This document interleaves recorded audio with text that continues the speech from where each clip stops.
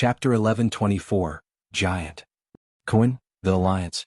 Along the way they engaged in idle conversation and Yu Zhong got to know the five better. The leader Aisha had short golden hair, her skin a healthy wheat color. She had a sexy figure, her legs long and slender. The other young woman on the team was called Shijia, an ordinary-looking girl with a full figure and freckles on her face.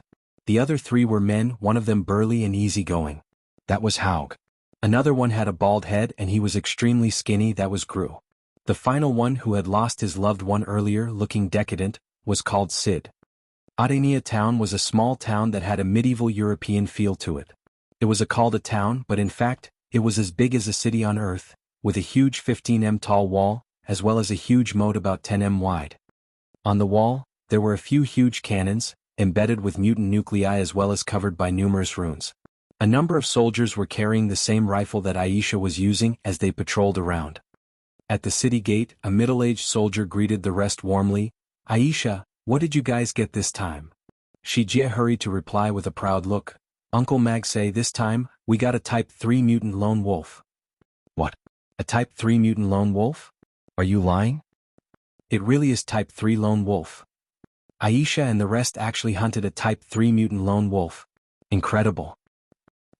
When the rest all heard that, they gathered around and pointed at the carcass of the mutant lone wolf while discussing in shock.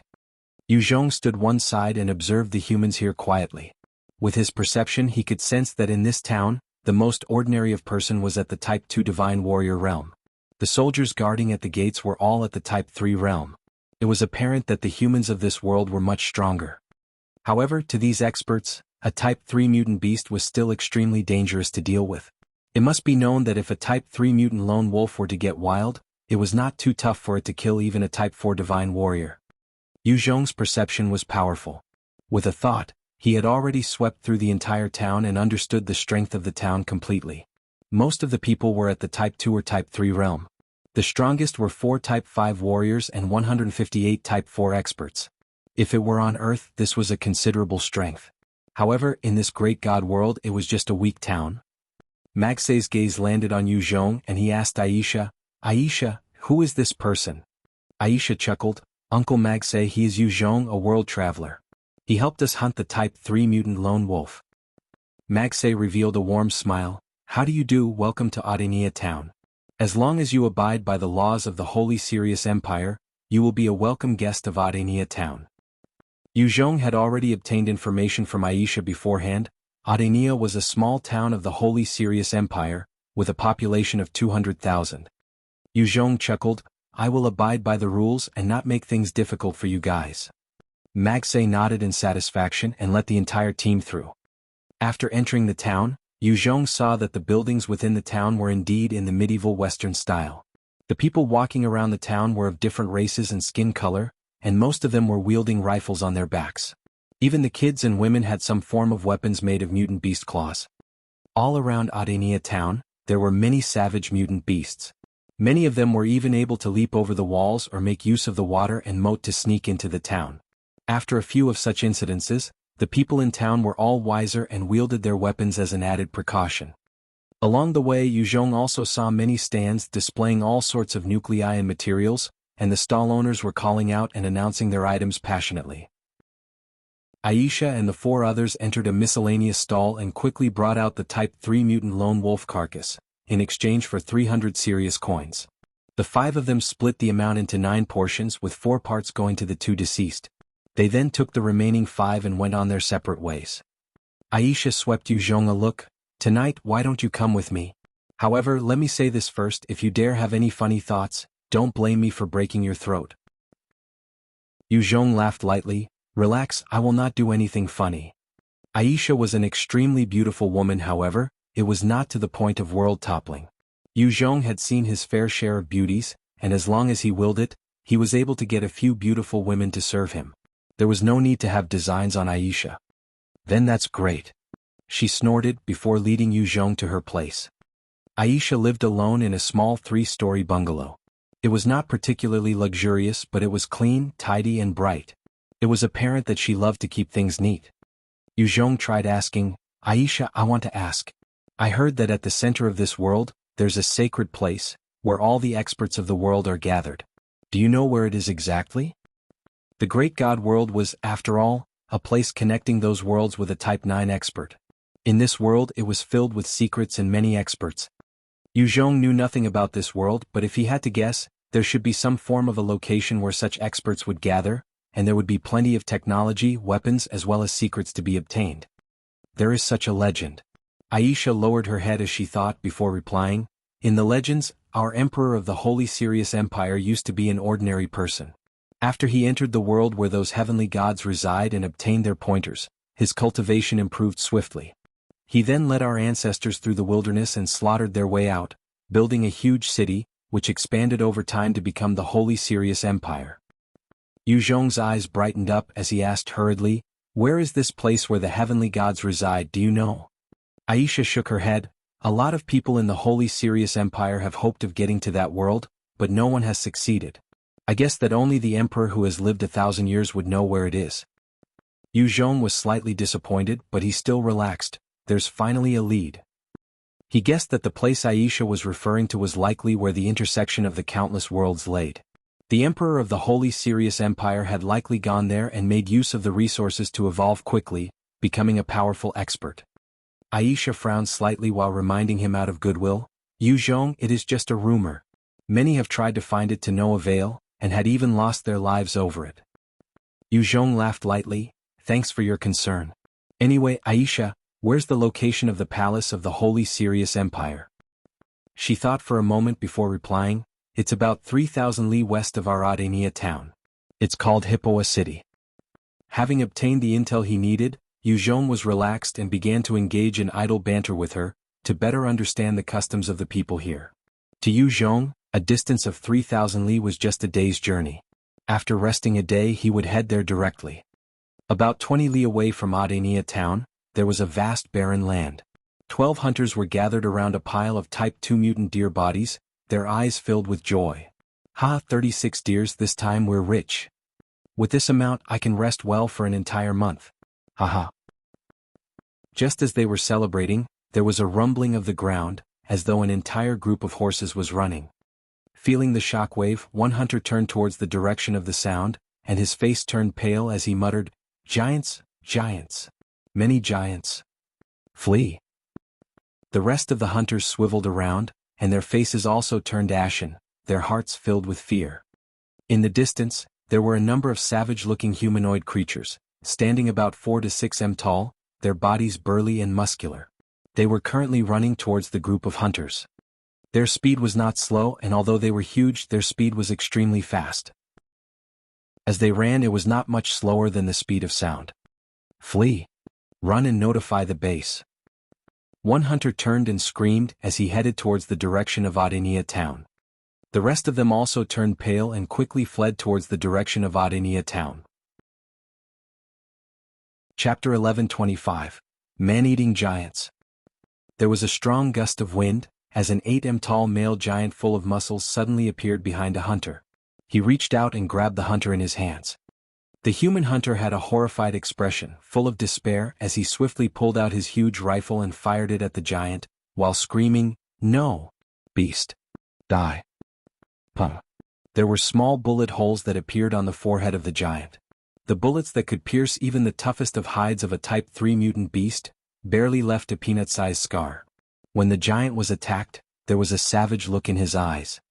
His other hand reached out to grab the head of the hunter, and plucked it with force, pulling it out cruelly in a shower of blood.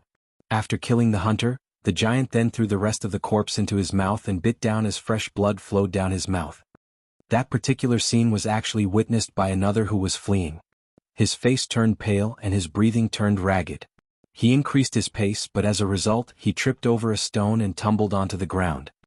As he fell, he saw another 5 m tall giant coming towards him. In his fear, he started pissing himself, while his eyes were wide with fear and despair.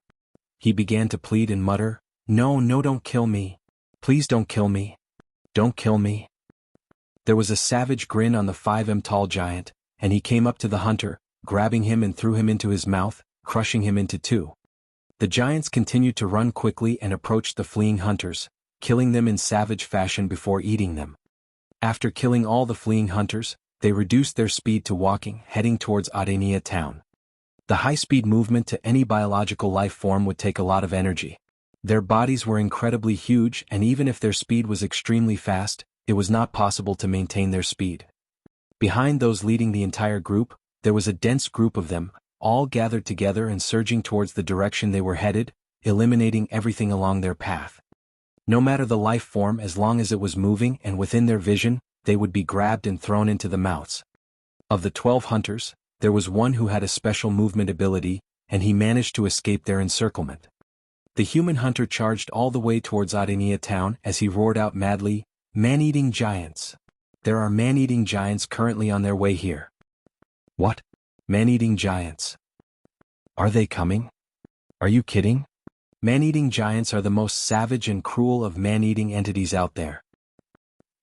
Hearing the report, the rest of the people at the city gates were in chaos and panic. Within this great god world there were many terrifying beasts, with no shortage of Type 8 mutant beasts. However, a mutant beast was not likely to leave its territory and wander around. After all, there was plenty of other Type 8 powerhouses. Once it leaves, it could easily become prey for others. With so many powerful entities, as long as humans did not antagonize them, they would not stir trouble with what was considered ant-like existences to them. However, there were certain races that loved to prey on humans. These were termed as man-eating races. Among them, the man-eating giants were the vilest and foulest of races. As the hunter finished reporting, there were rumbling sounds from behind, as the first of the giants appeared on the horizon. When the guards at the gate saw the giants, their eyes flashed fear as they quickly shouted out, "Giants! The giants are here! Quick! Go inform the mayor! Inform the mayor!" The hunter that was still running back to report screamed out with fear and despair, "Save me! Save me!"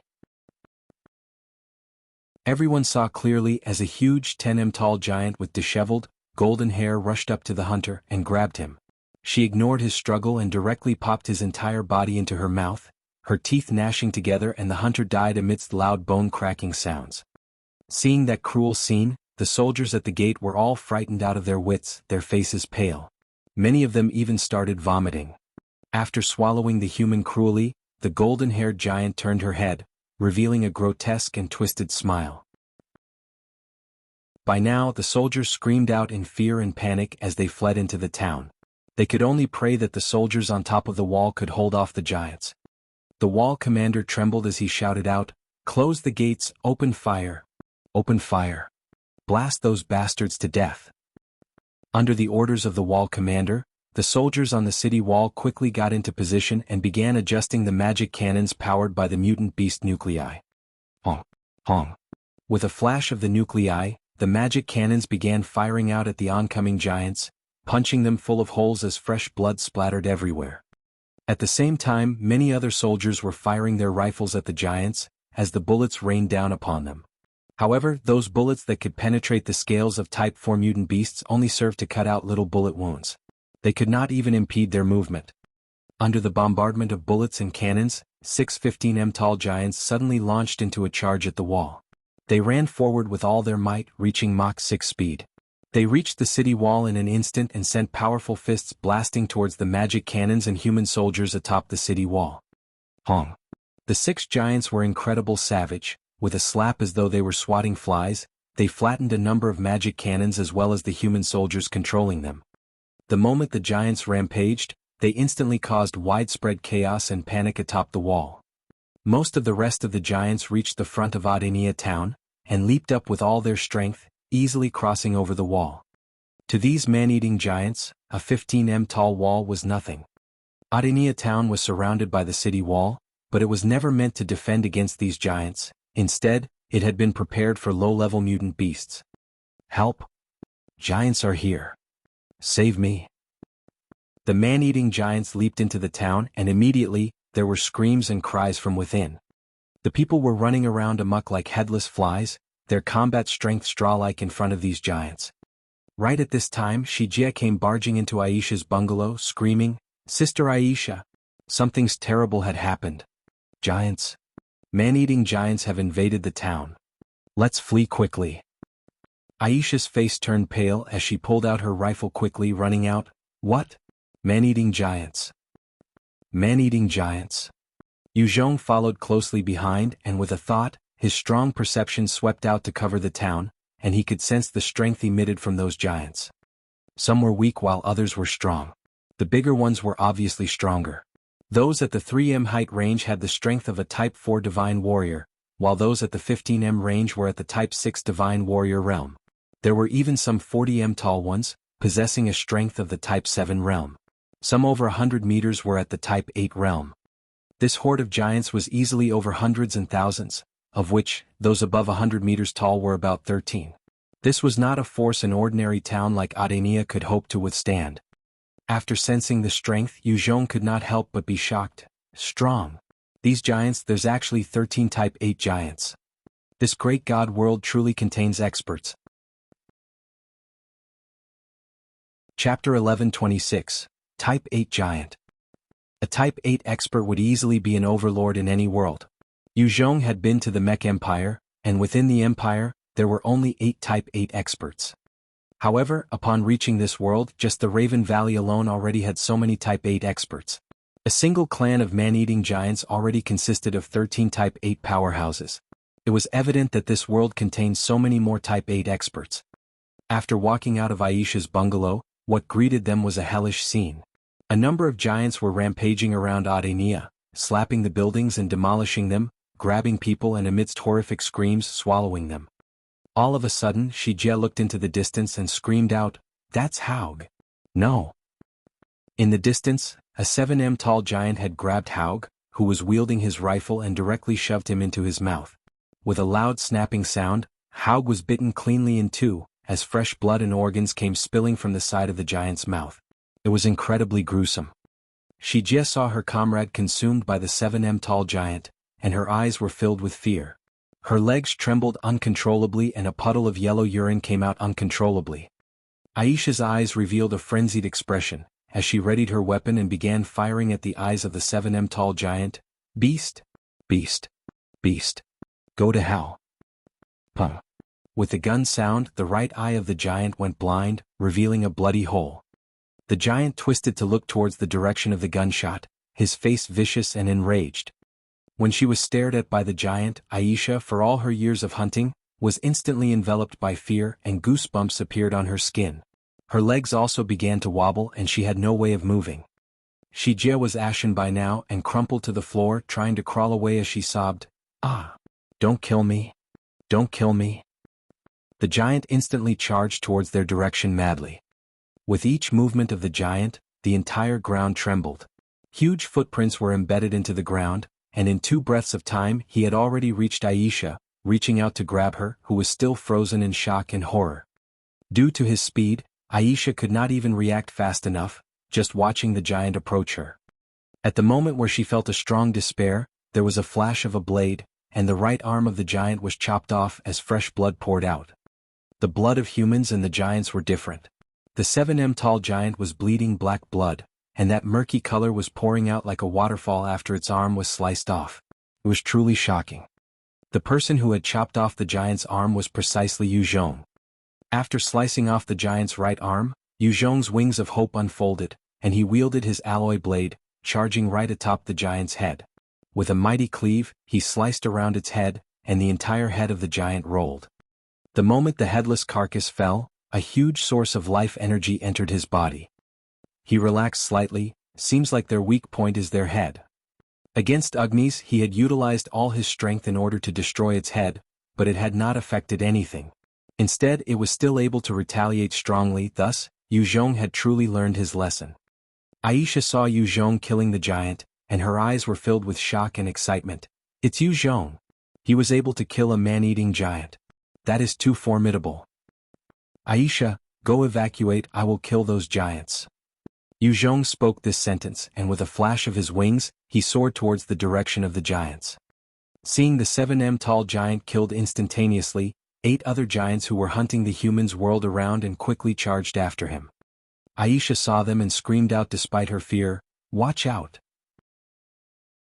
One giant was already hard to deal with. Even if all the experts of Adenia were to act, they would have to pay a huge price to hunt a single giant. This time, 8 of them had gone after Yuzhong. The strongest of Adenia would have perished under such an assault. At this moment, Yu Zhong transformed into 8 different clones as they flickered and appeared atop the 8 giants respectively, as the heads of the giants fell in a shower of blood. Aisha saw this and was shocked. Strong. After managing to kill the 8 giants, Yu Zhong waved his hands as his blood radiances soared to the sky, before transforming into a huge blood cloud that rained down upon his enemies, filled with an intense bloodthirsty feel.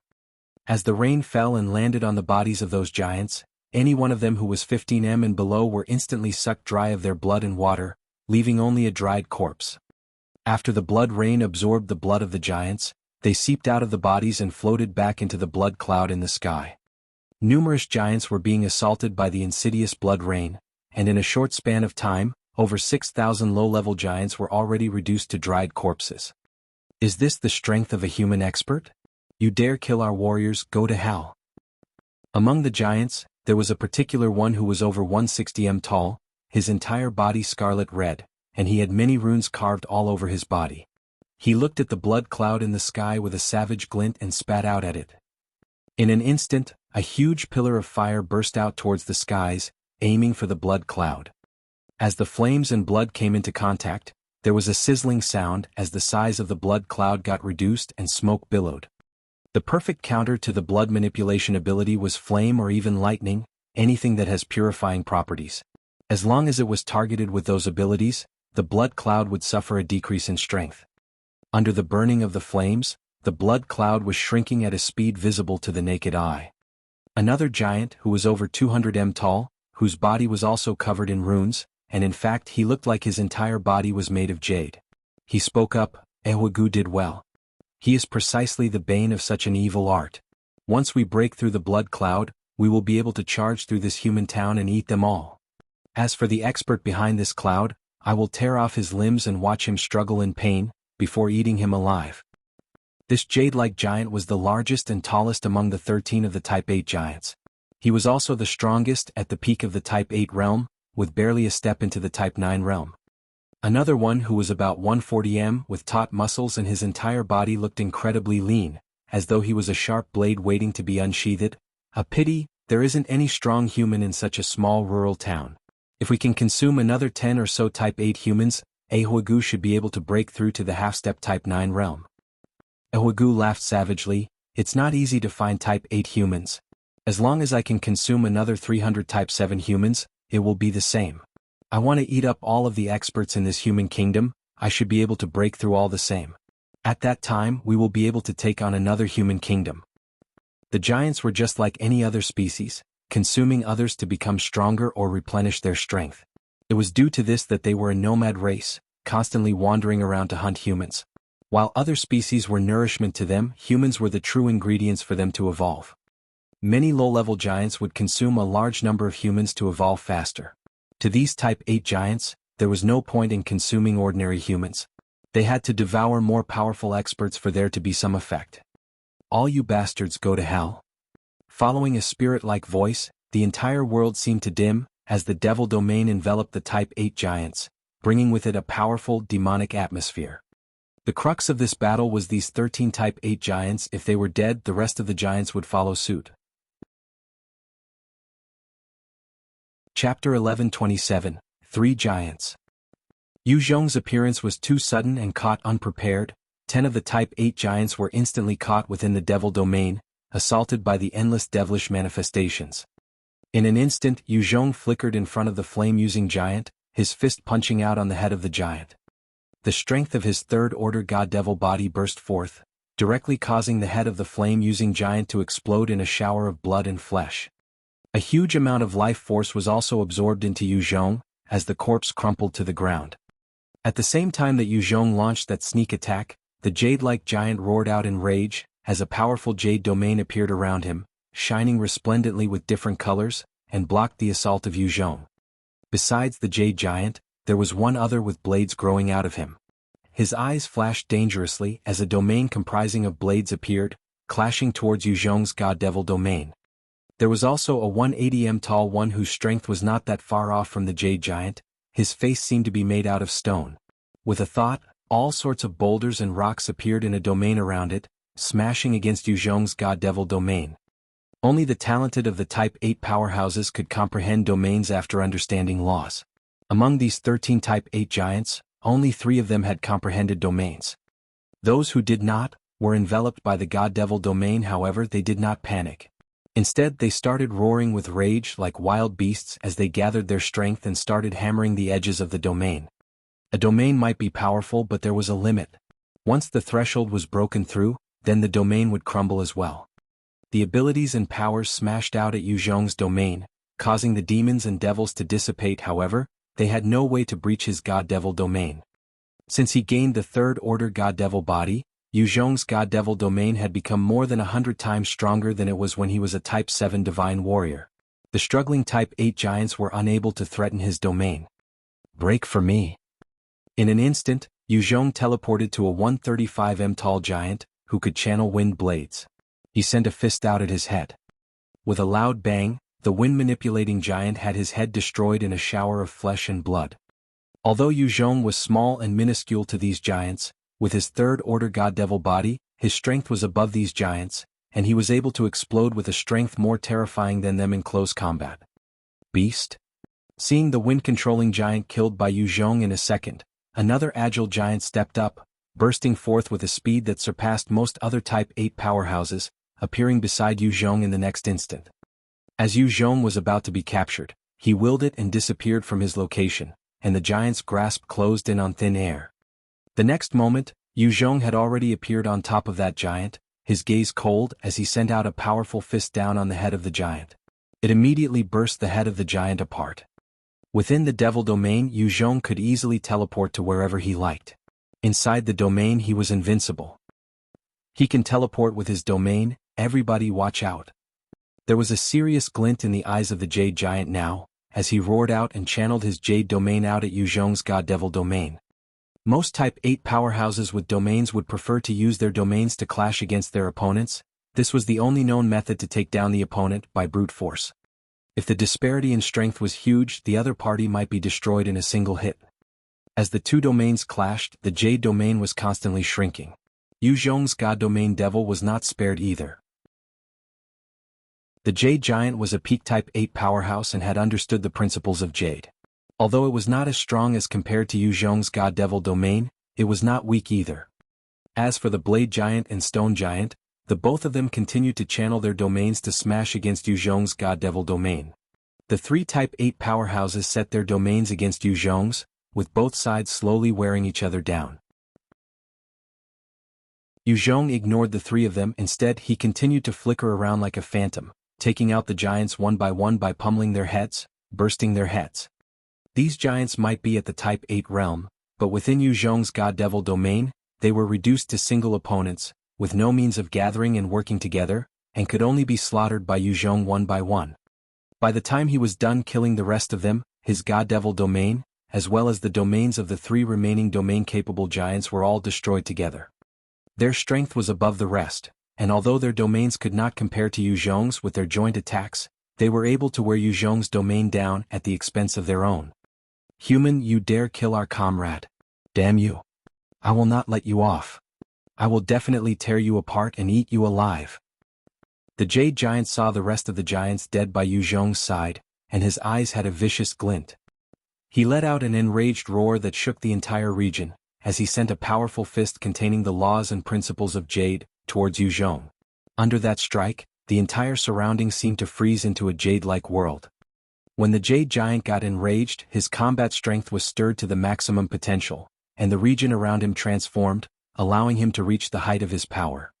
In the Giants clan, any Type 7 and above giant would already possess human-like intelligence, but only the Type 8 ones would refer to one another as comrades. Their group had developed for so long, and only managed to produce 13 Type 8 giants.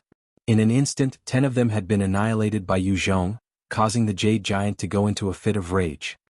Against that attack, Yu Zhong's eyes flashed coldly as he controlled the wings of hope to flap once. The energy around his stirred and he disappeared from his position, dodging that punch by the Jade Giant. He then appeared on top of the Blade Giant, sending out a fist at his head. You want to kill me? Not so easy. Break. The Blade Giant roared out in indignation, and his killing intent soared. Without any intention of dodging or evading, Right at the moment Yu Zhong got close, a powerful blade shot out from him, bursting towards Yu Zhong. In that short distance, facing that dangerous attack, Yu Zhong basically had no way to evade or dodge.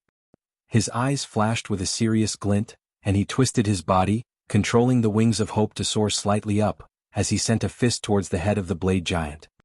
A powerful strength burst forth, and the head of the blade giant also burst apart. However, it was not before he had summoned his strength to send out a sharp blade from his head, while locking the space, to slash out at Yu Zhong, preventing him from escape. At the most critical moment, Yu Zhong's left shoulder tensed as a huge shield appeared in front of him. The blades of the blade giant slammed into the shield, causing a huge sound of impact. Under the imbued power of laws, the bone blade sliced through the shield after barely 1 second of being stopped, as it continued and sliced through Yu Zhong's left arm. Golden blood began to flow from his wound. Making use of that opportunity, Yu Zhong quickly flashed away. When the stone giant saw how the blade giant was killed in an instant, he could not believe his eyes and was shocked. How is that possible? Jianghu was so strong that his laws could even injure a Type 9 expert. How could this human be able to withstand it? How is he so tough? The blade giant was also one of the most heaven-defying geniuses of their generation, and while it was only at a height of 140 m, it already possessed combat strength of a high Type 8 powerhouse.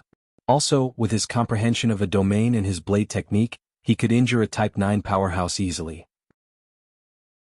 Yet, his strongest strike had been unable to kill Yu Zhong. This was the reason for his shock. The jade giant roared out once more in grief and rage, disappearing from his position and reappearing behind Yu Zhong's back. He sent a fist towards Yu Zhong while yelling, "Do not fear Jianghu, he is an oracle. As long as we consume him, we can possibly evolve into the Type 9 realm." The stone giant also leaped forward, his own fist carrying stone laws, turning the surrounding into stones, intending to capture Yu Zhong. The two of them joined hands, their power bursting out, locking everywhere around them, preventing Yu Zhong's wings of hope from flying away. Against this joint attack, Yu Zhong revealed a cold look. Without retreating, he shot forwards and sent a yin-yang palm, causing an entire palm to materialize, capable of blocking the sky as it slammed downwards at the two giants. Chapter 11:28, Defeating the Giants. Hong.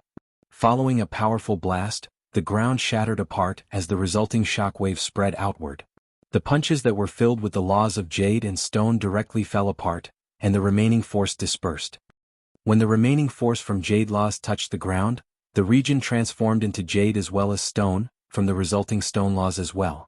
Many giants could not dodge in time, and were turned into jade sculptures or stone-hard statues. As for the jade giant and the stone giant, the both of them were struck by the recoil and spat out a mouth of blood. Yu Zhong's yin-yang palm was also scattered, while his person was sent flying about a few hundred meters. He spat out a mouthful of gold blood. At the same time, the left side of his body began to petrify, turning into jade while the right side, stone. He flashed and charged towards the skies, and brought out a vial of Type 9 mutant beast blood to gulp down. Damn it! These giants are truly difficult to deal with. Any one of the 13 giants, even the jade giant, Yu Zhong had the confidence to deal with them one by one, without exerting too much energy. However, if any of them were to join hands, the threat they represented was very different.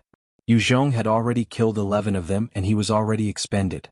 Facing the combined efforts of the jade giant and stone giant, there was no guarantee that he could walk out unharmed.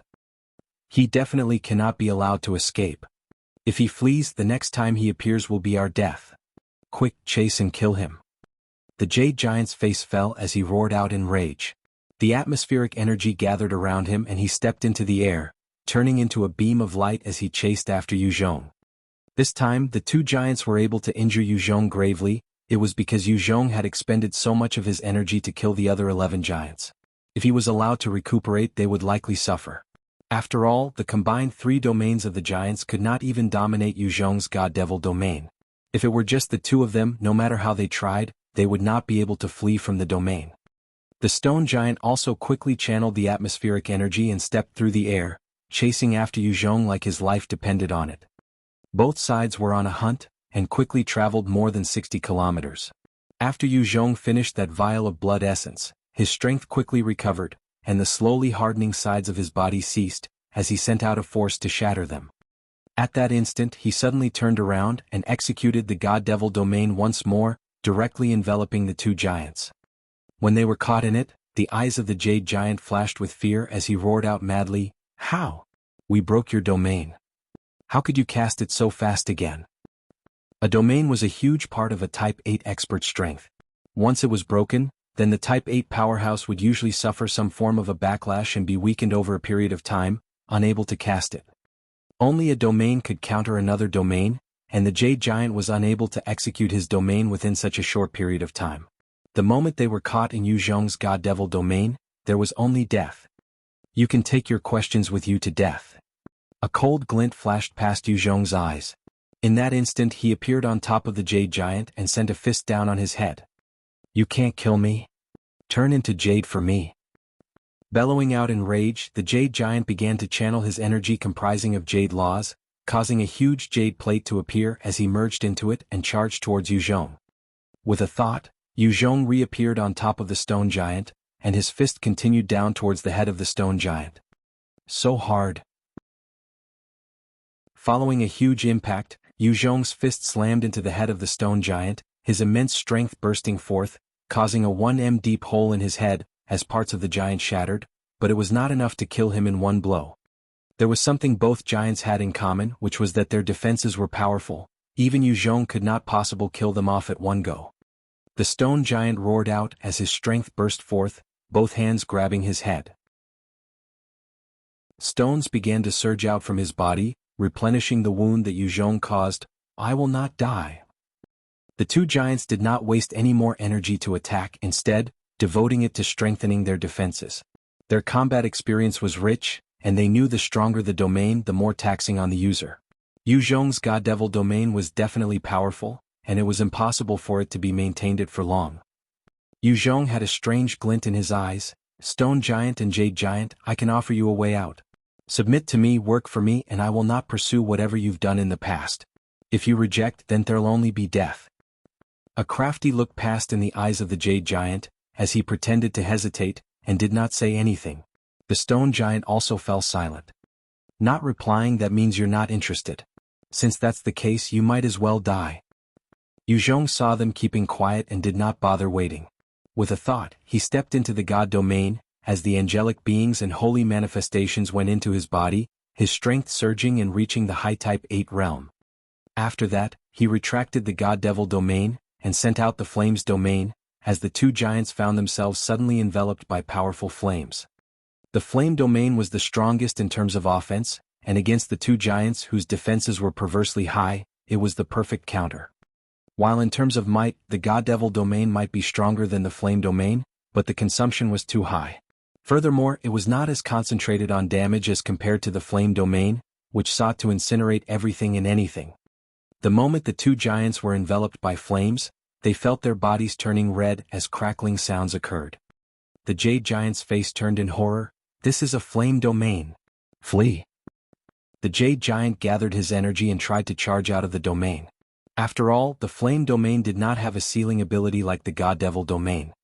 The Stone Giant also readied himself, preparing to charge out. However, at that instant, Yu Zhong, who was enveloped with the God Devil flames, had already soared in front of the Stone Giant, and he charged straight at him in the form of a blazing pillar. Hong! Following a terrifying explosion, the Stone Giant was actually blasted apart in multiple pieces, as well as countless shards, and a huge life force went into Yu Zhong. After destroying the Stone Giant, Yu Zhong's wings of hope appeared in a flash, and he shot towards the Jade Giant. As he reached the airspace above the Jade Giant, there was a crazed look in his eyes. The Jade Giant roared out at him, "Damn human, let us perish together then." In that instant, the Jade Giant began to detonate his Jade Laws, and a powerful explosion occurred, blasting outwards. Damn bastard, he actually self-detonated. Facing that sudden suicidal attack, Yu Zhong's face changed. He brought up his remaining right arm to block in front of him, while the wings of hope churned quickly to bring him backward. There was a bright bloom of a cloud in the shape of a mushroom, as everything within a dozen li was covered by countless jade pieces. Under that resplendent light, the entire region turned into jade, and every single living thing caught in the radius became jade sculptures. After the cloud dissipated, there was a sculpture that fell from the sky, landing on the ground and causing a huge ditch. It was precisely Yuzhong himself, and half his body was already petrified into jade. The residual jade laws and energy were still trying to invade his body, and everything below his waist had already transformed into jade. He took in a deep breath, gritting his teeth as he took out another huge container of Type 9 mutant beast blood, downing it. Damn it! That damn jade giant was a mess to deal with. Even in death he cost me so much. As he absorbed the energy from the blood, he forcefully repressed the invasion of the jade energy. However, within a short span of time, he could not purge out the jade energy from his legs. That jade giant was almost half-step into the Type 9 realm. His self-explosion was indeed terrifying. Had it been anyone else, they would have been killed or turned into a jade sculpture. Even a Type 9 powerhouse would not get out of it unharmed. The fact that Yuzhong was still living was incredible. I wonder how Adenia town is doing. He willed it, and a handful of nanomechanical cells came out from his right hand, enveloping his legs, forming two mechanical legs. Once they were formed, he quickly shot back towards the direction of Adenia town. Chapter 1129, Wiman. Along the way, many dead giants could be seen, each and every one of their corpses dried and emaciated, having been killed by the blood cloud.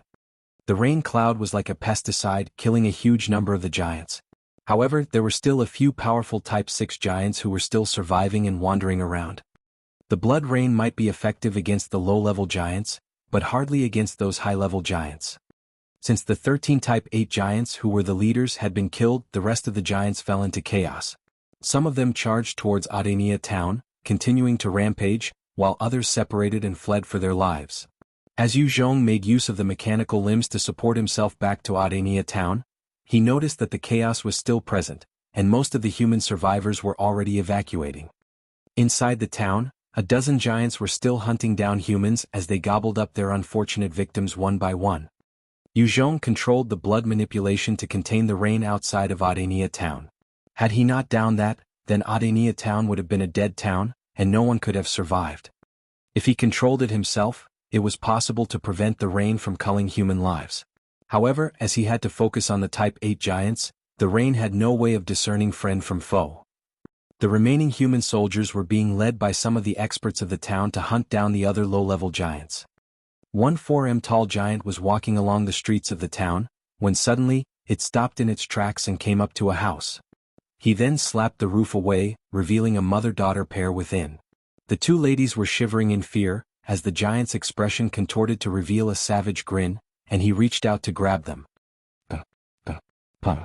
All of a sudden, there was a burst of gunfire as the bullets punched into the body of the giant, instantly creating thousands of holes on his body.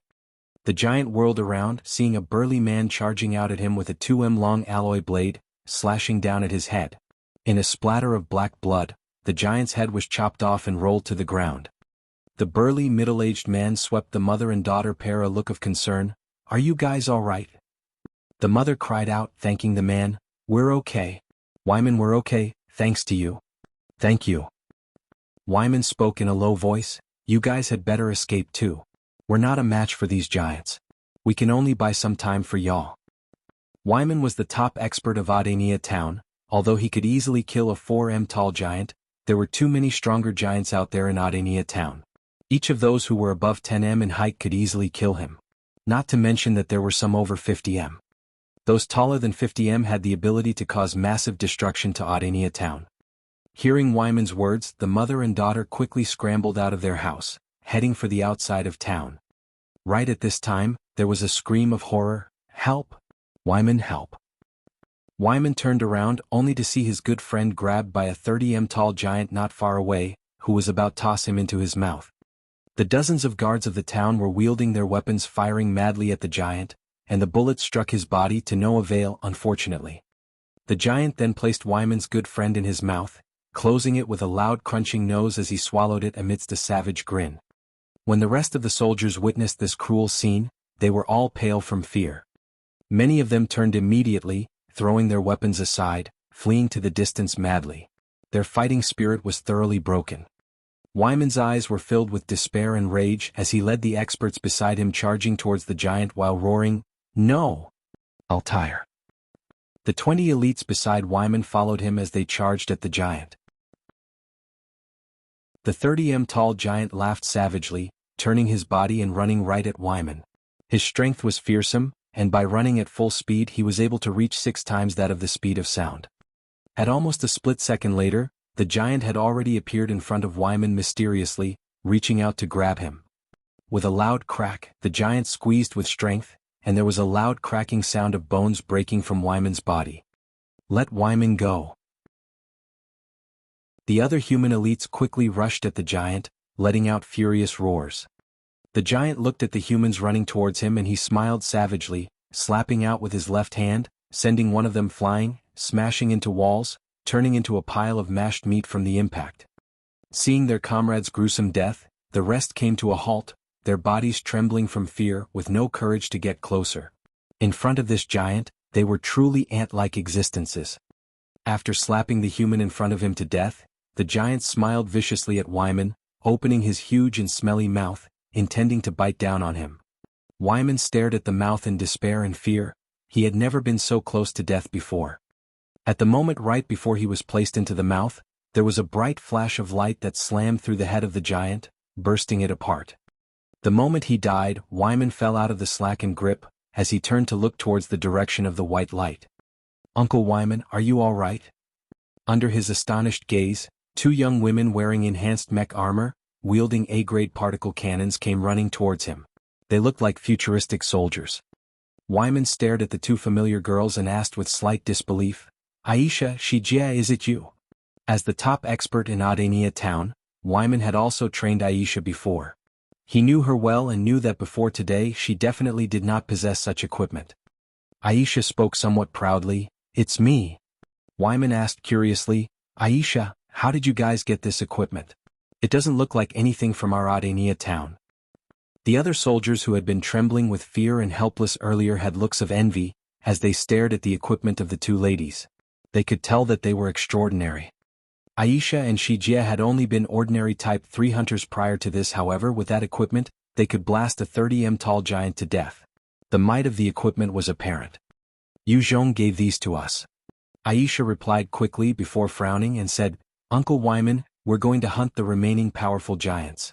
We'll leave the lower-level ones to you guys." Wiman replied swiftly, "All right, rest assured we'll handle the low-level giants." He and his team had confidence in dealing with the giants lesser than 10 tall. As they were about to go on their separate ways, Wiman asked suddenly, "Aisha, who is Yu Zhong?" He was wary of someone who could take out such advanced technology. To have a random powerhouse with such equipment appear without any reason, it was hard for him not to suspect Yu Zhong. Aisha frowned when suddenly she felt a feeling, and looked towards the distance at a 70 tall giant, pointing, "Uncle Wiman, look for yourself, that's Yu Zhong." Wiman and the rest of the elites of Adenia town turned to look at the giant, only to see Yu Zhong walking through the air, in an instant appearing atop the giant's head and punching downwards. With a loud blast, the head of the giant burst apart in a shower of blood. Holy! Is that a human? Monster! He must be a monster. He actually killed a 70 tall giant in a single punch. Wiman and the rest saw this and were shocked beyond disbelief. Their gazes were fixed upon Yu Zhong, only to see him flickering continuously, appearing on top of the giants above 50 and with each punch he took out 1 giant. Their heads would burst apart, turning into a pile of minced meat. Wiman watched Yu Zhong kill those giants as he let out a long breath with a complicated gaze. Too strong. To kill such powerful giants so easily, only the legendary emperor could do so. Seems like Yu Zhong's strength is on par with the emperor. Chapter 1130, Jody and Lina. The moment Yu Zhong acted, the remaining giants in Adenia town were killed quickly. Even if he was fighting with his mechanical makeshift limbs, the lower-level Type 7 giants were not his match. After wiping them out, the town people began to stream back into their homes under the guidance of the mayor. Within the mayor's home, the mayor, Visny, greeted Yu Zhong respectfully. "Mr. Yu Zhong, thank you for acting to save us. This is a small token of appreciation, please accept it." After those words, the soldiers beside brought out a number of chests, revealing piles of gold that could turn a man blind with greed. When Aisha and Shijie saw the gold in the chests, their breathing became haggard and their eyes shone with desire. They had never seen such wealth in all their lives. Yuzhong swept a look at the chests, grinning slightly, and with a wave of his hands, a bout of energy whisked them all up, channeling them into his storage ring.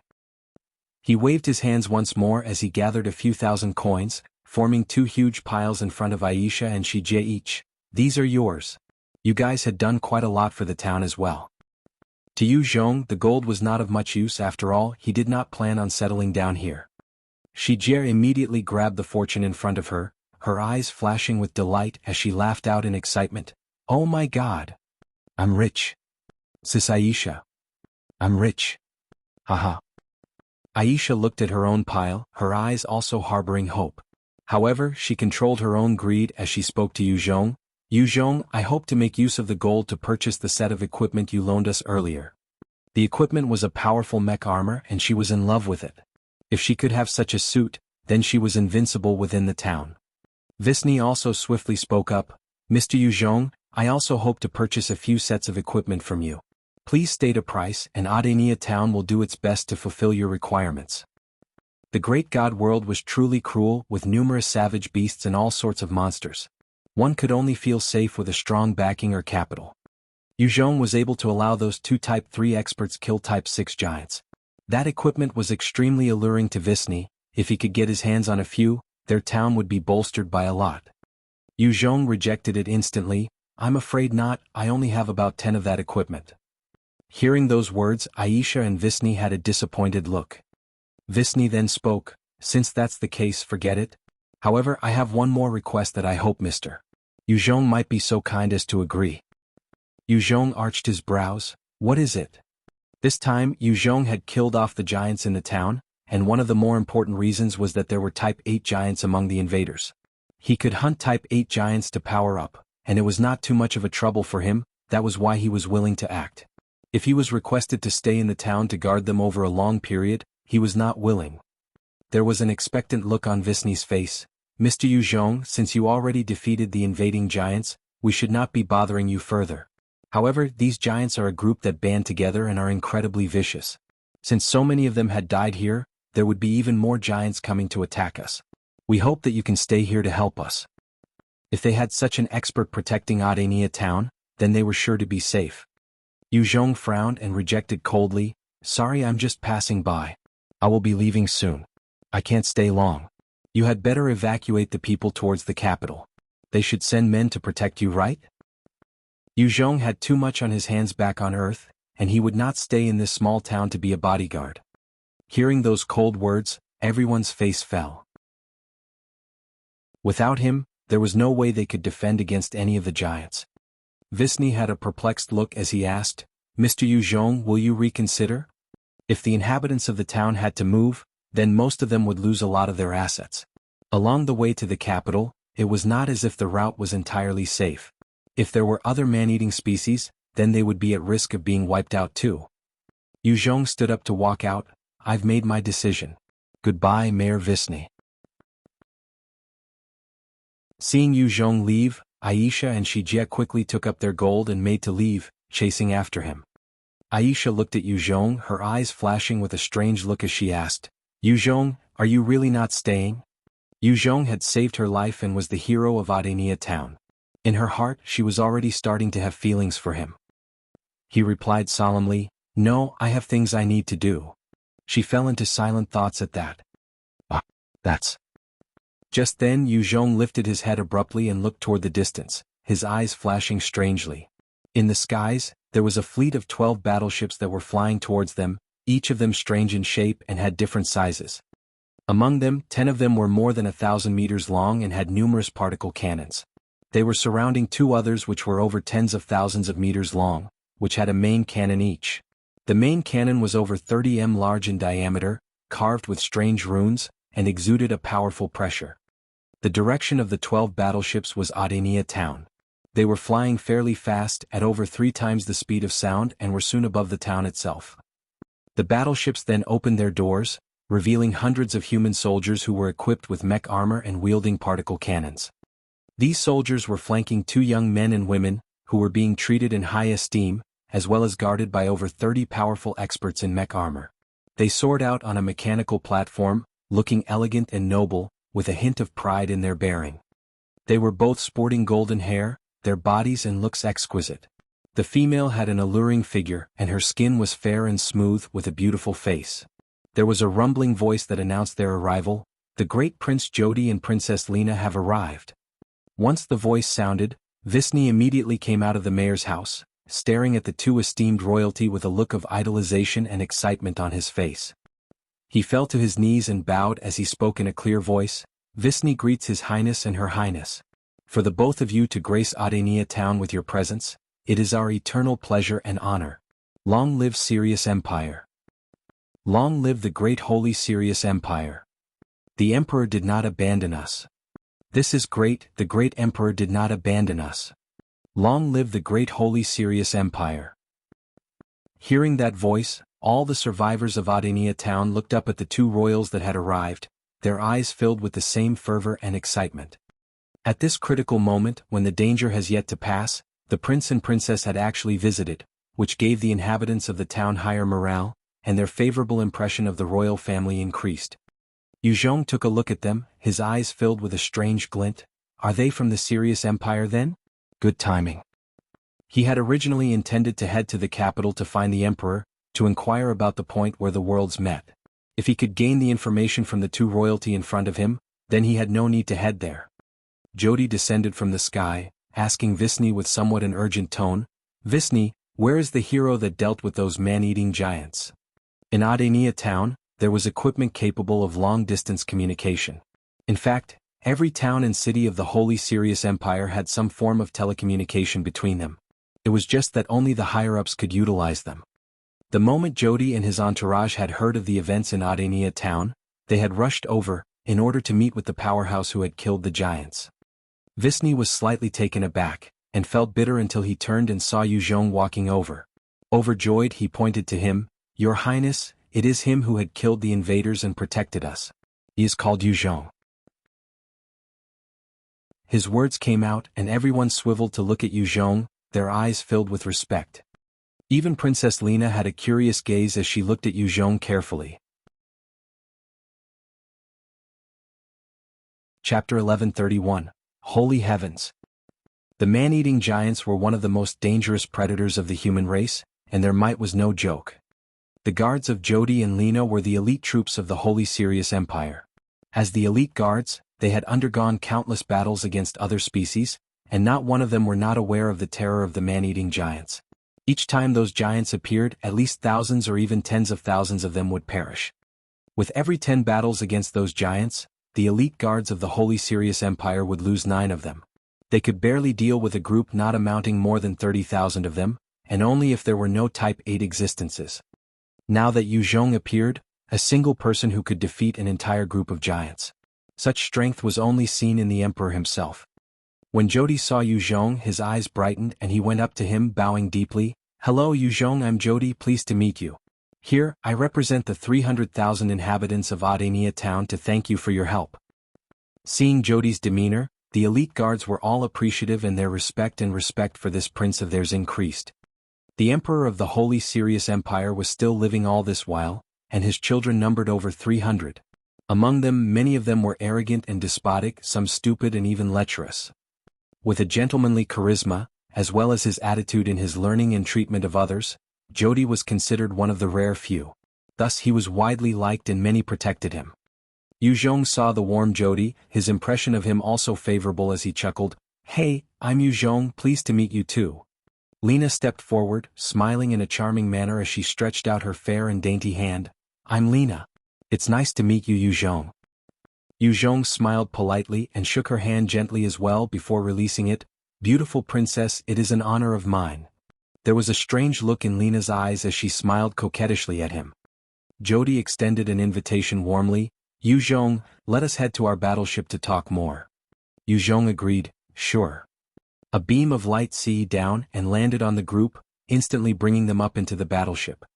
Within the lavish living room of the enormous battleship, Jianghu, Jody and Lina were seated on a sofa, while a number of pretty women dressed in military uniform came serving refreshments, and placed them in front of the 3 of them before leaving the room. Jody had a strange look as he directly asked, Jianghu, did you come from the holy heavens? Yuzhong frowned and asked, Holy Heavens? What is that place? Jody and Lina exchanged glances, obviously taken aback, before he continued curiously, If you're not from the Holy Heavens, then where are you from? Doricini Empire or Zumtan Empire? Yuzhong casually weaved a tall tale, I have no idea where I came out from. I just know that the place I stay is about 10 times the size of Audiobook town, and there was a border around our area that no one could cross from where I came from. I had activated some statue by accident and was sent here. Audiobook town was the first human town that I came across. If this lie was spoken on Earth, few would believe it. However, the great God world was different. There were too many experts and all sorts of backgrounds. In fact, his tale sounded extremely believable. Jody nodded, so that was the case. In our great God world, there are simply too many hidden lands, you must have come from one of them. From the surface, it looked as though he had believed Yuzhong. Yuzhong continued asking, Oh yeah, what is the Holy Heavens? His intuition told him that it was an extremely important place. It seemed as though there were many other experts like him, otherwise Jody and Lina would not have asked if he was from there right away. Jody did not hesitate as he revealed the truth. The Holy Heavens is a holy land of our human race in this great God world. There, many experts from all corners of the world are gathered. Most of Type 9 experts or half-god characters are a part of the Holy Heavens. They are focused on protecting the human race from the other powerful species that threaten our existence. In truth, our Sirius Empire is a part of them as well. In the Holy Heavens, the experts are truly aplenty.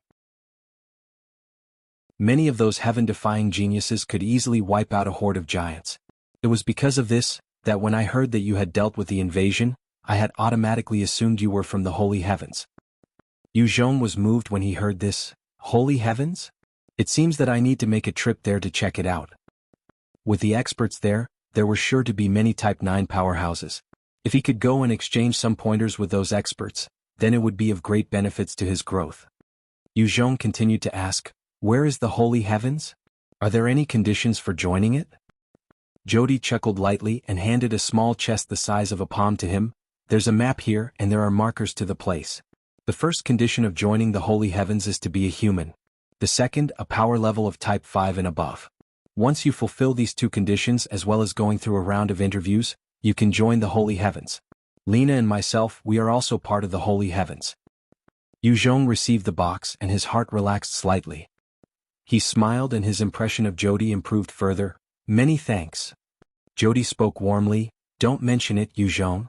In the Holy Heavens there are 5 main districts, namely the East, West, South, North and Central temples. We belong to the Northern Temple. If you do join the Holy Heavens, we hope that you can consider joining us too. That way we can fight side by side. Wherever there were people, there were sure to be strife. Within the Holy Heavens, with so many experts, they had likewise formed their own groups and associations. Jody was treating Yuzhong warmly in the hopes that he could join them, thus relying on one another. Yuzhong chuckled, Not a problem. He was not sure about the life here, and he needed to acclimatize himself as quickly as possible. With Jody's help, he would save the time and trouble. There was a look of joy in Jody's gaze. That's great to hear then. Lina, who had been smiling at the exchange between the two men, opened her mouth. Yuzhong, the giants always had the habit of converging as long as one of them was not killed, and manages to report back to the others.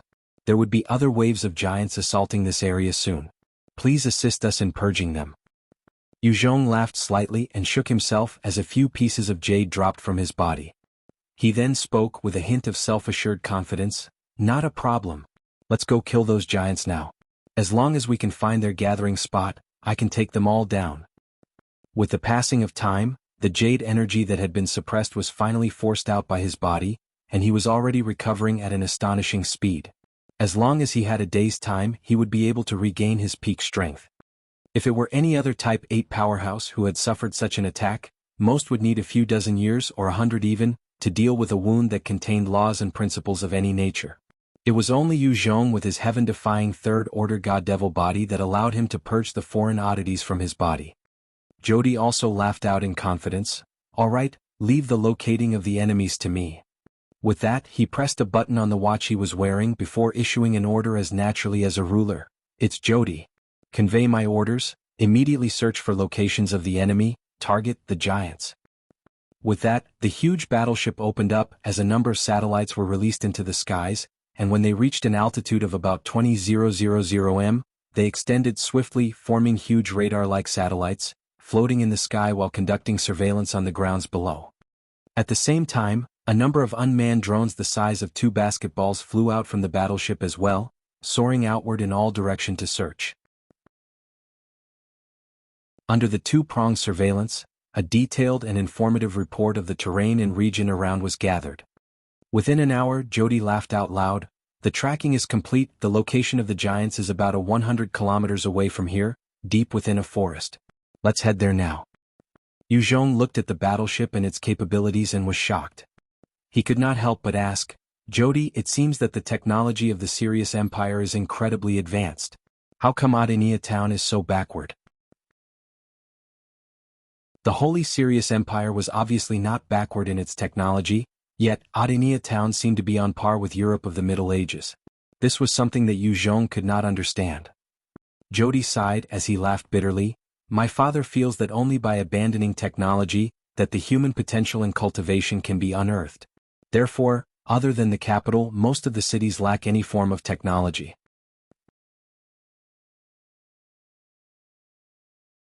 Chapter 1132, Wiping Out the Giants. After hearing Jody's explanation, Yuzhong finally understood why there was such a huge difference in technology. He also understood why the Emperor would do such a thing. Earth, before the apocalypse, was also an advanced world, with lack of cultivators and martial artists. It was not because the people of today were less smart, but because the effectiveness of such skills was not as comparable as a technologically advanced world. A martial artist could train for an entire 20 years but would be easily taken out by some small thug with a bare proficiency in firearms wielding a gun. Under such circumstances, few would actually take the time to train. Furthermore, in the past, a person could easily win a small-scale war with their own prowess. That was why there were more cultivators in the past. It was precisely because of this that the Emperor of the Sirius Empire would ban technology for all the cities and towns. However, the usage of such equipment was important in a war. That was why the Central Army was equipped with such highly advanced stuff, hence, creating an imbalanced image. Yuzhong was an outsider and was in no position to comment on the strategy. He smiled and did not continue harping on the subject. The 12 battleships flew over a dense and thick forest, which was formed of numerous huge trees that were easily over hundreds of meters tall. There were even some that extended beyond 200 m and 300 m. The forest covered a huge portion of the terrain, and one could hear the roars of wild beasts from within. It's right here, Yuzhong. Let me clear the rubbish for you first. With a chuckle, Jody gave an order through his watch. Execute the plan immediately.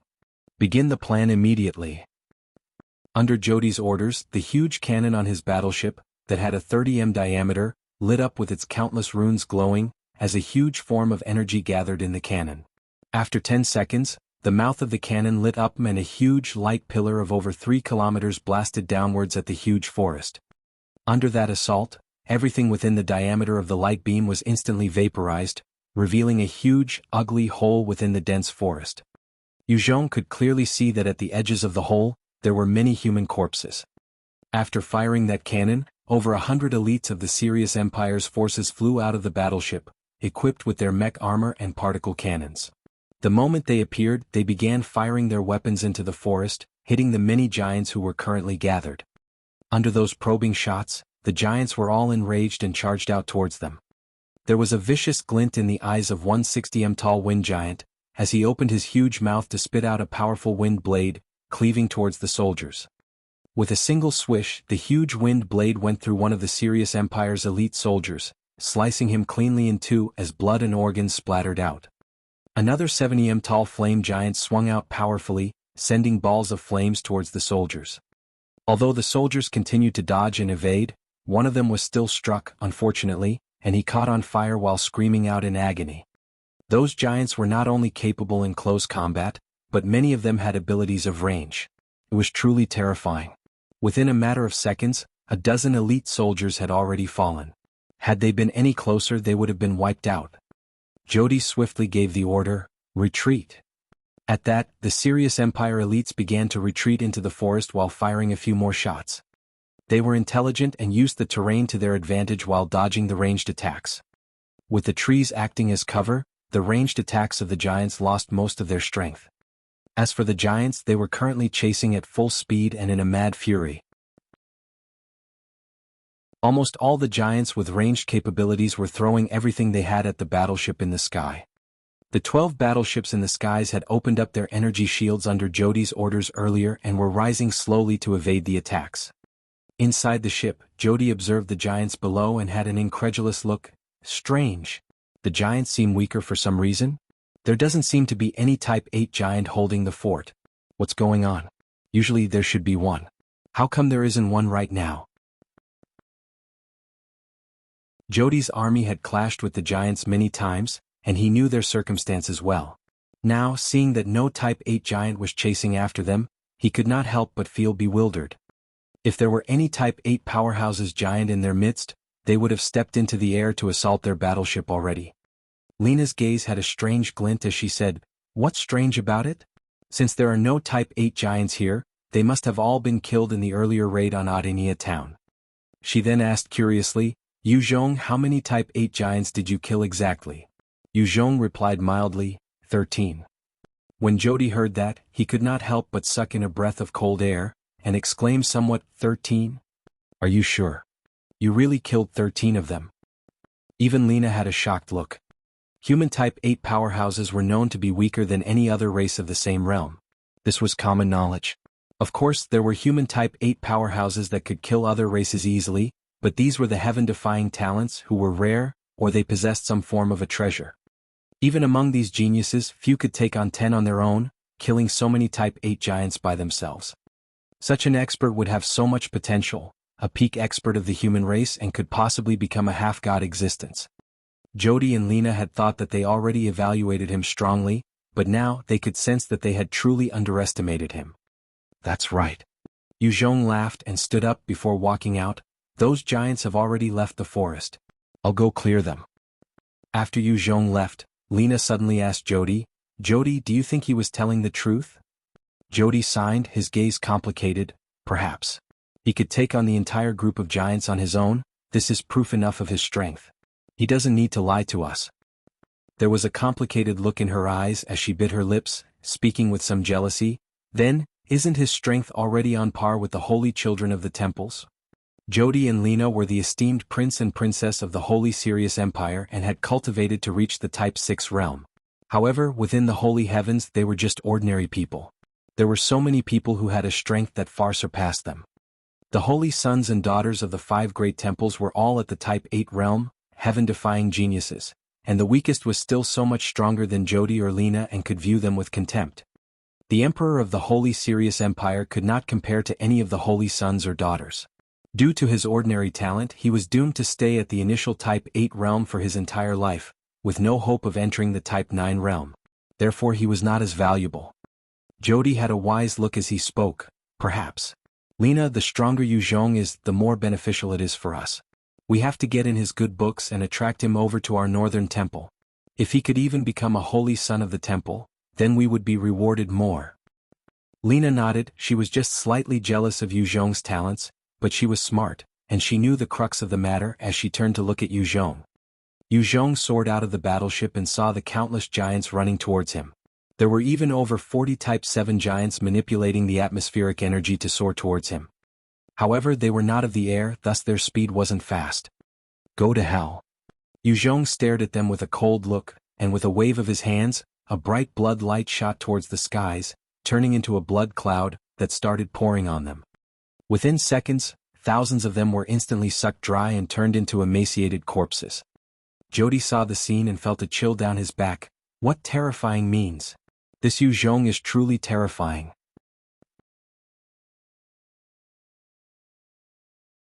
Chapter 1133, Imperial Conflict. Lina looked at Yuzhong with a strange gaze, speaking slowly. His strength has already surpassed the central holy sun of the holy heavens.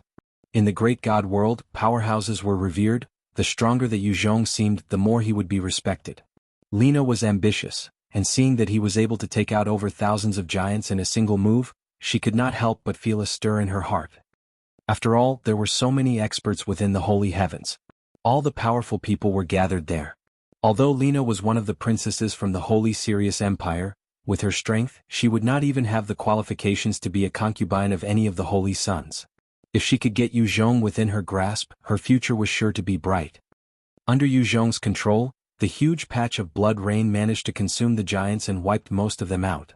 There were only the dozens of Type 7 giants left, who were pushed to the brink of insanity. Their bodies were wrapped in a layer of energy, blocking the invasion of the rain as they charged at Yu Zhong madly. Facing the remaining Type 7 giants, Yu Zhong's gaze was cold. He pointed out, and in an instant, a powerful energy blade congealed towards the group of giants. With a single sweep, all of them were sliced in two at the waist as blood splattered, and their corpses fell out of the sky. Strong. That was too insane. This human is formidable. Monster. He's a freak. When the soldiers saw how easily Yu Zhong slew the hundreds and thousands of giants, they were all stunned with their mouths agape, their gazes filled with awe and shock. Such a group of giants was not something Lina and Jody's forces could take on without suffering huge losses. However, this group of giants was actually taken out by Yu Zhong in a second, causing them to feel a sense of fear. When Yu Zhong was done, he flashed and reappeared in the battleship. Jody came up to him, smiling, "Yu Zhong, you're truly strong. With your strength, it would be easy for you to become the holy son of our northern temple. When that time comes, please take good care of us." Yu Zhong laughed lightly, "Sure. Since the giants have been dealt with, let's head to the holy heavens then." "Sure." Jody nodded and gave the order, "Move out. Coordinates, holy heavens." With that, the entire fleet set off into the distance. Inside the dense forest, one green giant who looked no different from the trees around him, stared at the leaving battleships with a deep hatred. "Damn humans, you dare hunt our giant clan. I will not let you off." The great god world was truly vast. The two main battleships of Jody's fleet were B-grade battleships, and their maximum speed could reach up to Mach 20. The group sat on the battleship for an entire day, before arriving at the capital of the Holy Sirius Empire. Yu Zhong looked at the capital and could not help but praise, "Not bad, is this your capital? It's beautiful." The Holy Sirius Empire was very different from Audiobook town. In the skies there were 156 satellites. Surrounding the city were 8 mechanical fortresses floating in the air. There were also 3 airship fleets that patrolled the space constantly, conducting surveillance and maintaining security. Other than that, there was also a huge wall of over 200 m tall, its entirety bright and resplendent like jade. On top of the wall, there were many soldiers equipped with mech armors and particle cannons. At the same time, one could see countless advanced technology at various hidden corners. The defense of this Holy Sirius Empire was tighter and more advanced than anything Yu Zhong had obtained for Earth from all his travels. When Aisha saw the futuristic city of the capital, even she was awestruck. Audiobook town was as backward as the Middle Ages, and the Holy Sirius Empire seemed as though it was far more advanced than Earth by a large margin. Such a vast difference made Aisha feel like a bumpkin. Of the 2 youthful ladies, Shijia had family in the town, thus Aisha, who was on her own, chose to follow by Yu Zhong's side, hoping to broaden her horizons. Jody turned to Yu Zhong and explained, "That's right, this is the capital of the Holy Sirius Empire, Guha City. The great god world is huge. In order to reach the holy heavens, one would have to make use of the transport gate here in the capital. Otherwise, you would have to go through 435 different kingdoms to reach it, and it would take at least half a year's time." Yu Zhong was slightly taken aback as he narrowed his eyes. 435 kingdoms? How are these kingdoms compared to the Holy Sirius Empire? Jody chuckled. "Of the 435, the weakest is about half of our strength. Most of them are stronger than us. The strongest has a Type 9 half-god powerhouse holding the fort, and the kingdom is definitely more than 100 times stronger than ours." Yu Zhong was shocked by now. This world is truly something. Even the Radiant battleship cannot transcend this area. The number of people here in the Sirius Empire alone numbers over 10 billion. With over 435 kingdoms added together, there has to be at least 5 trillion. With so many people, no wonder there are more Type 9s here. Jody then invited warmly, "Yu Zhong, opening the spatial gate is no small matter. I need to report to our father first. The shortest might still be a day. Why not come to my palace and let me host you properly?" He knew that his position within the holy heavens was not high. Even the entire Holy Sirius Empire was not particularly highly regarded in the holy heavens. They were just a sort of passage for talents to get there. Any envoy from the holy heavens could easily surpass Jody and the rest of his siblings. That was why he wanted to win Yu Zhong over. If there were any troubles in the future, he would at least have some backing. Yu Zhong agreed, sure. The huge battleship came to a stop at the port of Guha City, and the party came out and headed for the inner city. Aisha walked excitedly as she saw the automated cleaning robots on the streets, her eyes brightening as she pulled on Yu Zhong's hands. Yu Zhong, look, what is that? Yu Zhong took a glance and replied mildly, they should be automated cleaning robots. Compared to Aisha, who had never even seen a television before, Yu Zhong's concept of technology back on Earth was much more advanced, and could roughly guess what those were. Jody chuckled, that's right, these are automated cleaning robots. They even have the function of maintaining security. Anytime there's a minor issue with security, they would handle it. They can also give directions, answer basic questions about laws, and considered somewhat robot police enforcers. Yu Zhong had an idea then, these robots are pretty decent, seems like when I head back to Earth I need to produce some cleaning and policing robots. With the amount of technology and resources he obtained from the Mech Kingdom, he was truly poised to produce enough robots to last a lifetime. However, most of them were geared for war use and not much had been developed in the civil sense. On Earth, the human race was fragile, thus the military was the most important. Yu Zhong was not an invincible entity yet, thus he needed to focus on the military, while the civilian side suffered less priority. Right at this moment, there was an arrogant voice that sounded, Brother Jody, your taste is quite poor to actually mix with such riffraff. You've thrown the face of our holy serious Empire royal clan. Yu Zhong frowned and looked towards the sound. Only to see 8 lavishly dressed young men and women, with an air of nobility and elegance, and behind them were 20 powerful experts, decked in mech armor, their faces solemn, and their killing intent palpable. Among them, the leader was one who wore a black suit, had short, golden hair, and he looked about 30 to 40% similar to Jody. However, his look of arrogance was off-putting, and he stared at Yu Zhong coldly and with disdain, barking, lowly citizen, what are you looking at? Damn trash, this seat is irked by the sight of you. Men. Go dig out his eyeballs for me. Then grab that woman beside him, I'll have a good time with her. Yes, your highness. One burly guard behind the young man responded and waved his hands, as 2 guards stepped forwards towards Yu Zhong and Aisha. Yu Zhong was filled with a killing intent when he heard this, and he coldly swept a glance at Jody. Feeling that gaze, Jody felt his entire body doused in a freezing aura, as he stepped forwards and barked out, stop. Under that enraged shout, the 2 guards halted, not daring to step forward. Jody was, after all, a prince as well, and these small characters were unwilling to act against him. Chapter 1134. Killing everyone present. Jody had a cold look as he barked at the other prince, Georgie, Yu Zhong is my guest. If you dare touch him, I will not let you off. Georgie had a look of disgust on his face as he roared out in a domineering manner, Brother Jody, these are just some lowly commoners. Who the hell are they? By the time I'm done with them, I will return them to you. The 2 of you, what are you waiting for? You want me to throw you into the leopard cage? Since the Emperor of the Holy Serious Empire had lived for so many years, his children were too many to count. It was even enough to form a regiment of soldiers on their own. There were all sorts of characters among them. Compared to Jody, Georgie was a talented cultivator, reaching the peak Type 6 stage by the age of 65. Among the numerous children of the Emperor, he was considered the top in talent and received love from Emperor George. Due to his age, plus having spent most of his time training, coupled with the doting of Emperor George, he was extremely despotic and arrogant. He had lustful tendencies and was violent, treating commoners like trash. His demeanor was vastly different from Jody. Each time they met, he would try to humiliate Jody. Yu Zhong and Aisha had thus become the target for his intended humiliation. As the energy in the great god world was abundant, most of the cultivators led long lives. A normal Type 6 powerhouse would usually be above 600 years old.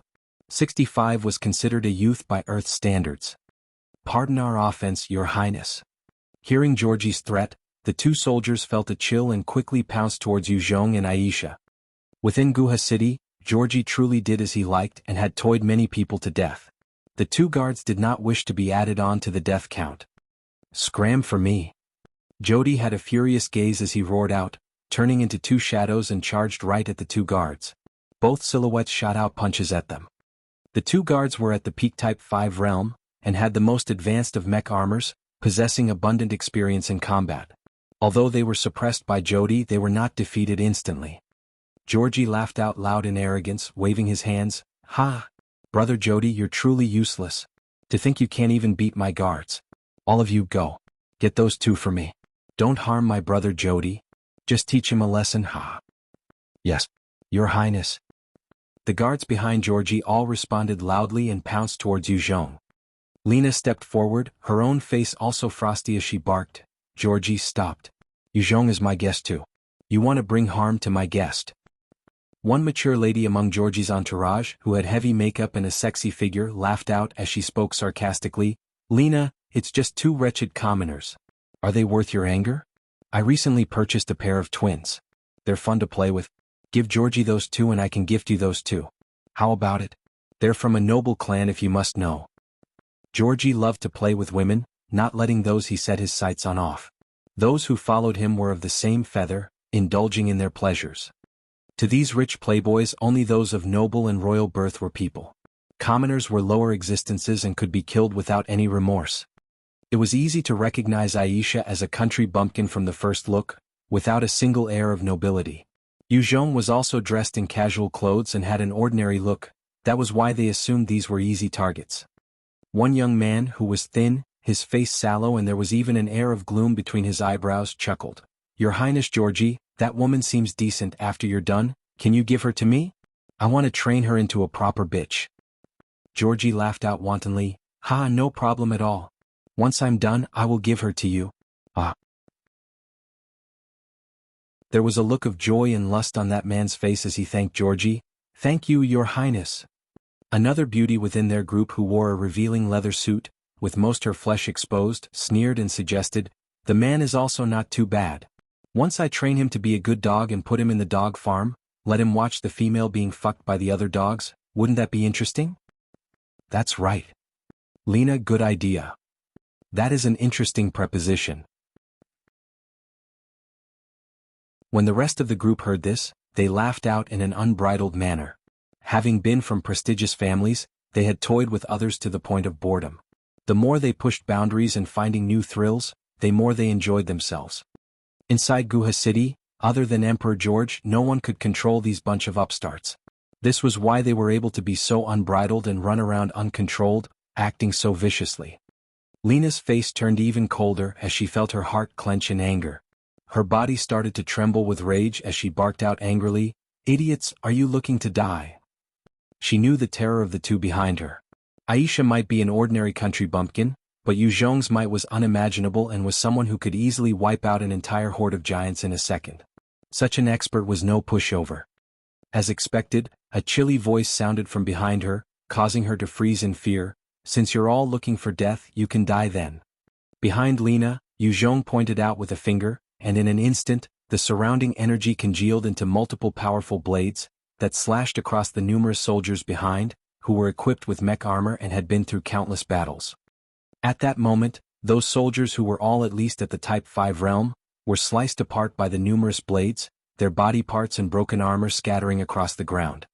Witnessing this gory scene, the entire group, which had been talking loudly, fell silent, their faces ashen as they began to tremble. Among them, one of the young men trembled and shouted out hoarsely, You dare to kill the elite guards? This is a capital offense. You're still not kneeling to surrender? When our holy serious Empire forces reach, your entire family would be wiped out." "My family? What a joke. Before that, you can go to hell first." Yuzhong laughed coldly and waved his hands as another energy blade formed, and directly separated the man's head from his body. After killing the man, Yuzhong's gaze fell upon the one called Lina, his killing intent apparent for all to see. Lina's face was pale as she trembled, screaming out in fear, "You can't kill me! You can't kill me! My father Max is the right-hand man of the Emperor. If you kill me, he would not let you off. He will definitely hunt you down and make you die a horrible death. Your father will join you below. Go first and wait for him." Yuzhong's voice was icy as his energy blade slashed out, directly splitting her in half. After that, Yu Zhong's gaze swept and fell upon the gloomy man. The unfortunate guy was so frightened that he pissed himself, his body trembling uncontrollably. He got down on his knees as he kowtowed profusely, "Don't kill me. Please. I can give you all my beautiful women. Spare my dog life. My father, Hammond, is the Minister of Justice, and he would not let this go too." Yu Zhong swiped his hand carelessly, allowing the energy blade to fall once more, slicing him in two. "Let him find me then. I'll get him to join you." Seeing Yu Zhong slaughter 3 of their friends consecutively without any mercy, the remaining people were frightened out of their wits. The sultry woman at the start kneeled on the ground, acting like a female dog as she sobbed and crawled to Yu Zhong. "Don't kill me, please. Sir, spare me. I can be your bitch, spare my lowly life. I didn't mean what I said earlier, spare me please." Yu Zhong stared at her coldly, her beauty did nothing to hide her venomous heart, and his eyes flashed with an icy glint, before the energy blade slashed down on her head, without the slightest mercy. Another despotic member of the group had a frenzied look by now as he shouted out in madness, "Since he wants to kill all of us, let's fight it out with him. We can't let him live." With another swish, the head of that man was sliced apart. "Warning, warning.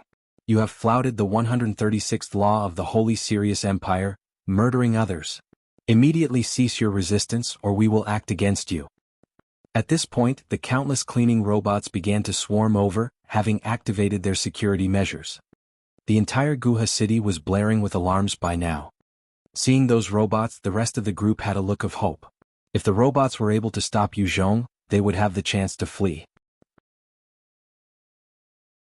Seeing the robots, Prince Georgie, who had been watching the entire thing with an ashen expression, spoke slowly, "Mr. Yu Zhong, this was our fault. We didn't recognize your esteemed self and had offended you. Please forgive our mistake."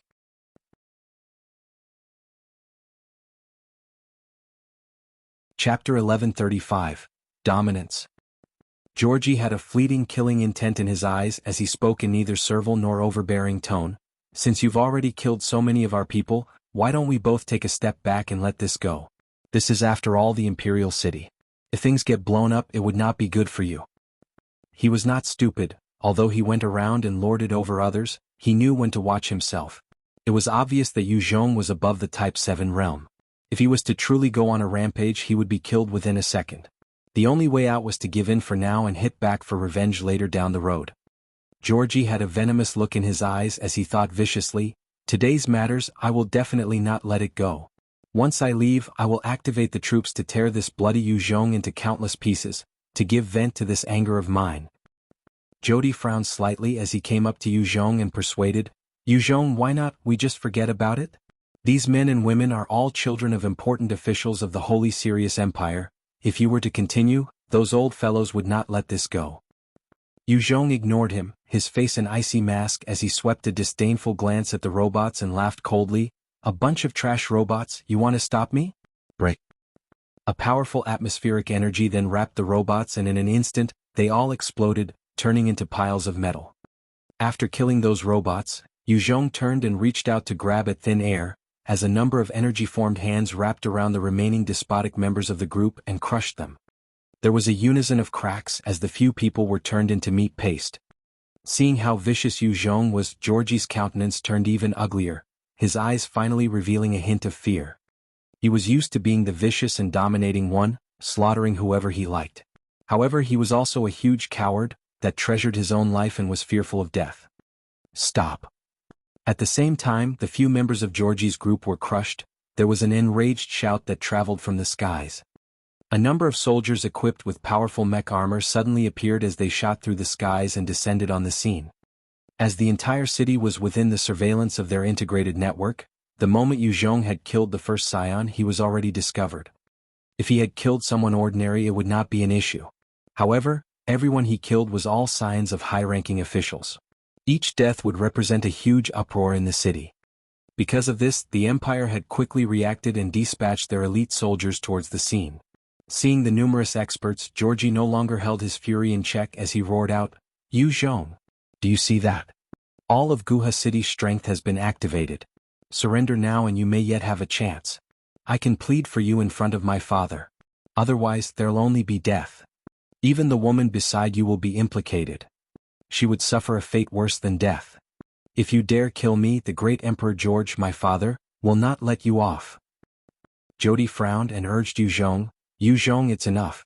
If you were to kill him, father would really not let this matter go. Yu Zhong glanced at him, his gaze icy, his tone incomparably cold. "Jody, this bastard has to die. If you want to stop me, then you'll be my enemy." Georgie had a nasty character, viewing commoners as ants and toyed with them. Such a person could not be any higher on Yu Zhong's hated list. If he did not have the strength, then there was no choice. However, now that he had the might, he would not let such scum off. While there were many such characters under the sun, and he naturally could not deal with all of them, as long as he came across one, he would not mind killing them as a favor to the rest of humanity. The vile actions of scum like Georgie and his friends had thoroughly crossed Yu Zhong's line. He had thus come to the decision in his fury, even if he had to kill the rest of the experts in order to deal with them, he would do so. Stared at by Yu Zhong, Jody felt his heart shudder, and he retreated a few steps, keeping silent. Lina frowned and stepped up to pull Jody, shaking her head gently. She had witnessed Yu Zhong's might, and it was obvious he had many more trump cards. If he were to go crazy, the whole Guha city might be annihilated. Their exchange was heard by everybody. When Georgie heard Yu Zhong's voice, his face fell, and he pulled out a white box the size of a palm and roared out in haste, "Father! Save me! Someone wants to kill me!" Immediately, a huge Type 8 pressure billowed from the palace within Guha city, as a thunderous voice rang out, "Who? Who dares kill the son of Emperor George?" Yu Zhong had a look of ridicule as he grabbed Georgie. "It's useless, even if the heavens themselves came down, they can't save you. You're destined to die today." A huge palm of energy then swiped downwards at Georgie without mercy. Georgie's face fell and tried to react at the first moment. His body tensed up and his muscles became taut, as he punched out with over 100 palms in an instant, slamming into Yu Zhong's energy palm. His reaction was fast and exemplary. However, there was a vast difference in strength between the both of them. All of Georgie's defenses were broken through and he was grabbed. The moment he was caught, his aggressive demeanor crumbled as he began to plead, "Don't kill me. Please. Please don't kill me. I can give you all my wealth. I can hand my women as well as 3,000 other virgins. Please spare me." The scene of how Yu Zhong crushed the rest of his friends resurfaced in his mind, and his fear was heightened once more. "I'm the commander of the Central Guards, Airman, put down His Highness. Everything can be discussed." An enraged roar sounded as numerous elite guards surrounded the place, and the leader stepped through the air, emitting a Type 7 aura as he barked at Yu Zhong. Over 1,000 of the guards had converged on this location, surrounding Yu Zhong tightly as they eyed him warily. They did not dare to act impertinently as their prince was in his hands. Furthermore, Georgie was Emperor George's favorite son. If he were to die, their fates would be sealed. Even when encircled by those elites, Yu Zhong's eyes turned cold as he closed his right hand tightly. "You can atone for those innocents who had died at your hands." "No." Screaming out in despair and fear, the human scum was finally crushed. "No." Airman saw Georgie squeezed to death and let out a howl of agony, his eyes scarlet red as he ordered in fury, "Kill him." Georgie had been killed in front of him. Emperor George would definitely not let him off. At best, he would be reduced to a commoner and had to work his way up again. At worst, he would be killed. Jody's face fell as he roared out, "Stop." Jody's words would usually be heeded by airmen. However, the commander was enraged and had lost his rationality. The thousands of elites were charging at Yu Zhong in rage as well. At that instant, numerous particle beams fired out at Yu Zhong. "Bunch of ants, die." Yu Zhong looked to the sky, his eyes flashing with a cold glint. The atmospheric energy then gathered around him and transformed into countless swords and blades. In that instant, all 1,000 elites were slaughtered, turning into a pile of meat and metal. At that moment, Emperor George had just arrived at the scene, and he stopped at a distance of about 3 kilometers from Yu Zhong, his voice ringing out, "I am Emperor George of the Holy Sirius Empire. May I ask, who are you? Why did you start slaughtering the moment you came to Guha City, and even killed me son Georgie?" The distance was enough for him to react should anything happen. With his measures, he was certain he could flee even if the opponent was a peak Type 8 expert. Yu Zhong stared at Georgie and spoke solemnly, I'm Yu Zhong and I was invited by Prince Jody and Princess Lina to visit your Guha city as a guest. Your son Georgie and his bunch of trash friends had offended me and crossed my boundaries. Naturally, they had to pay the price. As for the rest, since they attacked me, I killed them in retaliation. Lina immediately stepped forward. Father, Yu Zhong is indeed a guest we invited. He had helped to solve the giants' issue at Adenia town, wiping out the two groups, and he is a true hero. This time, he is here in preparation to enter the holy heavens to join the northern temple.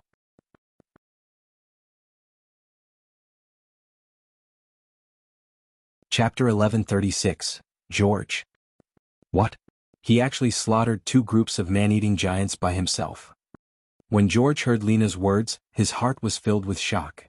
If there was a place with two groups of giants, there was sure to be at least 4 Type 8 giants. The Holy Sirius Empire would come to clashes with them once in a while, and most of the time they would be at the losing end. Their rare victories were against the groups which no Type 8 giants. George himself did not have the ability to wipe out 2 whole groups of giants by himself, and he understood Yu Zhong's strength in an instant. With his ability to deal with giants, even if the entire Guha city deployed all its trump cards, the end result would be at best, both sides suffering heavy casualties. If he were not careful, it was possible that Guha city might be annihilated as well. As the emperor of the Holy Sirius Empire, George was no simple character. He came to a judgment quickly and immediately smiled warmly at Yu Zhong, directly bowing and apologizing. So it was like that. I apologize, Mr.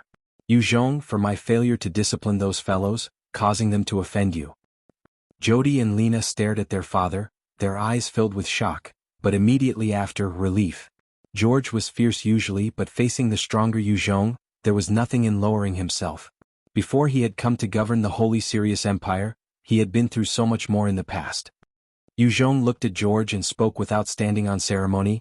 George, those scum that had offended me, did so because of their backing and used it to threaten me. I'm not satisfied. Other than Georgie, I want to wipe out those who backed those lowlifes. George chuckled lightly, stepping towards Yu Zhong as he replied, Not a problem, I've been busy cultivating these few years and thus my management of Guha city has relaxed. That is why there are so many scum. It was a mistake on my part. I will definitely deal with them and give you a proper answer. George then gave an order to a Type 7 powerhouse besides him. I convey my orders, go get Prime Minister Max, Minister of Law Hammond, and all of them are to be thrown into jail. If there's any resistance, kill them without mercy. Jody and Lina, who stood one side, watched George giving orders with a complicated gaze. They knew that under those orders, most of the big shots who could affect the Holy Sirius Empire were going to be stripped of their posts. Even Jody and Lina had to view these people with respect and fear in the past. However, a single sentence of Yu Zhong changed things. IBI bowed and swiftly led 20 experts with him. Yes, Your Majesty. George then invited warmly, Yu Zhong, in order to open the spatial gate, it would take a day's time. While waiting, why not come over to my palace and have some fun? Let me host you and build our friendship. Yu Zhong replied without batting an eyelid, however, I've already promised Jody and Lina to go to their palaces. George swept the two a stern look and ordered, Jody, Lina, come to the Imperial Palace and help me treat Yu Zhong as well. Jody and Lina could only respond, Yes, Father. George then smiled at Yu Zhong, This way please. Yu Zhong chuckled and brought Aisha as they followed George towards the palace. George took a look at Aisha and asked, Yu Zhong, is this your woman? Aisha felt flushed as she replied hastily, Your Majesty, I'm not. To Aisha, George was the mighty emperor of the Holy Sirius Empire and deserved idolization and reverence. When she was young, she had heard the stories of how he established the empire all by himself. Seeing him in person, she was a little flustered. Yu Zhong chuckled and did not say much. Before George established the kingdom, he had been a commoner as well, having been through countless miracles and hardships to reach where he was. He was a man of charms, and once he put down his identity and took the initiative to befriend Yu Zhong, both sides got along well. He might not be on the level of those holy sons and daughters, but with his Type 8 strength, he was still a decent character within the holy heavens and knew many things. Yu Zhong thus benefited. The great god world was incomparably vast, with numerous races and species, as well as countless hidden gateways that could access the 800 worlds. In this great god world where countless races reside and experts were aplenty, there were still four main classifications. They were the human race, the mutant beast race, the man-eating race, and the devil's race. Of these four, the devils were the strongest while the humans were the weakest. The mutant beasts were second and the man-eating races were the third. Each main group was made out of countless other subcategories, and the man-eating giants were one of those under the man-eating race. The Azura clan would be something that fell under the devil's race. Among the four races, there had always been a competition for resources and treasures, in order to break through and escape from the cage of control. Conflicts and wars were inevitable and thus hatred ran deep. For the sake of the whole of humanity, the human race created the holy heavens, and with it, all the human experts gathered, establishing a foothold in this cruel world. The humans had their holy heavens and the man-eating race had their own divine temple. The devils had their 10,000 devil altar, and the mutant beasts had a relaxed union. Other than these four main groups, there were numerous others as well that did not get involved in the conflict, living their own lives. At the same time within the great god world, there were many forbidden lands, where it was rumored to be formed from the battles between Type 10 legends. Even Type 9 powerhouses would fall if they entered. Inside these forbidden lands, there were sure to be countless treasures, and the imprints left behind by those Type 10 powerhouses. Every year there would be numerous experts who tried their luck within. Many perished, but at the same time with risk came reward, and many others earned their way into becoming overlords of their own lands. George then extended a warm invitation to Yuzhong. "It's dinner time, come Yuzhong, let us have a good meal together."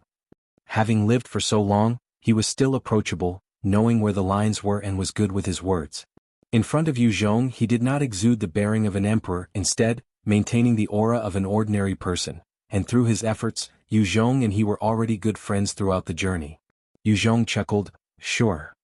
George then revealed a mysterious smile, "I'll bring you to a fun place in a while and let you enjoy yourself."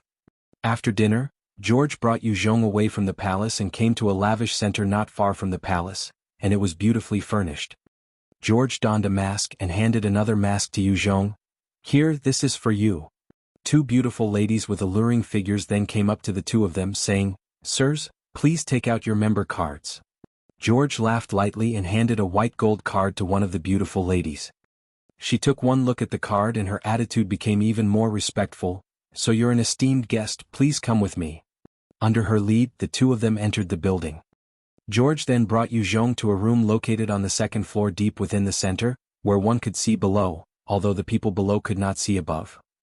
Inside the room, there were a number of maidservants who brought rare delicacies into the room for both of them to enjoy. George casually placed a fruit into his mouth before pointing below. "Yuzhong, you must be wondering why I brought you here. Take a look below."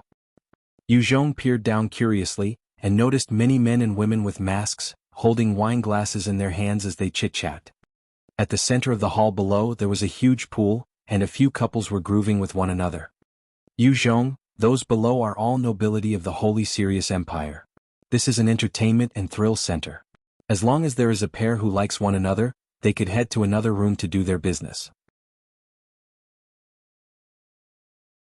With the masks they feel assured that their identities would not be revealed. "In truth, I know clearly who they all are. Look at that particular pair, the woman is the wife of the Marquis of Wharton, and the man with her is her father-in-law, the old Marquis of Wharton. They had already engaged in activities here no less than 10 times. Aha, isn't it interesting? The Marquis of Wharton is actually made a cuckold by his own father. Aha, it's really funny."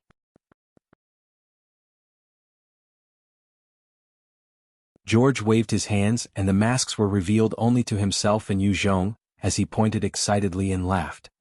As Yuzhong listened, he understood that this George had the fetish of voyeurism. He was not interested in the private affairs of others, thus he just listened while helping himself to the food. George laughed lightly. "Yuzhong, every woman below is a noble. Some of them are even high in the social class. See if any caught your eye and just choose. The moment they entered, they have no way of disobeying the orders of the owner of this box.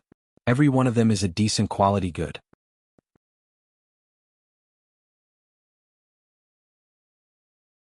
Chapter 1137, The Fang Clan. George continued to point out a few top beauties as he laughed gently. "Those are from powerful backgrounds in Guha City, and are influential madams and wives within the city. Many of the young male ministers are under their skirts, and thus they're proud and arrogant. They came here purely to seek a thrill and enjoy the atmosphere, and would not engage in illicit affairs that casually. However, if you just say the word, they will be yours. Yu Zhong looked down below, noticing the few prominent females. As George said, they had an aura about them, their bodies sexy and their features beautiful. They carried themselves with elegance and power, causing one to feel the desire to dominate them. Many males had the intention to dominate these women of power and press them beneath. It would give them a sense of achievement. Yu Zhong swept a gaze before turning to look at the food. I'm not interested. George laughed and pressed a button. That's true. Those women are not worthy. However, there's one that you might be interested in. At that moment, smoke started to billow on the stage below. Within the fog, a fairy-like maiden stepped out carefully but gracefully, her long black hair accentuating her jade-like features. Coupled with her demeanor and the clothes that she wore, it was a picture of perfection. Dong Yu Yao. It's Dong Yu Yao. That's the top beauty and idol superstar of the Four Kingdoms. What is she doing here? That's Dong Yu Yao. Who would have thought that I could see her in person? The fair maiden with perfect looks and charm caused a huge uproar the moment she appeared. Looks of admiration, love, envy, worship, longing, greed, lust, all fell upon the stage. Yu Zhong was affected by the commotion below and looked towards the stage. When he saw Dong Yu Yao, his heart could not help but be shocked as a distant memory resurfaced in his mind, and the silhouette of a young girl in his mind merged with the Dong Yu Yao on stage as he blurted out, Jing Qi. On stage, the beautiful Dong Yu Yao bore a 30% resemblance to Yu Zhong's first love. It was just that Dong Yu Yao was a lot more attractive and eye-catching. Dong Yu Yao walked through the smoke, her eyes bright like crystals. Her beautiful lips parted, and the next moment, an unearthly melodious voice resounded throughout the hall. The moment she started singing, the noisy venue quietened down, and everyone became immersed in the singing, their expressions of bliss. Dong Yu Yao had an incredible quality to her voice, to the point of being almost mysterious, as it was able to calm down one's heart and bring back beautiful memories. Inside the venue, everyone was reminiscing about their childhood memories, and without knowing, many of them began to tear up slightly. As for Yu Zhong, even at his Type 8 stage, his immense willpower and fortitude, he could not help but recall his wild and young, passionate days. The first time he saw the girl. The first time he was moved in his heart. The first time he skipped class. The first kiss he had. The first time he fought because of her. The first heartbreak he suffered. Without knowing why, 2 clear teardrops appeared out of the corner of his eyes. His stone-like heart that had been a result of so many battles, physically, mentally and emotionally. He had been through so much and had been so taut and tense for so long. His exhausted self finally felt a hint of rest for the longest time. Although he had a third-order god-devil body, and most spirit-based attacks were nullified to him, Dong Yu Yao's singing was not considered a spirit attack. Instead, it was a strange power that could relax one's mind, bringing back the good memories, causing him to understand a little more about himself. Yu Zhong recovered quickly, wiping the tears with an impassive face as he gazed at the beautiful Dong Yu Yao, asking in a low voice, "Who is she?" George revealed a crafty, fox-like grin. She's called Dong Yu Yao, a superstar of the Four Kingdoms, namely the Holy Sirius Empire, the Weidong Empire, the Frost Mist Empire, and the West Wind Empire. She has countless admirers everywhere and possesses a rare physique, the Yin Jade physique, and came from the rare race of humans known as the Heavenly Song race. In the entire Great God world, there are barely 200 of them that are pure blood, and she is one of them. Every single one of them is an idol throughout the continent, known to sing well. She's also one of the top few cultivating geniuses of the race as well. Yu Zhong spoke resolutely, "I want her." George had a difficult look. "Yu Zhong, it isn't so easy. She's a revered idol of 4 kingdoms, and most of the upper echelons are her fans. If I were to touch her, it would affect the relationship among all of us. Why not? Let's do it this way. I'll head back and immediately get someone to gather a 100 virgins of noble birth. How about that?" As the emperor of the Holy Sirius Empire, George was in control over 1 billion citizens. Within his palace, he had a huge number of beautiful virgins, and choosing 100 was not a difficult task. Yu Zhong frowned slightly, staring at George for a long while before flipping his hands and revealing a precious Type 8 mutant beast nucleus. This Type 8 nucleus in exchange for her. George stared at the nucleus, his eyes brightening, and there was a hint of greed. Such a nucleus was incredibly precious. There was not even one within the Holy Sirius Empire. A Type 8 mutant beast was not long powerful, but also possessed intelligence. It was hard for George to take on one without leaving unscathed. In all likelihood, chances of his death would be 90%. Therefore, a single Type 8 nucleus could easily be used to exchange for a lot of wealth in the Holy Sirius Empire. George forcefully suppressed the desire for the nucleus as he grinned at Yuzhong. "No, I can gift her to you, but you will owe me a favor." George had risen from the ranks, starting as a lowly commoner, and continued on the arduous path of cultivation, reaching where he was after hard work. He could tell that Yuzhong was powerful, and if he continued on his path, it was likely that his future was full of potential. It was not impossible for him to be a Type 9 or even half-god powerhouse. It was worth it to try and get him on his side. After all, a Type 9 powerhouse was at the peak of the Great God World and the rest of the 800 worlds. If he was willing, he could easily crush the Holy Sirius Empire. Yuzhong was silent for a while. After some time of consideration, he replied slowly, "All right." George laughed lightly. "After she finishes her song, she will be yours." Yuzhong continued, "George, what will you do to get her to follow me willingly? If you intend to force her, then forget it. I'd rather do it myself." George held up his wine and drank it down, laughing confidently. "I brought her up from young. It was because of my support that she could reach where she is today. She would naturally obey my orders." It was not easy to become a superstar across kingdoms. Without a strong backer, no matter how pretty she was, she could have easily been gobbled up by any of the upper echelons in these empires. Yuzhong nodded as he continued to gaze at Dong Yuyao quietly. In another box not far from them, there was a young youth wearing luxurious clothes. He was gazing at Dong Yuyao with a look of greed. "Who would have thought that I could come across such an outstanding woman here? Marius, tonight I must have her." Facing that young man was another handsome man with a deep-set gaze and beautiful blonde hair. He spoke against it. "Young Master Fang Ming, this Dong Yuyao is not an ordinary woman. She is a superstar and well known across all 4 kingdoms. Her backer is the Emperor of our Holy Sirius Empire, His Majesty George. If I were to take her forcibly and it was found out, our Helu family would be in trouble." Fang Ming stared at Marius and barked out, "George? Who the fuck does he think he is? He's just a trash stuck at the initial Type 8 realm. A few hundred years ago till now there has not been any change. He has no more potential. Within the holy heavens he's a mere commoner." "As for me, Fang Ming, my father is the first holy son of the Western Temple, Fang Xian.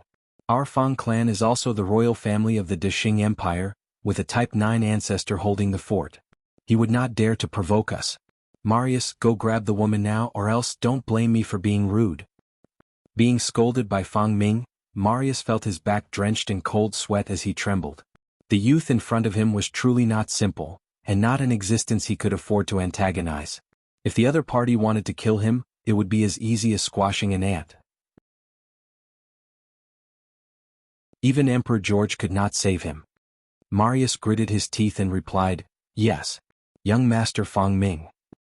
After that, he quickly waved his hands at 2 soldiers, pointing to Dong Yuyao, and ordered, "Go grab that girl here for the young master."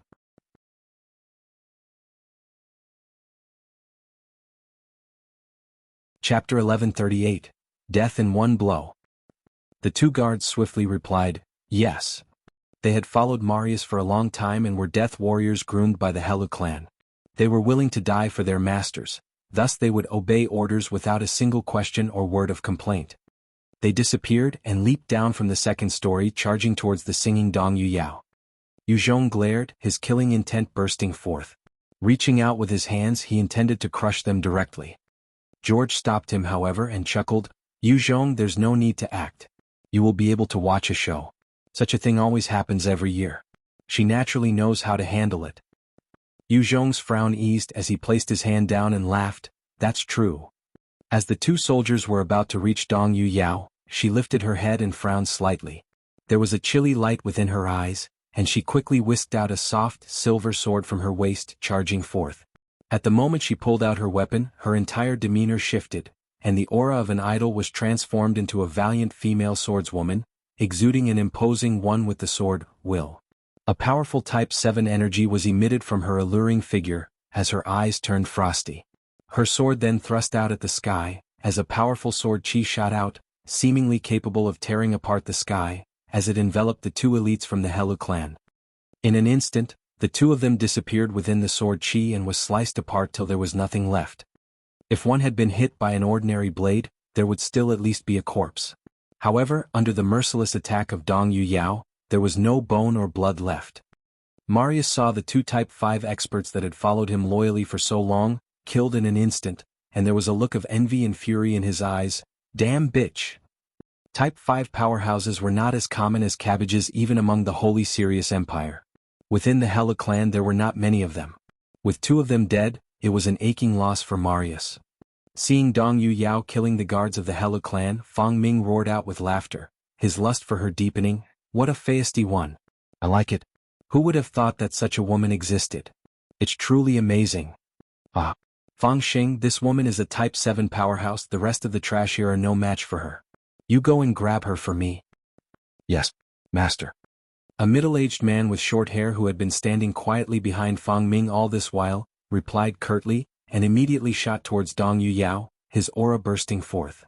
Fang Xing stepped through the air and came up in front of Dong Yuyao, threatening, Miss Dong Yuyao, my young master requests your presence. Dong Yuyao saw Fang Xing emerging from the Hela clan's area, and a flash of rage appeared in her eyes. She replied coldly, what if I refuse? Dong Yuyao had been on the road during her tours and had seen countless scum. She knew that if she were to go up, there would be no end to her humiliation. The other party obviously did not treat her as a person, but a toy to be had. That's not up to you. Fang Sheng's gaze turned frosty, as he exuded an initial Type 8 aura, and reached out to grab her. Star Sword. Dong Yuyao's face fell and she became tense, pushing her strength to the limits, and the soft sword in her hands transformed into many sharp beams, shooting out at Fang Sheng like shooting stars. This was the strongest technique she possessed. It was able to exhibit a power 30 times of hers, capable of injuring even a Type 8 powerhouse. Not bad, your sword skills are excellent and you have potential. If you were a Type 8 powerhouse, it would truly be difficult for me to deal with you. However, you're not my match right now. Just give up.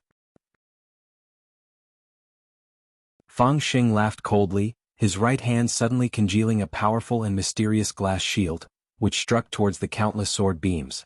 In an instant, all of Dong Yuyao's attacks were nullified, and there was not a scratch on Fang Sheng's right arm. Amidst Dong Yuyao's despairing gaze, Fang Xing laughed savagely and reached out to grab her. Just as his fist was about to close on her, his face changed suddenly, and he retreated explosively. A powerful sword beam descended upon his original location, splitting the stage in half. As the terrifying sword chi faded, Yu Zhong's figure appeared. Fang Xing swept Yu Zhong a look, his gaze turning serious as he asked arrogantly, Who is this? I'm Fang Xing from the Dexing Empire's Fang clan. My young master has his sights set on this woman. Please make way, otherwise you will surely regret. When George heard this, his countenance turned ugly. Dexing Empire Fang clan. To think it's them. This matter is troublesome. No wonder those fellows were so overbearing, they did not put my country's laws in their eyes at all. The Dexing Empire and the Holy Sirius Empire were basically like a dragon and an ant. There was a true Type 9 half-god existence guarding the interests of Dexing Empire. At the same time, there were many half-step Type 9 powerhouses and over hundreds of Type 8 experts. There were 500 kingdoms to their name. Each one of them alone was already much stronger than the Sirius Empire. If they were to offend the Dexing Empire, the Holy Sirius Empire could be easily wiped out without anyone knowing. George quickly made a decision. Thankfully, Yu Zhong is here to take this. Looks like I have to take a step back. He had always been like this, not offending those he could not afford to offend, and made as many friends as possible. This was how he rose to power. George spoke in a telepathic manner to Dong Yuyao. My good daughter, the man in front of you is Yu Zhong. From today on you are his. Understand? When Dong Yuyao heard that, she was taken aback at first before she looked at Yu Zhong with a complicated gaze. Understood, father. Dong Yuyao had undergone a strict upbringing and knew there would be one day where she had to obey George's intended suitor for her. The notion of submitting to her new master had been carved deep into her bones. Even though she was slightly reluctant, she adjusted her emotions quickly. Yu Zhong swept Fang Sheng a look and laughed coldly. The Qing Empire's Fang clan? Who the fuck is that? You and your young master had better crawl out of here like dogs and I will spare you. Otherwise the both of you can go to hell. Hearing how Yu Zhong had insulted the Fang clan, George was dumbfounded, his scalp numb. It's over, it's over. This Yu Zhong is too arrogant. That's the Fang clan. An empire with a half-god entity. There are even a few half-step Type 9 powerhouses. He dared to curse them so, what an overbearing tone. When Fang Xing heard this, he trembled with rage as though his eyes were about to burn with flames. The Fang clan was truly considered a powerful family, and regardless of where they went, the mere mention of them would be sufficient for people to relent. There was almost nobody who dared to curse at the Fang clan like Yu Zhong. Little bastard, you dare insult our Fang clan, today will be your death day. Fang Xing immediately executed his strongest technique from the Fang clan, the Diamond Glass Sutra, and his entire expanded into a 3m tall giant that seemed to be made of glass. After transforming, Fang Xing's physique attributes were raised by more than 10 times. Each punch and kick matched a mid-type 8 powerhouse. At the same time, his defense had soared, capable of blocking even a C-grade cannon. Die. He reached out to grab as the surrounding atmospheric energy swarmed to lock Yu Zhong in place. He stomped forward and disappeared, suddenly reappearing with a blazing temperature of space tearing, punching at Yu Zhong. George saw how quietly Yu Zhong stood as though frozen in place, and had a feeling of regret. Why the hell did he not dodge? Fang Xing's strike was enough to send George into a panic. Had it been him who received that blow, he would still be injured gravely while blocking. Dong Yu Yao could not help but scream out, "Watch out!" Fang Xing stared at Yu Zhong, his gaze filled with disdain. To think I had thought you were capable of something. Who knew you were such a trash? Someone who lacks a domain dares throw a punch at me, just die. Yu Zhong did not even lift his head, as his entire hand swung out to strike Fang Xing in the chest. With a loud blast, there was a look of shock in Fang Xing's eyes, as his entire body began to crumble, and broke apart in a shower of blood and diamond pieces. Seeing that, Fang Ming stood up in a flash, his face pale and his body trembling with shock. Fang Xing actually died. How is that possible? His diamond glass physique is even able to block a C-grade cannon. Even a Type 8 powerhouse would not be able to break his defenses so easily. How could that fellow just kill him in a single hit? He did not even execute any technique.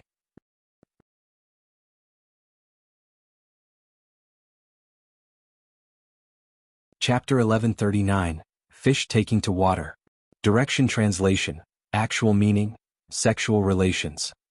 George stared at Yu Zhong, his expression frozen as he thought, what a terrifying fellow. My choice was right. But, he's has gone and offended the Fang clan thoroughly. If I continue this friendship with him, it might affect me. What should I do? Dong Yu Yao was filled with shock as well. This man's strength is truly domineering. No wonder father wants me to be with him. If I do this properly, it would be of great help to father. Yu Zhong's single slap had caused Fang Shang to disintegrate. He then turned to look at Fang Ming, his eyes exuding a sword-like gaze at him. Glared at by Yu Zhong, Fang Ming felt a chill in his heart. Shit, he discovered me. Come on down. Yu Zhong grabbed out at the direction, and a huge energy palm directly caused the entire box to be destroyed, as he grabbed Fang Ming and pulled him towards himself. Fang Ming felt the overwhelming killing intent and his eyes went wide as he screamed out, I'm Fang Ming from the Fang clan, my father is the holy son of the Western Temple, Fang Xian. This time many people know that I came here to the Holy Sirius Empire. If you were to kill me, the entire Sirius Empire would be buried. When George heard this, he was taken aback and quickly shot out of his box, coming to Yu Zhong, persuading, Yu Zhong, give me some face, why don't you forget about this? Both sides should take a step back and treat it as though nothing happened. How about that, young Master Fang? Fang Ming seemed compliant as he agreed, yes, Yu Zhong, as long as you let me go, I will forget about today. I will find some way to cover Fang Sheng's death. Let's have it that he died protecting me from some mutant beast. Although he seemed cooperative on the surface, his inner thoughts were entirely different. Treat it as though nothing happened? Impossible. Since you guys dare to kill someone from my Fang clan when I'm home, I will definitely report this, and wipe all of you from the face of this world. Yu Zhong stared straight at George, speaking solemnly, George, from the moment I killed Fang Sheng, there's no way of repairing the relationship with Fang clan. Do you think the Fang clan would let someone who killed a Type 8 powerhouse from their clan off? George felt a shudder, and his expression turned dark as he could not deny that. A Type 8 powerhouse would be a core character within the Fang clan. Now that he was killed by Yu Zhong, this meant there was no reconciliation between Yu Zhong and the Fang clan. Unless a Type 9 powerhouse came out to intervene or mediate, the Fang clan would not let things go. Furthermore, most Type 9 powerhouses were peak characters, while Yu Zhong and George were just considered small-time characters in front of them. They did not know any Type 9 powerhouses, so it would be a stretch to hope for reconciliation. George had a cold look as he ordered out, "Roger, seal the exit. Clean up everything here." "Yes." The silent guardian of the location appeared and replied with a low voice before disappearing. Fang Ming's face changed as he shrieked, "No! No, please don't kill me. I will go and plead the ancestor from the Fang clan. You guys can take me as hostage. With that, the Fang clan would not touch you.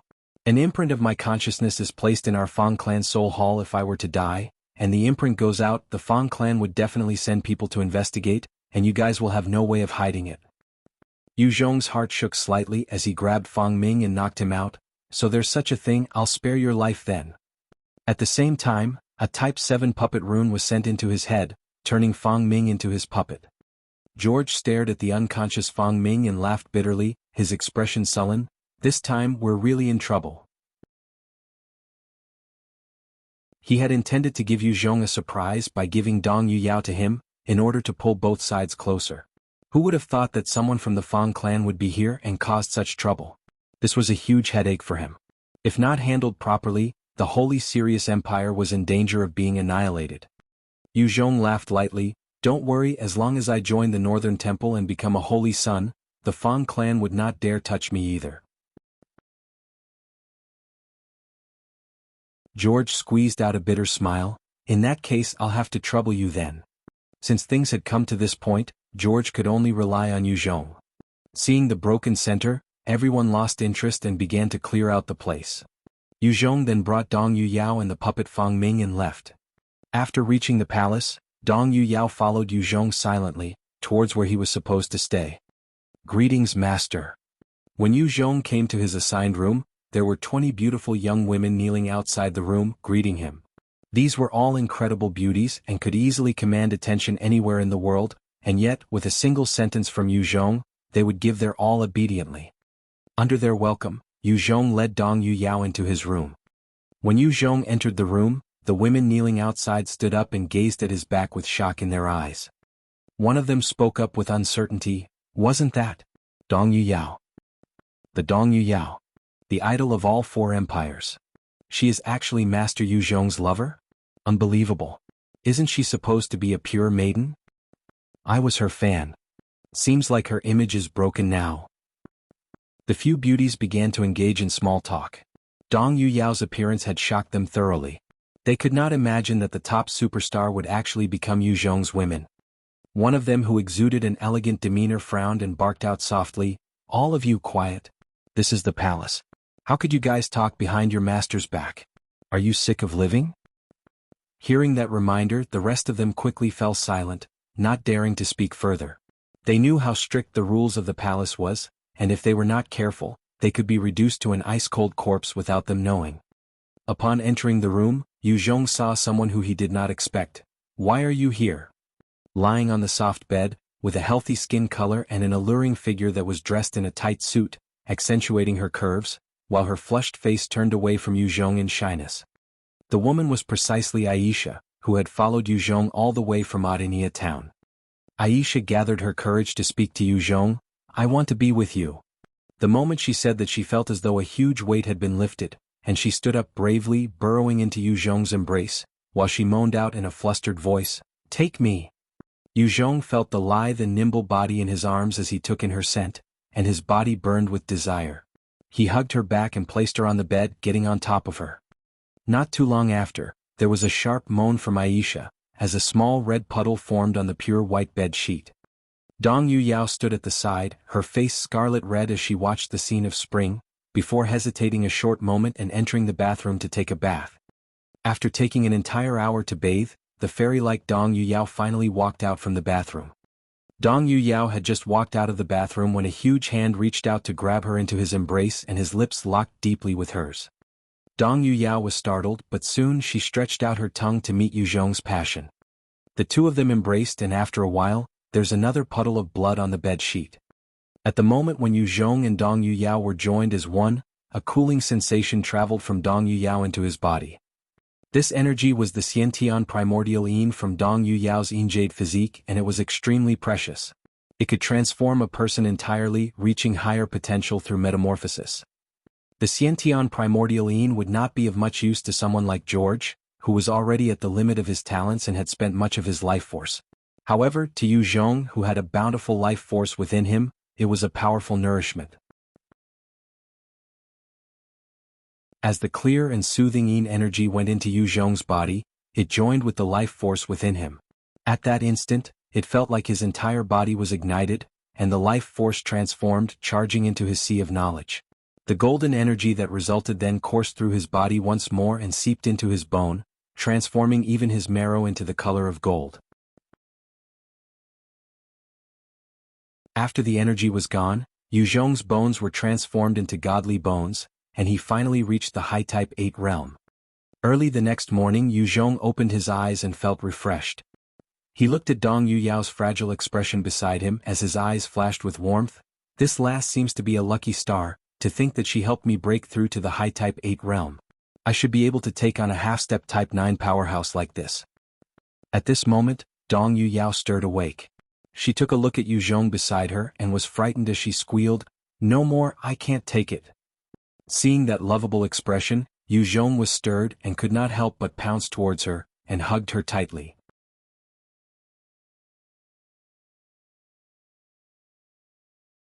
Chapter 1140, Starship Port. After spending an amazing morning together, Yu Zhong brought Aisha, Dong Yuyao and Fang Ming to the port. "Yu Zhong, I still have to manage the affairs of the Holy Sirius Empire, therefore, I can't follow you this time." George extended his apologies before turning around to his children and ordered, "Jody, Lina and Wuxia, the three of you had better listen to your uncle Yu Zhong and be good guides, understood?" This time, other than Jody and Lina, there was a 15 to 16-year-old girl who had her long hair tied up in 2 ponytails, looking extremely cute yet possessing a devilish body with a pair of D-cup breasts. She looked at Yu Zhong curiously while smiling sweetly. Hearing George's orders, the three of them replied respectfully, "Yes, father." "Goodbye. Goodbye." Soon after, a huge battleship soared out of the port at Guha City. Within the Imperial Palace, a huge beam of light shot out and blasted towards the skies, revealing a huge door out of thin air. The battleship soared straight into it and disappeared. The huge door also gradually disappeared after the battleship soared through it. Was that spatial power? I could sense some fluctuations of space earlier. It was too bad that the fluctuation was a little weak. Upon entering the door, Yu Zhong shut his eyes and tried to perceive the changes in the tunnel they had appeared in. It was just that he only managed to sense a sliver at the moment the tunnel was opened. Inside the tunnel, space was turbulent, with random and powerful waves crashing everywhere. There were powerful principles and laws hidden within the turbulence, but this was a place that not even a Type 9 powerhouse dared to enter with their own fleshy body. The moment Yu Zhong were to try it, his body would be ripped apart. Currently, amidst the chaotic space, there was a single tunnel that was relatively peaceful, and the group continued to traverse along the path inside their battleship. Just then a bright voice rang out, "You're Dong Yuyao. I know you. You're Dong Yuyao. Big sis Yuyao, I'm a huge fan. Can you sign an autograph?" Yu Zhong turned around only to see the huge-breasted Wuxia bouncing towards Dong Yuyao, practically begging for an autograph with a starstruck expression. She was at the age where she would chase after idols and idolized the top idol of the 4 kingdoms very much. Dong Yuyao looked at her, chuckling slightly as she signed on the board that Wuxia brought over, "Sure." Jody walked up to Yu Zhong, looking at him with a complicated gaze. "Uncle Yu Zhong, you're truly formidable. To think that you've gotten the most sought-after pearl within a single day in our empire. Congratulations, Yuyao is the dream woman of many within the 4 kingdoms. I'm guessing that many men would be heartbroken soon." Dong Yuyao was truly the dream lover for many men due to her status, and Jody was no exception, having harbored feelings for her secretly. In the end, she had ended up belonging to Yu Zhong. Yu Zhong chuckled but changed the subject. "Ha! Any idea how long it would take to reach the holy heavens on this tunnel? Jody spoke. 5 minutes, it takes 5 minutes through this passage to reach the holy heavens. Yuzhong continued to ask, can the spatial tunnel of the Sirius Empire reach the other kingdoms? Jody replied, no, the spatial tunnel in every human kingdom only leads to the holy heavens, and it's only there where one can find ways to other kingdoms and empires. Yuzhong immediately understood the underlying military application of such a system. In that case, doesn't it mean that humans could swiftly deploy their forces anywhere from the holy heavens? Jody spoke, that's true, by using the tunnels the numerous human kingdoms would be connected to the holy heavens. Which is to say, the tunnels are the core part of a kingdom. If it's destroyed, it's over for that empire. In our fights against some of the other species, those with intelligence would usually choose to target the spatial gates. Yuzhong then spoke, the consumption of energy for the activation of the gates should be pretty steep, right? Jody nodded, that's right. Each time, it would cost a Type 7 mutant beast nucleus to be consumed to the point of its destruction. That is why we don't usually activate it. We're here. As the two were still talking, there was a huge door that suddenly appeared in the midst of the chaotic space, and the huge battleship passed through it, appearing on the other side. The battleship soared through the gates and appeared over an enormous planet.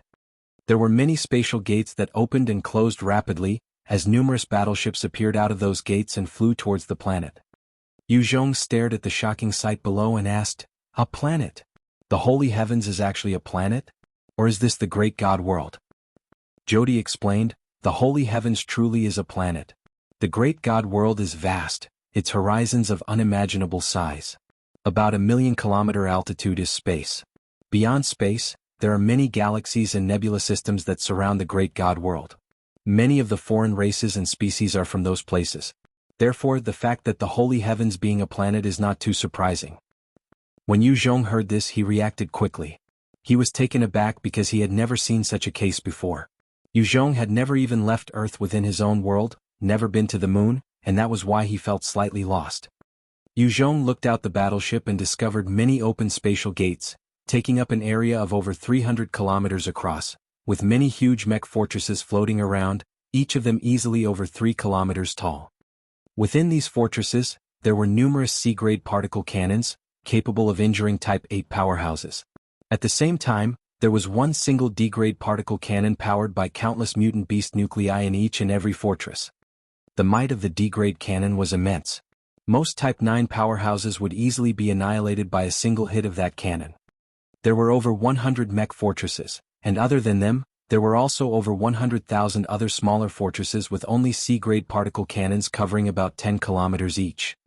The dense network of fortresses formed a powerful defense grid, and under their coordination, even a peak Type 9 powerhouse would perish here. As Yuzhong took in the surroundings, the battleship they were on slowly arrived at one nearby port. No battleship was allowed to fly directly into the holy heavens. They could only dock at the designated mech fortresses, and after going through strict checks, they could then be transported through transfer gates. Hello, I'm the guide 1160, please come with me. Just as Yuzhong and his party disembarked, an ordinary-looking lady with decent features appeared, smiling at them. Sure. The group knew the rules, thus they followed her. Along the way, Yuzhong continued to reach out with his perception, his eyes filled with shock. What terrifying capital. Everyone's at least at the Type 5 realm here. Within this particular port, there were easily 3 million inhabitants, each of them over the Type 5 realm. Here, a Type 5 powerhouse was actually considered the weakest. On Earth, any one of them would be considered a talented individual already. However, here they were just ordinary folk. Right at this time, there was a grating voice. Isn't this Jody and Lina? You guys came back too? I thought that you would stay holed up in that shithole you call an empire. Yuzhong turned around only to see 8 young men and women walking over, the leader a handsome young man of blue eyes and hair, his demeanor arrogant. Jody turned to look and his face sunk. Arcadia, it's you? Arcadia laughed out lightly, and his gaze landed on Dong Yuyao. He was immediately attracted as he spoke out, that's right, it's me. Hi beautiful. I'm Arcadia, the divine envoy of the Western Temple, a glorious Type 7 divine warrior. Come let us date. Dong Yuyao laughed out coyly, her mannerism enough to cause time to stop for a moment, as she grabbed Yu Zhong's right hand lightly, her bountiful chest pressing against him. I already belong to him. Seeing this, all the men stared at Yu Zhong with jealousy and envy. Within these port, with over 3 million people, there was not a single woman who could compare to Dong Yuyao. Seeing that smile of hers, Arcadia felt his heart speed up before he tore his gaze reluctantly to look at Yu Zhong. After a moment of careful assessment, he spoke up. This mister, I don't seem to have seen you before. You're not from our holy heavens, are you?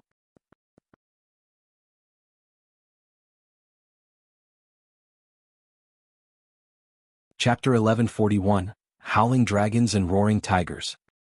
Yu Zhong continued impassively, I'm here to join the holy heavens. Arcadia laughed out and extended a warm invitation. Then let me recommend you to join the Western Temple. Within the 5 temples, the Western Temple's strength is on par with the Central Temple, with a sizable amount of resources. If you join us, I can help you too. In this Starship port, Arcadia knew he could not act unbridled. However, if Yu Zhong were to join the Western Temple, he would not even have to resort to any violent means, he could deal with him through various underhanded ways. Using such a method, he had already broken up numerous couples. Seeing that, the 2 women behind Arcadia had sunken expressions and their eyes flashed with jealousy. However, they did not say anything. They were his lovers and were naturally unwilling to see Dong Yuyao being roped in by Arcadia too. However, he was the divine envoy and had a prestigious status, there was nothing they could do. Not interested, let's go. Yu Zhong did not bother with Arcadia and brought his people along. One handsome man with graceful looks, comparable to a girl, laughed. Ha dia, this young punk did not place you in his eyes. Pretty arrogant, why don't you go teach him a lesson and teach him the rules of the holy heavens? There was a crafty look in Arcadia's eyes as he spoke slowly. Diamond, that fellow is not simple. I can't see his strength level. He should have some form of a technique that masks it. If we were to act without investigating, who knows, we might get humiliated instead. Let's follow after them. In front of the initiation gate, he would definitely have to go through it as a newcomer. Once we know his strength, then we can decide what to do. His companions agreed, yeah. In order to be domineering, one needed to have the capital. Within this holy heavens, there were numerous talented geniuses. Arcadia did not wish to offend someone he did not know anything about. Fang Ming dared to throw his weight around because to him, the Holy Sirius Empire was basically a village. He could do anything he liked. If it were in the holy heavens, then it would be different. Fang Ming would be careful, and not casually provoke someone he did not know anything about. Who knows, an ordinary Type 5 powerhouse might be the son or grandson or great-grandson of some Type 9 old freak. If he made a mistake, there would be hell to pay. The guide brought the party to a tall gate, standing at over 100 meters tall, covered with numerous strange and mystical runes, as well as embedded with countless mutant beast nuclei. It looked ancient and powerful. She spoke, this is the initiation gate. Please step through it to be evaluated. Yu Zhong glanced at it and walked through it confidently. When Yu Zhong walked through the gate, a golden beam shone directly on his body. At that instant, a golden pillar shot out from Yu Zhong, heading for the skies, and congealed into an image of a huge golden dragon and a powerful golden tiger, as both illusions clashed and let out a powerful roar that shook the entire Starship port. The moment Arcadia saw that image, he was shocked till his mouth hung agape, his eyes filled with disbelief. The mingling of a golden dragon and golden tiger. This is the legendary state of the Howling Dragon and Roaring Tiger. This fellow is actually at the high Type 8 realm before the age of 50. A powerful physique and a terrifying innate potential. As long as he is not killed, he's likely to reach the Type 9 half-god stage. Where the hell did Jody and the rest find this freak? When he thought to earlier, he felt a sense of fear. Thankfully I was just being sarcastic and did not offend this monster, otherwise he could have killed me in a single slap. As for Yu Zhong's guide, when she saw the image, her face was filled with shock as well. She had never expected the person she was in charge of to be such a character, a potential Type 9 powerhouse in the future. After all, even within the holy heavens, there were not many Type 9 powerhouses. Every single one of them was a major character, a leader of their own factions. Their combat strength was astonishing, and their actions mysterious. One would not need to pass through the gate to enter the planet. Jody stared in excitement while thinking, state of the Howling Dragon and Roaring Tiger. It was actually so high. If he does not meet with any mishap, he will definitely become a Type 9 powerhouse. Amazing. We actually managed to befriend such an expert. This is great news for the Sirius Empire. As for Dong Yu Yao, Lina and Wuxia, they stared on in wonder. State of the Howling Dragon and Roaring Tiger. It's a rare occurrence. Who is it? Who is this future peak expert? Image of the Howling Dragon and Roaring Tiger. To think there was a monster who could summon such a vision. I had thought that it was just a myth. Seeing the powerful image in the sky, many experts within the port came swarming over. Within moments, the area in front of the initiation gate was packed full of people. After the image maintained for a short 5 minutes, it disappeared, and from the skies, a golden card fell into Yu Zhong's hands. When he obtained it, a number of messages came through, allowing him to understand the usage of the card. It was his identity card, and he could make use of it to engage in all sorts of transactions. With this card, he could now walk freely in the holy heavens. If there was someone without an identity card that appeared in the holy heavens, he or she would immediately be targeted for annihilation. Under the joint efforts of experts, even a peak Type 9 half-god powerhouse would be killed.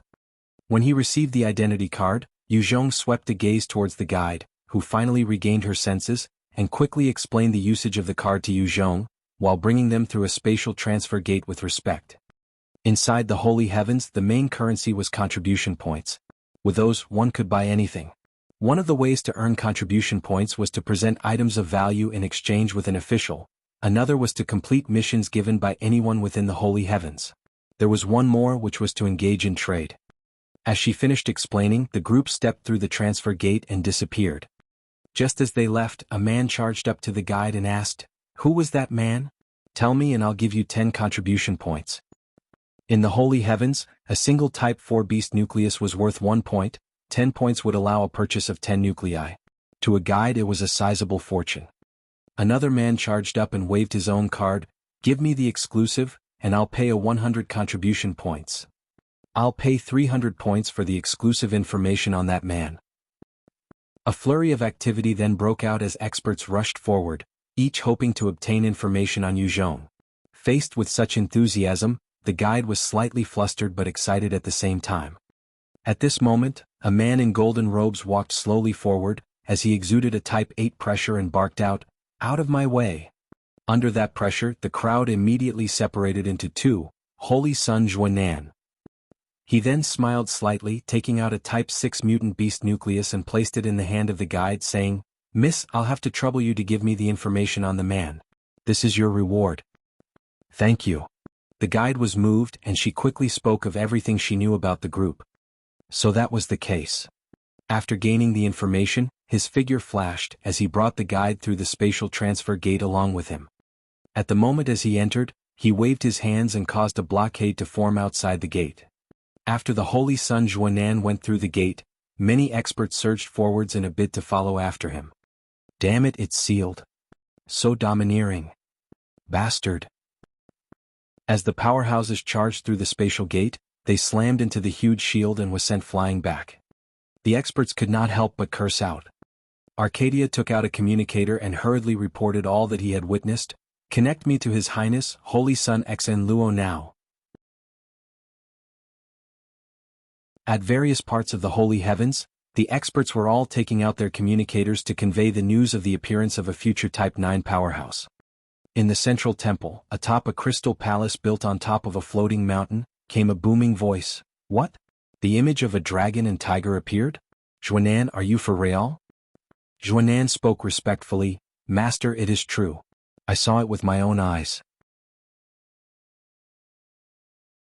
He's a young man called Yu Zhong, and when he passed the initiation gate, he caused the image of a howling dragon and roaring tiger to appear. It was witnessed by many others over here at Starship Port as well.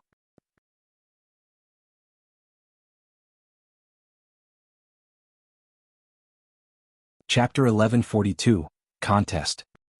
The voice continued with a satisfied tone, "Very good, Juanan, well done. You're truly my disciple. As your reward, you may enter the Space Pagoda to practice spatial laws for 10 years. Juanan immediately rejoiced, "Many thanks, Master." The Space Pagoda was one of the gold-grade treasures within the holy heavens. Inside it, There was an abundant source of atmospheric energy, as well as stable spatial laws for a cultivator to comprehend. If Zhuanan could go in for 10 years, it would be equivalent to practicing hard and bitterly outside for 300 years.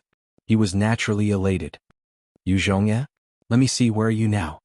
The mysterious voice from within the floating mountain sounded once more, as the owner opened his eyes, a pair of powerful and strange eyes that seemed capable of piercing through the heavens. The pair of eyes suddenly flashed brightly, locking onto Yu Zhong's position. "Found you." At that moment, the owner of the eyes took a step out and tore through space, entering the rip. On top a floating mountain within the Western Temple, a young man with short golden hair, eagle eyes and hooked nose, as well as handsome features, had a change in expression. What? The image of a howling dragon and roaring tiger. Such a young heaven-defying genius in 1,000 years. We cannot let him go to the other temples. He belongs to us. With that, he disappeared. Is this the holy heavens? Truly extraordinary. Yu Zhong stepped out from the gate and saw a resplendent sight, causing him to sigh. The gravity on the planet of the holy heavens was 100 times stronger than Earth, and the energy was so much thicker and more vibrant. The streets were clean, without any dust, and the structures were all maintained well and constructed beautifully. If any of these buildings were placed on Earth, they would easily win any architecture award, putting the most prestigious buildings to shame. The pavements were wide and many automatic vehicles were floating and traversing, sending the passengers to where they wanted to go. The transport system was not limited to the ground, as there were all sorts of vehicles floating through the air, according to different layers. Yu Zhong observed the area carefully and noticed that there were flying carpets, things with mechanical wings, anti-gravity floating vehicles, flying mutant beasts, flying foreign species, clouds, etc. At the same time, there were a number of floating mountains as well as huge, gigantic mechanical forts, giving the holy heavens a sense of wonder. As Yu Zhong was observing the surroundings, the space beside him suddenly split open, as a young man in a green robe, with short hair and decent looks, stepped out. Yu Zhong saw the man and his body became tense. He retreated a few steps and stared at the man warily. Type 9 powerhouse. This fellow is a Type 9 powerhouse. The man had an appreciative look as he spoke. To be able to tell my strength and make the appropriate response. Not bad. Truly a talent that can produce the fabled image of the howling dragon and roaring tiger. Kid, I'm Tian Duo, the Holy Lord of the Central Temple. I can tell that you have a bright future, and am here to invite you to be my disciple. With my pointers, as long as you join us and complete the test to be a holy son, you can become one of ours. Without my guidance, if you were to join other temples, you will have to start from the bottom and slowly accumulate your contribution. It would take at least 5 years to complete the rest. Within the holy heavens, with the 5 main temples as the bases, the heavenly lords were all at least peak Type 9 half-god powerhouses. Below them were the holy lords at the Type 9 realm, and below them the holy sons at the Type 8 realms. Underneath the holy sons, there were a few Type 8 elders who worked hard but had no way of breaking through. Below the elders there were holy sons in training. Below them were the divine envoys, followed by the divine envoys in training. After that were the divine servants, followed by the divine servants in training. After that were the ordinary members, followed by the ordinary members in training. Yu Zhong's current identity was an ordinary member in training. If he were to become a holy son without anyone to recommend him, he would have to start from the bottom, continually completing missions and accumulating points. After reaching a certain level, then he would be able to raise in rank.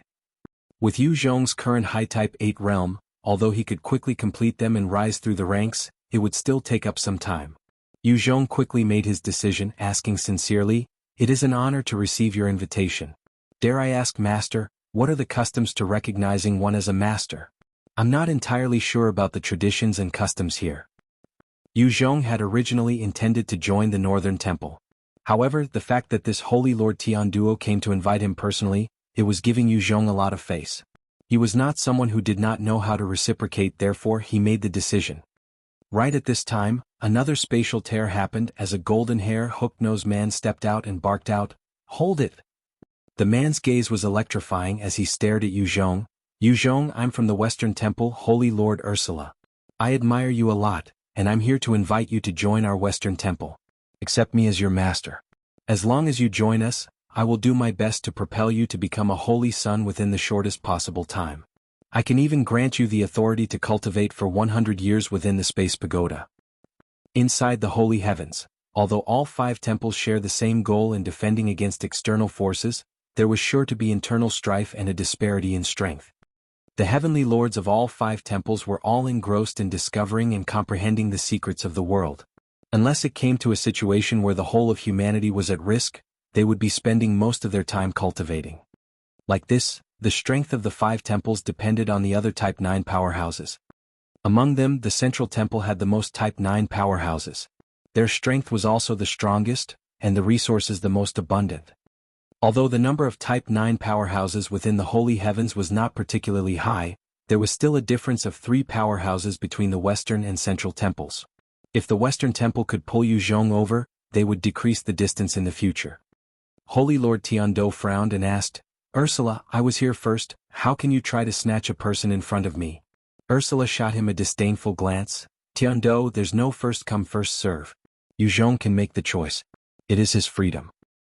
Holy Lord Tiando's expression sunk as he frowned. He was intending to offer even better conditions. After all, compared to a future Type 9 powerhouse, a few conditions were nothing much.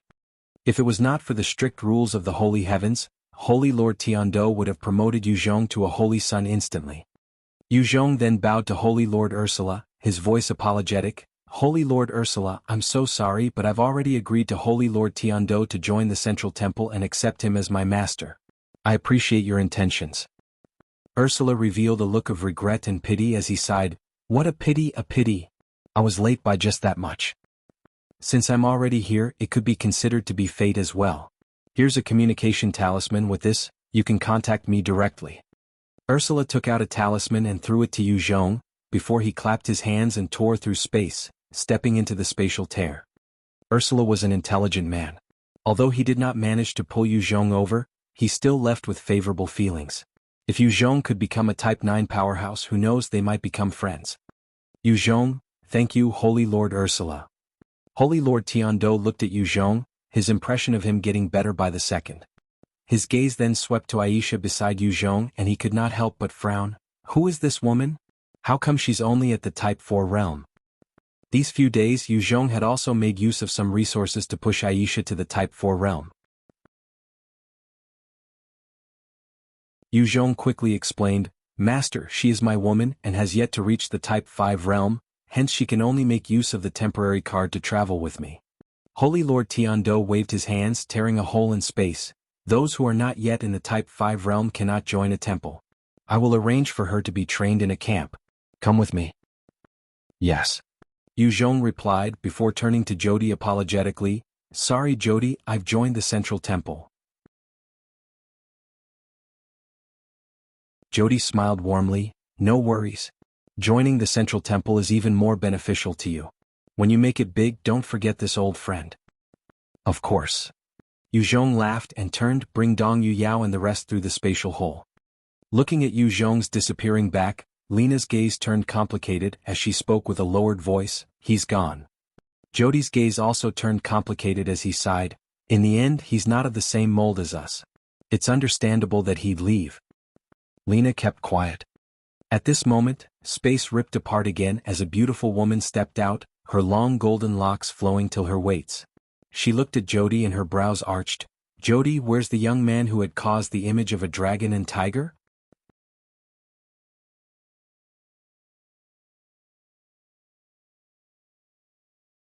Chapter 1143.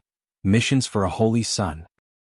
Jody stared at the woman who possessed an incredible aura and seemed above anyone else and spoke respectfully, Holy Lord Yuhua, the man Yuzhong who was with us and had triggered the image of a dragon and tiger during his initiation had already been taken away by the Holy Lord Tiando from the Central Temple, and joined them. The beautiful woman was precisely the Holy Lord Yuhua, in charge of the floating mountain of the Northern Temple. Her combat strength was astonishing and was the highest authority of 15 different human empires. Her brows furrowed as she spoke in a strong tone that revealed her dissatisfaction. Jody, since you're on good terms with Yuzhong, why didn't you invite him to join our Northern Temple?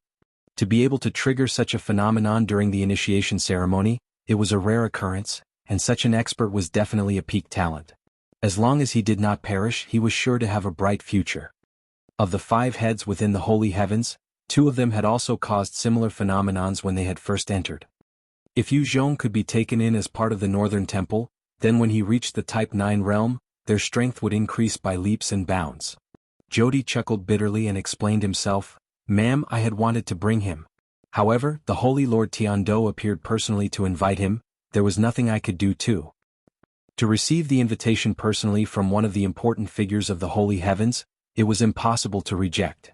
It was especially so for those with no background. If they were to offend a Type 9 powerhouse, then it would be difficult to traverse the holy heavens in the future." Holy Lord Yu Hua sighed deeply as her jade-like hands waved to tear space apart and she stepped through it. "What a pity. I was late just by a step." Lina asked, "Jody, what should we do now?" Jody fell in silent contemplation. "Let's head back to the Northern Temple." Having made a decision, the group quickly left.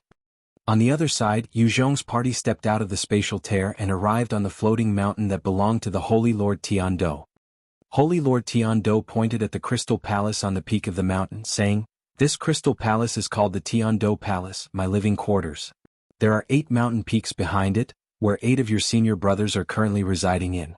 The 9th peak shall be called Hengyu Peak, and that is where you will reside." Yu Zhong took a look and could sense the immense energy emitting from the peak. With joy and excitement in his heart, he replied, "Yes." Holy Lord Tiando then barked out in a low voice, "Shui Luo." A green spirit then materialized in front of Holy Lord Tiando, forming a human-like demon with a green face and long sharp canines. "Master, Shui Luo is here." Holy Lord Tiando ordered, "Go take these ladies to Hengyu Peak and arrange for their accommodations." Shui Luo replied swiftly, "Yes, Master. Ladies, please follow me." Dong Yu Yao and the other 2 followed Shui Luo away towards the Hengyu Peak. Holy Lord Tiando brought Yu Zhong towards his own crystal palace. Under his lead, they came to a beautiful pavilion made out of crystal, surrounded by a lake filled with fragrant wine. The air was thick with an intoxicating scent, and within the lake, there were strange mutant beasts, even a few mermaids swimming within. The 2 of them sat down and 2 beautiful mermaids shot out from the lake, landing beside the 2 of them, their fish tails transforming into legs. They looked no different from any beautiful ladies as they each held a jar of wine, as they poured out a cup for the Holy Lord Tiando and Yu Zhong. Holy Lord Tiando waved his hands and a number of 1,000-year lotuses shot out from the lake, landing on a jade plate as he casually took one and bit into it, offering some to Yu Zhong with a smile. "Eat up, these lotuses taste decent." The 2 mermaids stared at the 1,000-year lotuses, their eyes filled with expectation. These lotuses were precious, formed from the essence of this wine lake. Not only were they delicious, there were the miraculous effects of washing and tempering one's bones and marrows to have a qualitative change. If those 2 Type 6 mermaids could eat one, there was a chance to evolve to the Type 7 realm. Yu Zhong took one piece and bit into it, and immediately, a powerful taste of wine was released into his mouth, and as it entered him, a clear energy coursed through his body, shaking his mental faculties slightly. Holy Lord Tiando chuckled before a silver card flew out and landed in Yu Zhong's hands. "This is an identity token representing a divine envoy. From now on, you are a divine envoy of the Central Temple." He then pointed to thin air as a number of detailed instructions appeared. "In order to become a holy son of our Central Temple, these are the missions you'll have to complete. Here there are a few missions you can pick 5 of your choosing." Although he could also directly transmit the details to Yu Zhong's sea of notification, it was considered an offensive thing to do. When Yu Zhong glanced through them, he realized they were all extremely detailed, with some requiring a few death-defying tasks like killing 3 groups of Type 8 powerhouses. One of them was especially special. The moment that task was completed, one could become a holy son.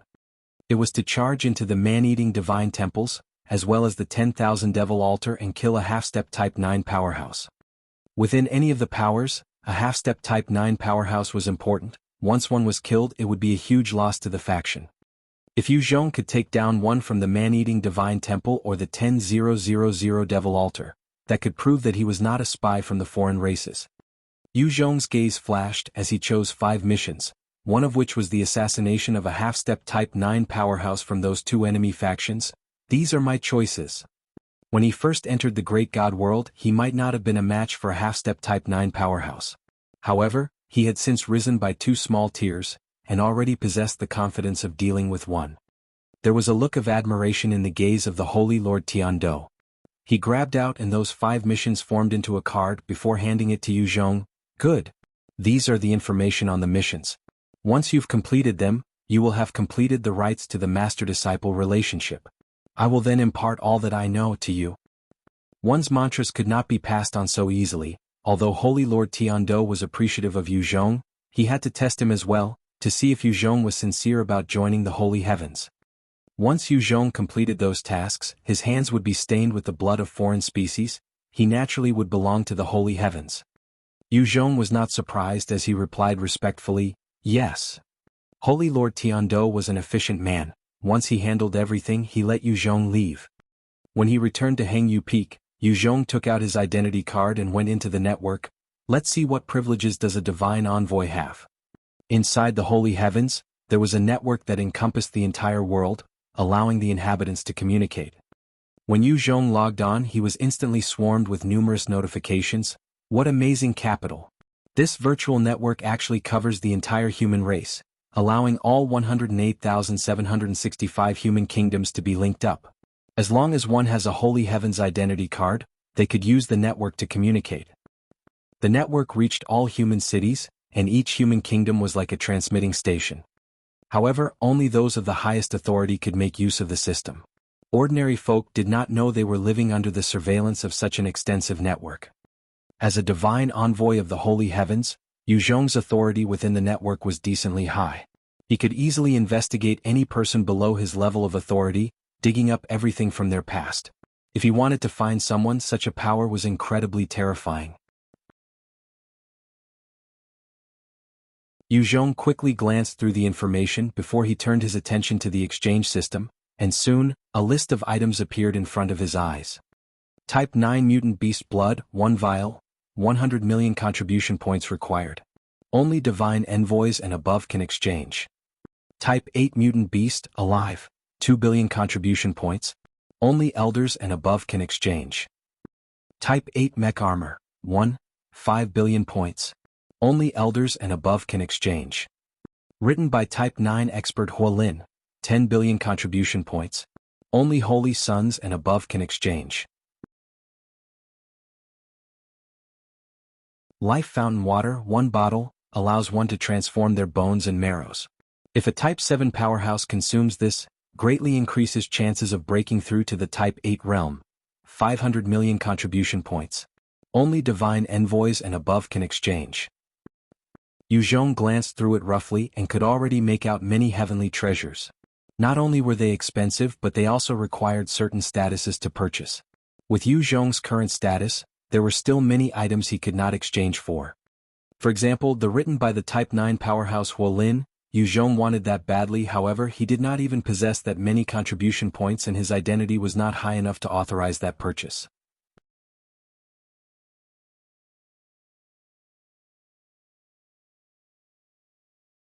Chapter 1144, Qing Tang Mountain.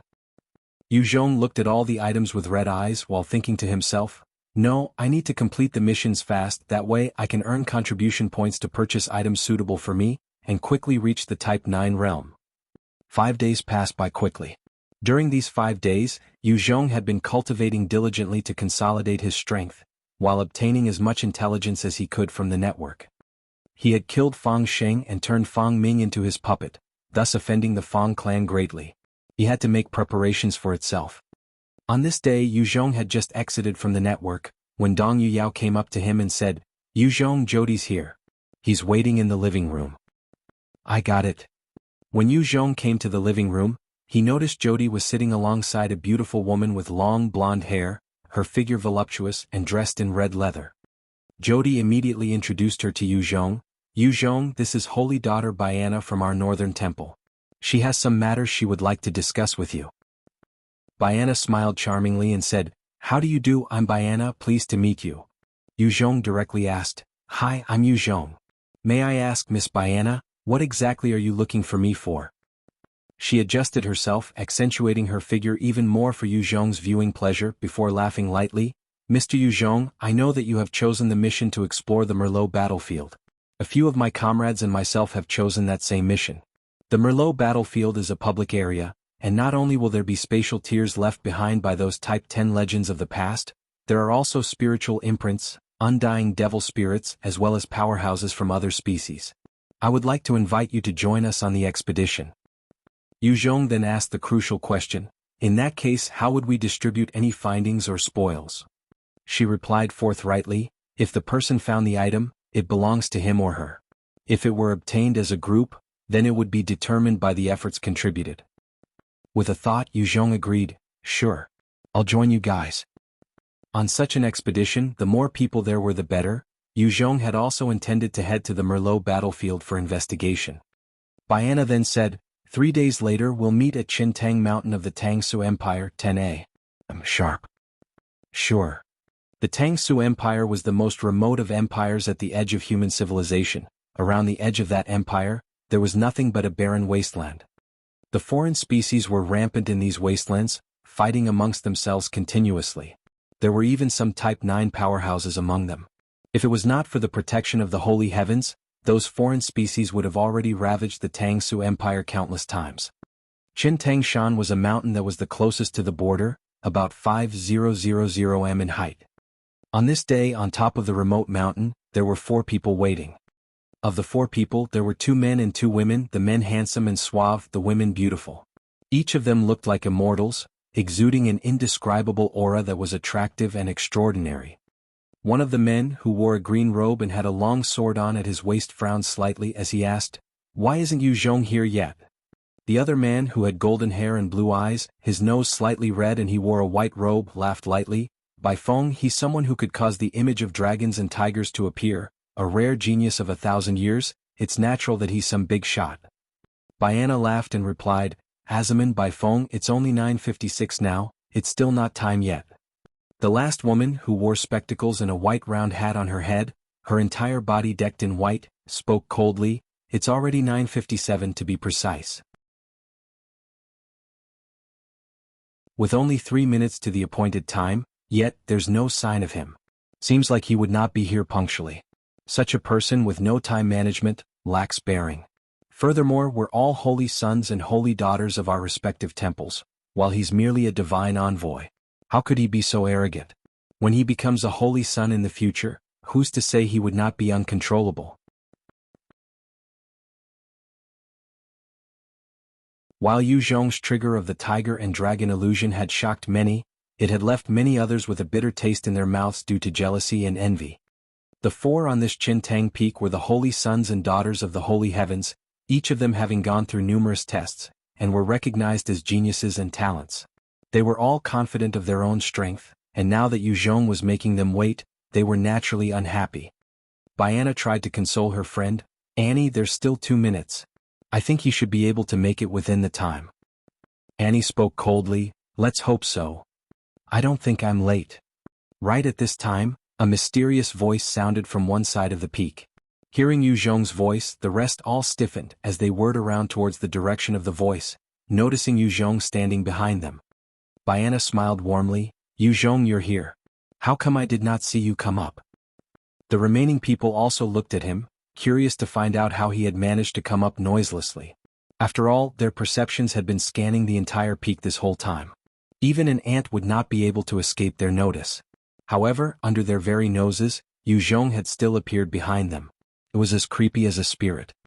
Yu Zhong laughed lightly, I used some methods intending to give you all a surprise. Biana took the initiative to introduce them. Yu Zhong, let me introduce you. This is Holy Daughter Annie from the Western Temple. This is Holy Son Azaman from the Eastern Temple, while this is Holy Son Bai Feng from the Southern Temple. Yu Zhong grinned, Hi y'all. I'm Yu Zhong, pleased to meet you guys. Bai Feng spoke coldly, since everyone's here, let's go. After that, he shot off into the distance. Annie and Azaman nodded towards Yu Zhong, before following after Bai Feng. Let's go. Biana then led Yu Zhong as they soared into the great barren lands.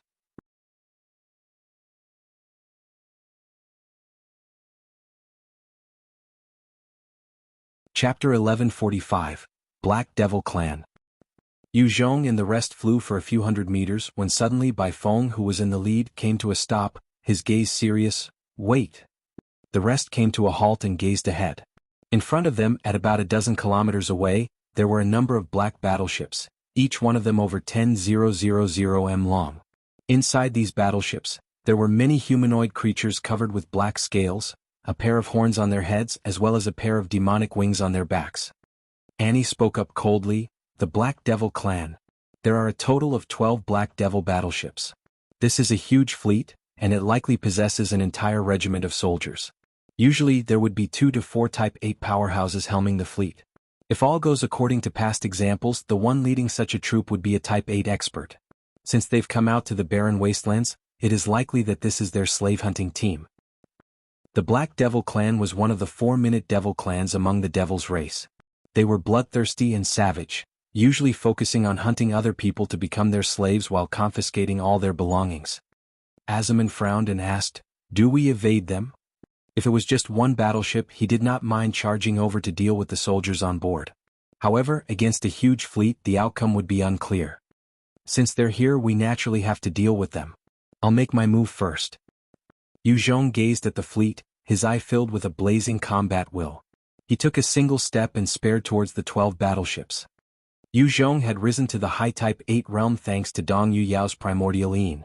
However, the energy accumulated within him had been utilized and wiped out. He naturally needed more and would not let these enemies off. The physique of these Black Devil clan warriors was much stronger than humans. If Yuzhong could kill them, then he would gain a huge amount of life force. Annie spoke coldly. He actually rushed out. "What do we do, Bai Feng?"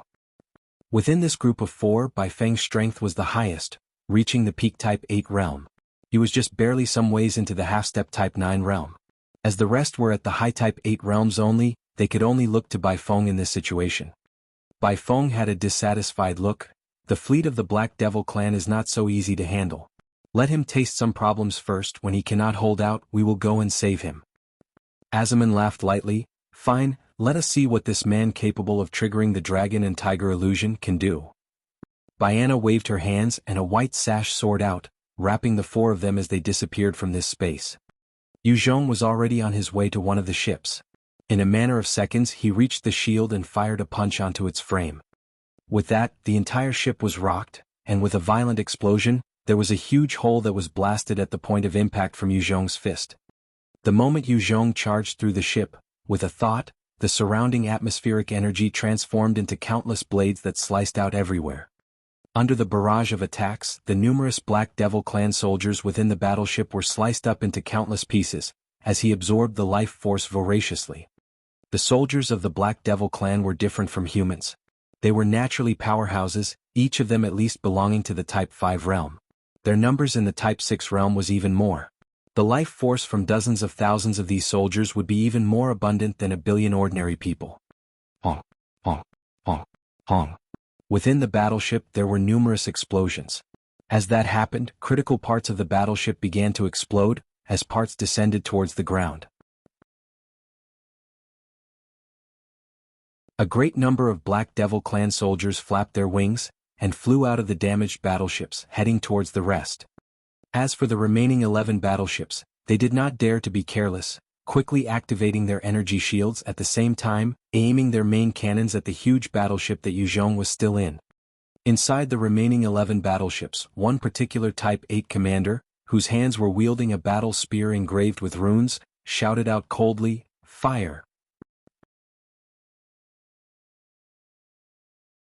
Immediately the 11 cannons lit up and fired out. In that instance, a number of light beams burst forth, slamming into the huge battleship.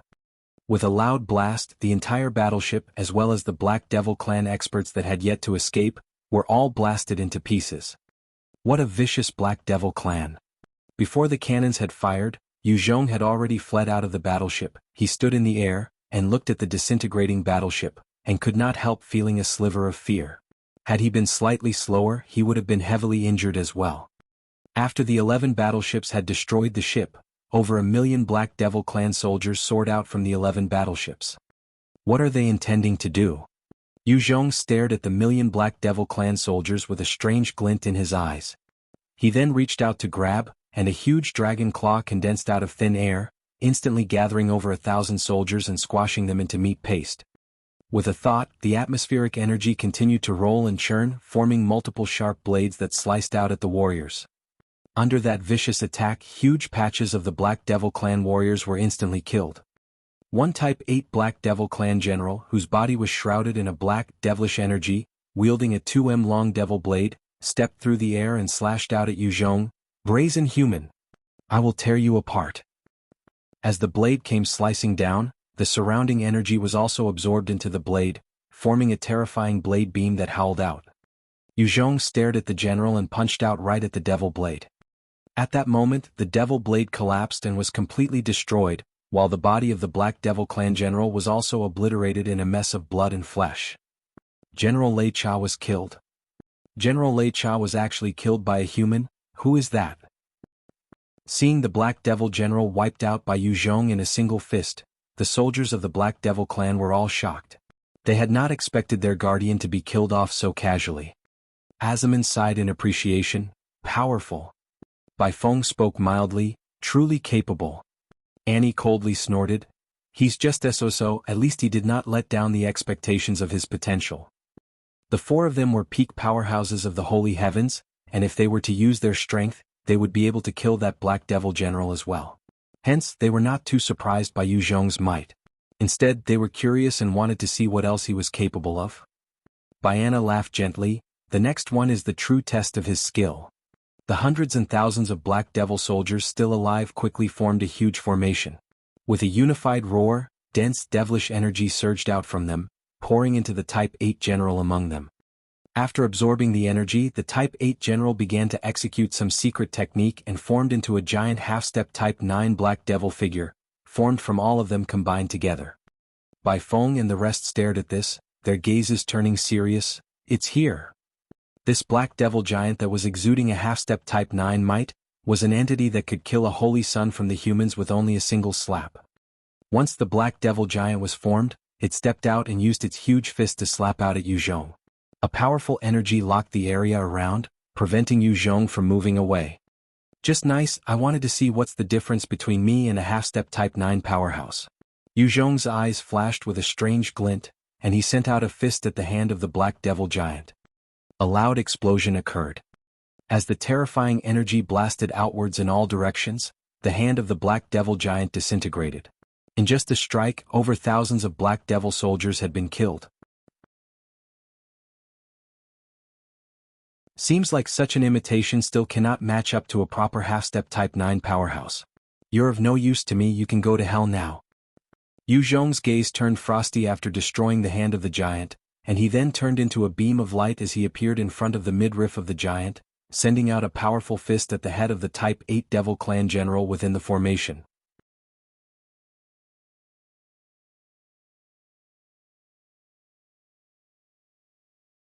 Chapter 1146. Destroying the Black Devil Giant. At the center of the Black Devil Giant, the strength of the near-million Black Devil soldiers was gathered, forming a huge black shield. Its defense was incredibly strong, however, under Yu Zhong's attack, it instantly shattered, and the general within was also annihilated, his body breaking apart. The moment the general was killed, the entire giant that seemed capable of covering the heavens and wreck continents crumbled, and the million Black Devil soldiers were all struck by the backlash, spitting out blood and suffering grievous injuries. At that moment, Yu Zhong's eyes flashed coldly and ignited the atmospheric energy to transform into a terrifying tornado of winged blades, sweeping up the Black Devil clan soldiers. Under the assault of the violent wind blades, the entire sky started pouring with blood, as pieces of flesh splattered on the ground. Countless life energy swarmed into Yu Zhong. Seeing how Yu Zhong wiped out the million-strong group of Black Devil warriors, Azaman, who had been treating it lightly as though everything was a joke, finally had a serious look as he muttered, "Strong." Annie and the rest were also filled with shock as though their hearts and minds were rocked. The Black Devil giant might not be a true half-step Type 9 powerhouse, but it possessed enough strength to deal with a human holy son. Such an entity was dealt with so easily by Yu Zhong, it just showed how powerful Yu Zhong was. Baiana had a complicated look as she spoke. A person who could cause the howling dragon and roaring tiger phenomenon is truly not simple. This time, the other three did not say anything to refute her, or anything sarcastic, as their eyes were filled with a look of acknowledgement without them knowing. As for the rest of the Type 8 generals within the fleet saw the situation, their faces fell as they hollered out, "Retreat! Retreat now!" Hearing that order from the Black Devil general, the remaining ships quickly spread out in a bid to flee. After all, there was no force within this fleet that could take on Yu Zhong. Thus they had made the right choice in fleeing. "You want to run? Stay behind for me." Yu Zhong eyed the fleeing ships and a cold look flashed in his eyes. With a grab out at thin air, two huge hands made out of energy closed in on the last two ships, pulling them back. With a loud rumble, the two battleships were forced to an abrupt halt. At that moment, Yu Zhong shot towards the huge battleship, his fists pummeling down and shattering the energy shield. He then passed through it easily. Honk, honk, honk, honk. After a series of explosions, the battleship began to burst apart from within and descended towards the ground in a huge ball of fire. Yu Zhong then continued to slam into the other battleship like a meteor, destroying it from within. By the time Yu Zhong was done with those two ships, the other 9 battleships had fled till nothing could be seen of them. Each battleship represented a huge source of power. If Yu Zhong had tried to spread out his strength, he would not have been able to retain even a single ship. Right at this time, Baiana suddenly flew out in front of Yu Zhong and laughed, "Yu Zhong, truly formidable." Bai Feng came and motioned for them to continue. "Let's go, our target is the Merlot battlefield." Azaman revealed a smile as he followed, "That's right, you're strong." Annie also nodded slightly before flying off. Having witnessed his strength, the 4 of them had already come to view Yu Zhong as an equivalent existence, and not disdain him just because of his identity. Before this, they had already known of the commotion he caused with the image triggered. However, as old-timers, they had their own pride and were not able to view Yu Zhong as equal. However, Yu Zhong had shown them what he was capable of, and they had no choice but to acknowledge it. With a light laugh, Yu Zhong followed after. However, he was scanning his storage ring, checking out a blue crystal key with some doubt in his mind. What treasure is this? Why would the network not possess any information on this? This item had been picked up when he was destroying the second battleship and discovered it within a jade box. In fact, there had been a Type 8 powerhouse guarding it. Unfortunately for the guard, Yu Zhong had killed him in one punch. The moment he obtained this key, he had checked the network for information, only to be met with nothing. This caused him to be even more sure that this crystal key that was emitting some strange aura was a precious treasure. However, he just did not know what it was. He then threw it to the back of his mind. "Forget it, let's wait till we're back before I check it out properly." In the distance, the remaining 9 battleships had fled a distance of thousands of kilometers, before gathering once more. At this time, a powerful, mechanical planet of over 100 kilometers in diameter descended in front of the 9 battleships. A terrifying voice filled with pressure traveled out, "Hey Chi, did you get the item?" One Black Devil general of the Type 8 realm shot out from the battleships, kneeling on the ground as he trembled and reported, "Answering Your Highness Holy Sun Anshuman, the item was snatched away by a human powerhouse." The Black Devil general opened his palm, and a green light shot through the skies, forming an image of Yu Zhong clashing with their forces. "This is the image we obtained." From the mechanical planet, a handsome youth stepped out, his forehead bearing a pair of goat horns, a pair of demonic wings on his back, and his entire body covered in black scales. However, he had a full head of hair and incredibly good looks. This was the one of the Holy Sons of the 10,000 Devil Altar, Holy Sun Anshuman. When he flew out, he was followed by a number of powerhouses also emitting terrifying pressures. There were a total of 6 of them, each of them possessing strength not lesser than that of a holy sun. These were the holy sons and holy daughters of the 10,000 Devil Altar, each of them with extraordinary looks and aura. Anshuman looked quietly at the image before his voice turned icy. "Since the item was lost, how did you come back alive?" General He Chi heard that voice filled with killing intent, and his body trembled uncontrollably. He began to kowtow profusely. "Your Highness, I wanted to preserve the lives of our hundreds and thousands of soldiers, hence I brought them back. I plead for Your Highness to show me mercy, on account that I had preserved our forces." Within the devil race there were many powerful experts. He Chi was just an initial Type 8 realm expert, and was much weaker than Anshuman. Furthermore, he did not complete his mission, thus Anshuman had full authority to execute him. There was a savage look in Anshuman's eyes as he flickered in front of General He Chi, his claws grabbing out at his head, and he took a vicious bite out of his head. You spoiled my matters and dare to ask for mercy? Naive. Go to hell. The Black Devil clan was a cruel race. Even they looked similar to humans, they were much more vicious and frequently engaged in slaughter and infighting. With a shudder of his body, General Heichi's last moments was watching his head being bitten by Anshuman, as he died and crumpled to the ground. Beside Anshuman, there was a beautiful lady with fair skin and a revealing figure, who looked at Heichi's corpse with some pity. Damn it, Anshuman, why didn't you give him to him and let me play around first? Anshuman licked the blood off his right hand, while his mouth was still smeared with brain matter as he grinned deviously. Yao Ji, if I pass him to you there would be a stench. Furthermore, you'll just suck him dry, there would be nothing left of him to eat. One holy son, standing at 3 meters, his body muscular, his visage demonic and his tail one that was sharp like a blade, frowned. He was from the Blade Demon race, the Holy Sun Blade 13, and he spoke. Anshuman, since that item had been stolen, what's our next step? Anshuman's eyes flashed with an intelligent look as he quickly analyzed. From the movement of that human, he does not know that the item is a secret. Few human experts would come out to the barren wastelands, thus, the only reason he should be here would be to temper himself in the Merlot battlefield. We just have to head there and we should come across him. Furthermore, even if we do not see him, we need to train there anyway. Our next step would be the Merlot battlefield then. Fine. The rest of the holy sons and daughters replied and quickly flew back into the mechanical planet. The mechanical planet then soared up into the skies before emitting powerful bursts of air, pushing its speed to Mach 30, tearing apart the air in front of it as it shot towards the Merlot battlefield.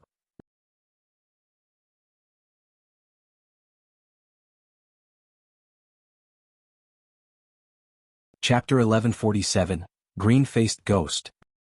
The Merlot battleground had been around thousands of years ago when true God-realm powerhouses ruled the great God world. It was an ancient battlefield that had formed naturally within the Merlot mountain range. Within this battlefield there were many spiritual imprints, weapons, undying spirits, spatial tears, and it was full of danger.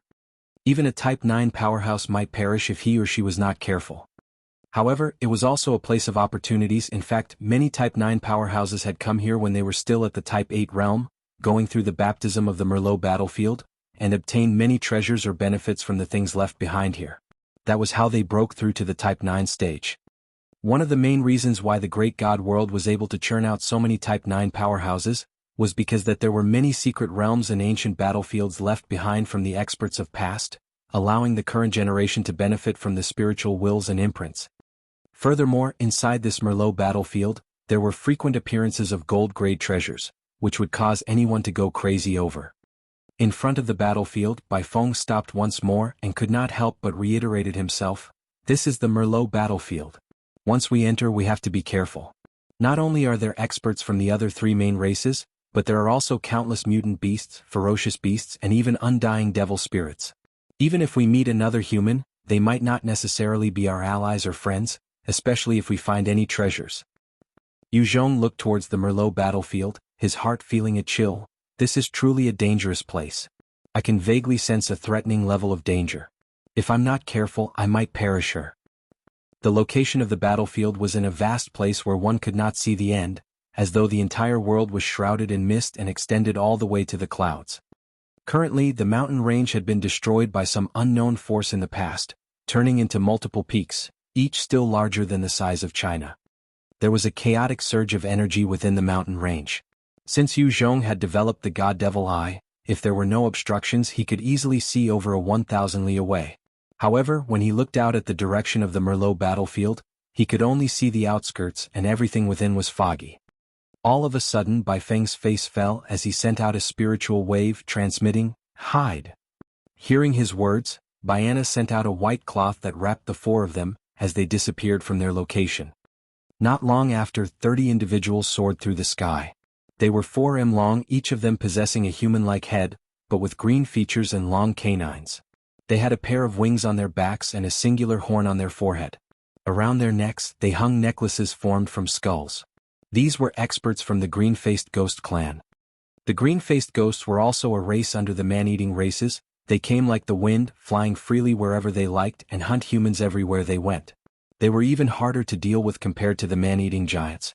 They were capable of flight, and their speed was just slightly below mutant beasts of the same level but above everyone else. Even if they could not defeat their enemies, they could choose to fly away. The moment their enemies let down their guards, they would quickly swoop in for the kill. The 30 green-faced ghosts emitted a terrifying aura. They were all at the Type 8 realm, of which 10 of them seemed even stronger than a human holy sun. As Yu Zhong stared at them, his eyes brightened up. If he could take down all of them, he could gain a huge increase in his strength. Type 8 powerhouses were not easy to come across. Within the Holy Sirius Empire, there was only one like George. Furthermore, Yu Zhong was not willing to slaughter other human powerhouses for no reason, otherwise he would also be ostracized by the holy heavens and would have nowhere to go within the great god world. Whereas in the various secret realms, there were many Type 8 mutant beasts. However, behind these beasts were powerful Type 9 existences guarding them. If he killed one or two, it would not be an issue, but if he were to go on a massacre, then the Type 9 powerhouses would not let him off. However, there was no hidden danger in dealing with these green-faced ghosts. Among the tasks that Yu Zhong had accepted, there was the requirement of hunting enemy forces, man-eating races as well as devils. Looking at the ghosts, Yu Zhong opened up his ring noiselessly, causing many dust-sized nanobots to fly out and follow the green-faced ghosts. Among the 4 races, the mutant beasts occupied the most territories and were the most numerous. However, it was obvious that these were scattered. They also seldom engaged in a mindless slaughter of the humans they come across. One of the green-faced ghosts faced their most burly member, opening his mouth to ask, "Yicha Ghost, is your intelligence accurate?" Yicha Ghost revealed a savage grin. Of course, not too long ago, there were easily 30 and more human holy sons that entered the Merlot battlefield. Furthermore, there were others that joined in. Right now, the total number of human cultivators within is over 60, and they're there for us to hunt.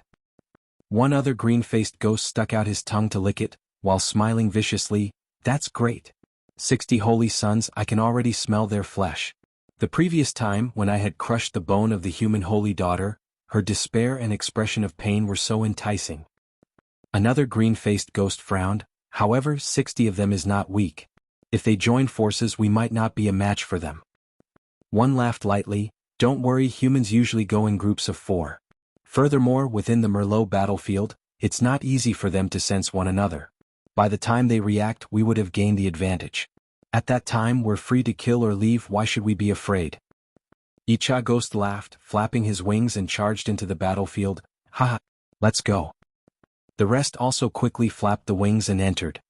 When all of the green-faced ghosts disappeared into the Merlot battlefield, the white sash came down, revealing Yu Zhong and the rest. Other than Yu Zhong, the rest had ugly expressions. Biana frowned. "What do we do? The network does not reach inside, we have no way of informing those fellows within." The Holy Heavens network was extensive and could reach many places. However, due to the residual power of the true gods of the past and spiritual imprints, the network could not penetrate the Merlot battlefield. Fang declared, "It is not something that we can handle, we have to go back and report this. Let the higher-ups deal with this." 30 green-faced ghosts, with 10 among them possessing Holy Sun-level strength. With such a group, even Fang would not be able to handle at his peak Type 8 strength.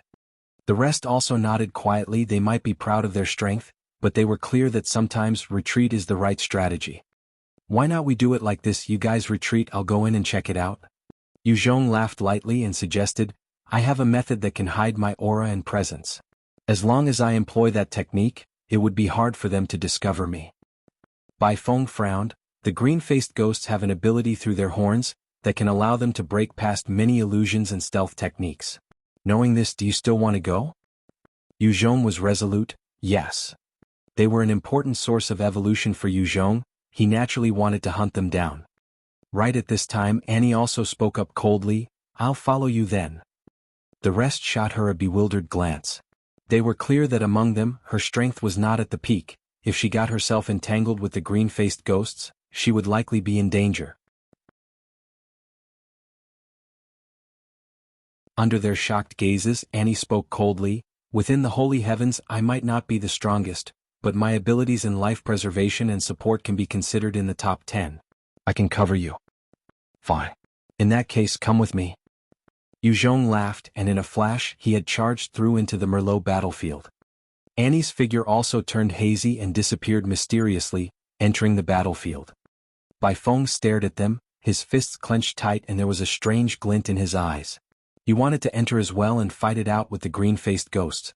However, his rationale told him that there was a 90% chance of death. Azaman looked at the Merlot battlefield with a complicated gaze. "Let's go." Bai Feng fell silent before turning around and soared away. Not long after they left, a huge meteor descended from the skies, landing right outside the Merlot battlefield, revealing a huge mechanical planet. A number of peak experts from the Black Devil clan flew out and shot into the battlefield as well. When they had all entered, the planet soared up and disappeared, coming and going like the wind. It was too dangerous inside the Merlot battlefield for the mechanical planet to enter. It would likely be torn apart by the countless undying spirits within.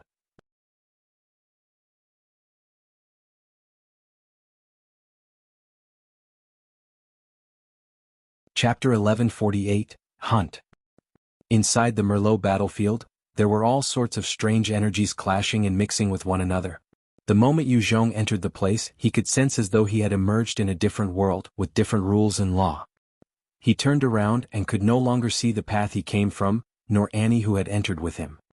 All of a sudden, a strange piece of white jade engraved with runes landed on his hands.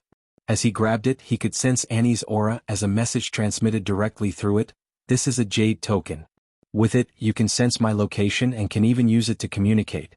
It would not cause any spiritual fluctuations or energy reverberations. If there's nothing, try not to contact me." Yuzhong laughed lightly and kept the token. The next moment, he waved his hands and donned on the stealth armor. At the moment he put it on, he disappeared entirely without a single trace of his presence, causing the invisible Annie beside him to be shocked as well. He truly has extraordinary methods. Without the jade token, I would not be able to tell where he was. No wonder he has such confidence to hunt them down. However, even if he has the stealth, can he cope with the combat?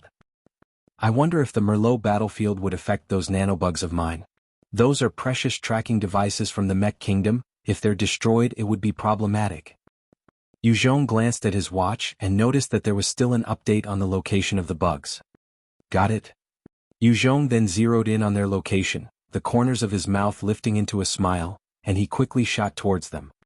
Within the Merlot battlefield, under the terrifying strength of the true gods of the past, regions had been carved out, but their energies were relatively stable. Within each area, a unique biological system had emerged and thrived, housing numerous life forms. Inside a mountain range, 3 men and 1 woman were standing at the precipice, looking within, their eyes filled with wild joy.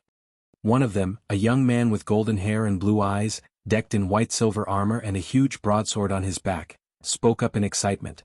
"This is the fluctuation of a true god's will. This is great, it will be a perfect cultivation ground for our wills. As long as we can withstand the pressure and comprehend the lingering will left behind, we could forge our wills, and when we break through to the Type 9 realm in the future, it would be beneficial to our foundations." Another small and scrawny man who stood only at 1.42 looking like a small kid, chuckled, "Our Luke is pretty good to be able to come across this stable true god's will. If it was too wild, we would be unable to utilize it, in fact we might die under the might. Such a stable area is truly getting rare."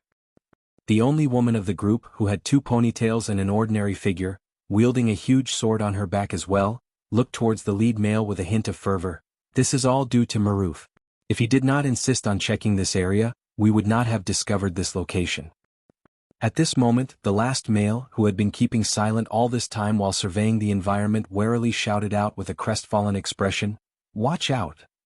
Right after he shouted, he had already waved his hands and caused a number of energy shields to appear.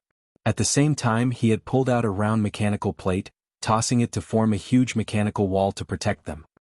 At that moment, the 30 green-faced ghosts appeared in a flash, and slammed into the mechanical barrier viciously. With a loud bang, the mechanical barrier collapsed, not even slowing them down in the slightest. The defense of the barrier was supposed to be shocking, capable of withstanding even the strikes of a peak Type 8 powerhouse. However, with the joint efforts of the 30 green-faced ghosts, their combined might was terrifying enough to destroy the barrier. "Haha, go to hell. The leader, Yicha Ghost, had laughed out savagely the moment the barrier was crushed, and reached out to grab the Holy Sun who had thrown out the plate and squeezed viciously. Ah! The Holy Sun screamed out in agony, as blood poured out of all his orifices, every single bone and organ within him crushed. There was an intense look of pain, suffering, and despair at the moment of his death. Good. This is the expression, it's just too savory.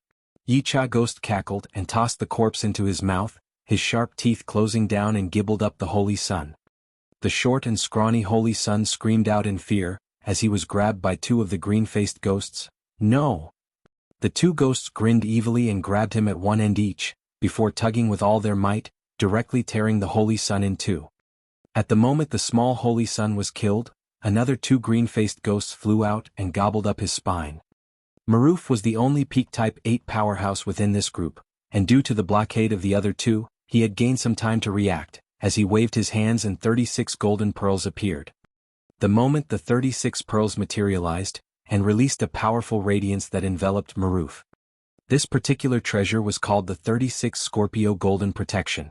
Among the human race, it was the strongest defensive treasure. Once activated, even a half-step Type 9 powerhouse would not be able to break it in a short time. As the green-faced ghosts continued to slam into the shield, it only served to create temporary dents, and there did not seem to be any way they could break through in the short future. Water Domain. The eyes of the lady narrowed as she activated her trump card, causing powerful water bodies to gush out from her, wrapping the surroundings. Domain? Do you think that only you humans know domains? Break for me. One of the Holy Sun-grade green-faced ghosts had a vicious look, as he roared out with mad laughter and emitted a powerful ruthless domain, that was shrouded in red, which slammed into the Holy Daughter's water domain. At that moment 5 others also laughed, and revealed another 5 ruthless domains, slamming the water domain viciously. WTH 6 powerful domains assaulting the water domain of an equal level, it did not take long for the water domain to be obliterated completely. Just as the domain collapsed, one green-faced ghost shot forward to the chance and seized the Holy Daughter when she was defenseless, and gripped her tightly. She revealed a look of despair as she screamed, the majority of her bones already broken. Save me. Maruf. Save me. Maruf took a look at the Holy Daughter who had always held him in high regard, Xiangma Hui, and his eyes turned red, releasing a roar that sounded like a wounded beast. Damn bastards! Xiao Hui. Bastards. However, while the 36 Scorpio Golden Protection had an amazing defense, the person within was also considered trapped, unable to move to save or attack anyone. This was a sort of last resort. If Maruf had not been forced to the edge, he would not have used this. Once utilized, he could not save his friends or comrades. The green-faced ghost grabbing Xiangma Hui looked at the struggling Holy Daughter, and he revealed a cruel smile, opening his jaws and was about to bite down. The lower half of Xiangma Hui's body had been crushed, her domain broken, and her strength already 90% sapped. There was no way she could defend herself, and as she stared at the incoming jaws, her eyes were filled with despair, her tears and snot flowing as she sobbed, "No! No! Save me! Somebody!" Puh. As the green-faced ghost was about to swallow Xiangma Hui, his head suddenly exploded as though he was struck by a huge hammer of over 1 billion tons. Red and white matter, as well as its ugly countenance, was blasted to the side. The death of that green-faced ghost seemed to be trigger a chain effect, as the green-faced ghosts beside him also had their heads blasted apart. In just a few breaths, 4 of them had died mysteriously. With their deaths, the strongest among them, Yicha Ghost, had a fearful countenance as he roared, "Enemy attack! There's an enemy here. He's in stealth and is very strong. Watch out."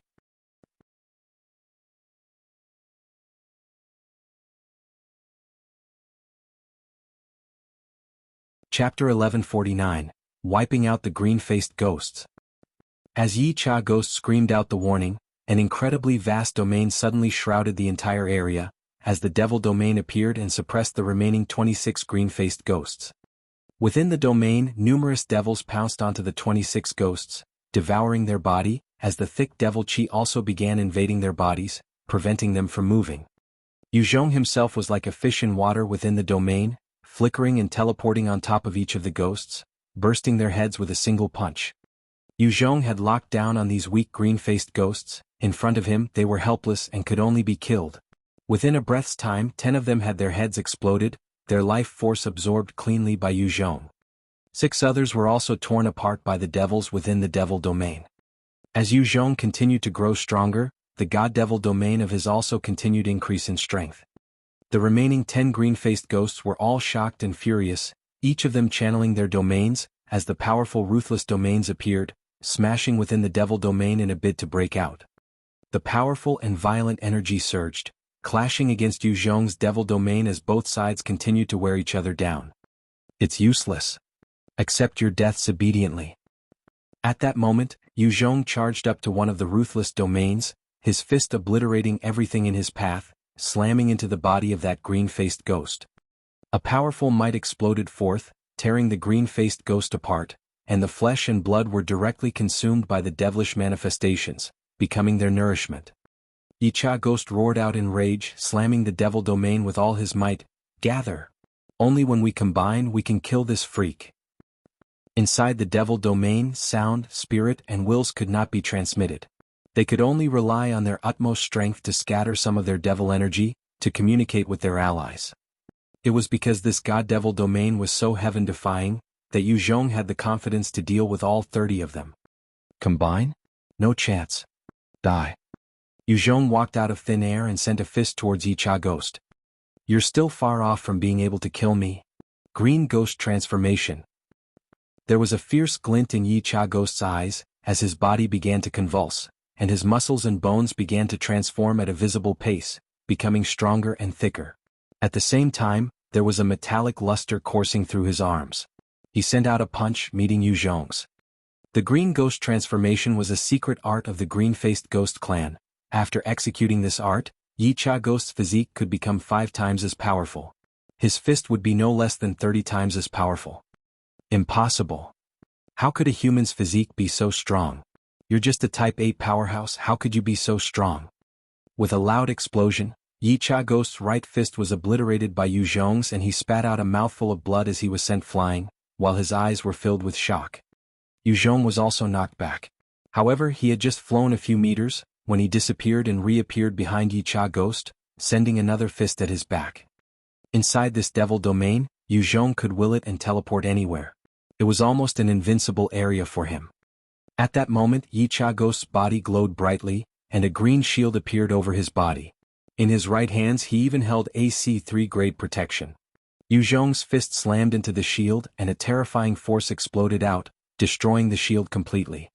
When the C3 grade shield was destroyed, there was a hint of madness in Yicha ghost's eyes. Human! Don't kill me. I know the position of a treasury in this Merlot battlefield. Let me and my people off, I'll tell you where it is.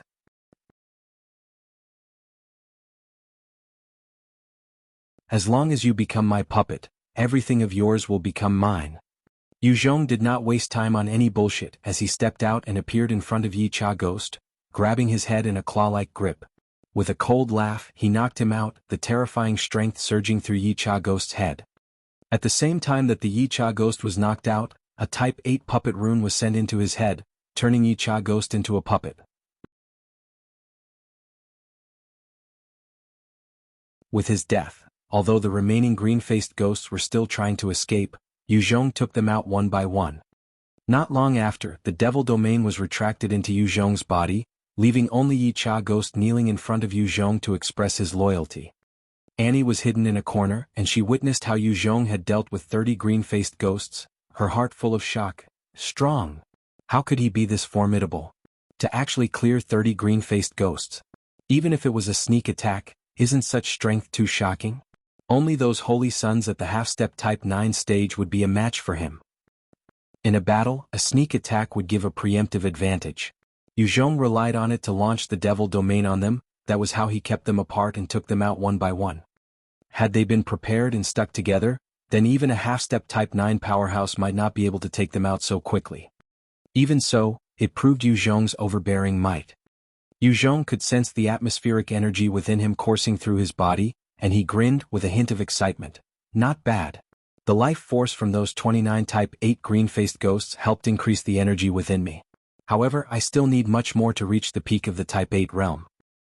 Currently, the half-crippled Xiangma Hui looked at Yu Zhong, pleading bitterly, "Save me! Save me!" With her whole body crushed, had it been anyone else they would have died. However, a Type 8 powerhouse could be said to be near the peak of the power chain, their life force strong, hence even if she was crippled she would not die so fast. Maruf stared at Yu Zhong and said, "Brother, please save me. I'm Holy Sun Maruf from the Southern Temple, and she is Xiangma Hui of the Eastern Temple. As long as you save her we will repay you in the future. I'm Divine Envoy Yu Zhong from the Central Temple. As humans I will definitely help her." Yu Zhong sent a yellow vial of liquid into her mouth. She quickly opened her mouth and swallowed it. The moment the liquid coursed through her body, there were loud cracking sounds, as her broken bones and organs were recovering at a visible rate. Soon she leaped to her feet and thanked Yu Zhong with gratitude. "Thank you." The technology of the Great God World was incredibly advanced, even more so than the Mech Kingdom. No matter the injury, with the right medicine one could recover quickly. Only those attacks with wills imbued or laws within them would be tough to deal with. Many powerhouses had to carry such injuries throughout their lives once struck with such afflictions. Their strength cut down over time and in the end perishing. Xiangma Hui pointed to the chasm and spoke, "Yu Zhong, there's a will imprint of a true god within, you can go down and try cultivating." When Maruf heard this, his brows furrowed, but he soon regained his composure and did not say anything. "Sure." Without standing on ceremony, his figure disappeared into the chasm. Xiangma Hui looked at Maruf within the 36 Scorpio Golden Protection, her gaze complicated. She knew the function of the 36 Scorpio Golden Protection. Once used, it meant that Maruf had already treated his life as important and had abandoned her. Her love and awe for him had been doused in a bucket of cold water, and it was no longer the same. Xiangma Hui did not say much as she just turned around and chased after Yu Zhong. Seeing her leaving back, Maruf's face changed multiple times as he eyed the 36 Scorpio Golden Protection, not knowing what to think. When Yu Zhong arrived on the mountain he could feel an overbearing pressure, seemingly capable of suppressing the entire world, lingering in the atmosphere. Before this lingering will, he was like a small ant. Compared to this powerful will, the Type 9 nine-headed dragonhawk that Yu Zhong came across the other time was not even worth mentioning.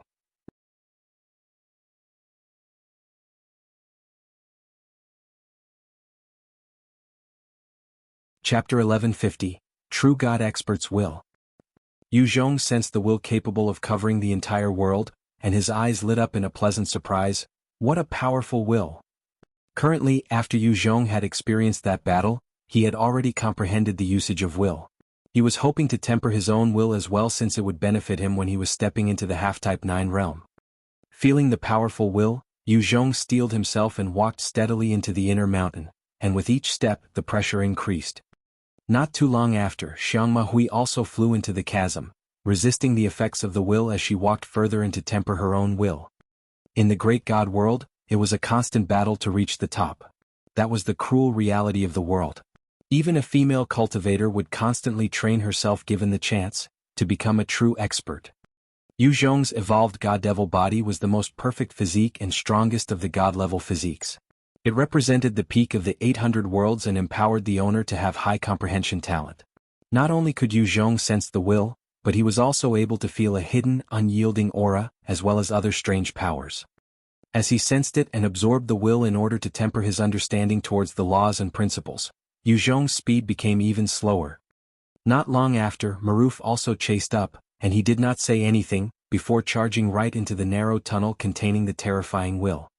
Resisting the will, Maruf continued to soar forward, surpassing Yu Zhong's speed.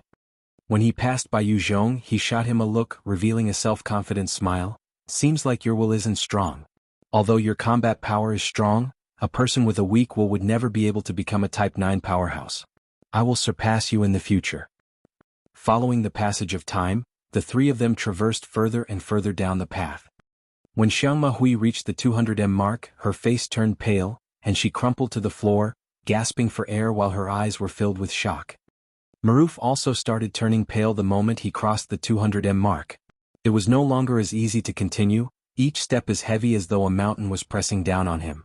He struggled for another 30m before his body buckled and he stuck to the floor with no way to move. While gasping for air, he braved a throbbing headache and retreated step by step. So terrifying, this is a will of a true God expert. And to think that this is a relatively calm and stable one. If it had been filled with any killing intent, it would have done me in the first instance. A true god expert is too terrifying. As he was crawling back, the sounds of steady footsteps sounded from behind. Maruf turned to look and noticed Yu Zhong progressing slowly but steadily over. He continued to walk casually, soon passing Xiangma Hui, and did not look like he was going to stop. Under Maruf's envious gaze, he continued forward, surpassing Maruf in a relaxed manner. Maruf saw how easily Yu Zhong went past him and was filled with jealousy.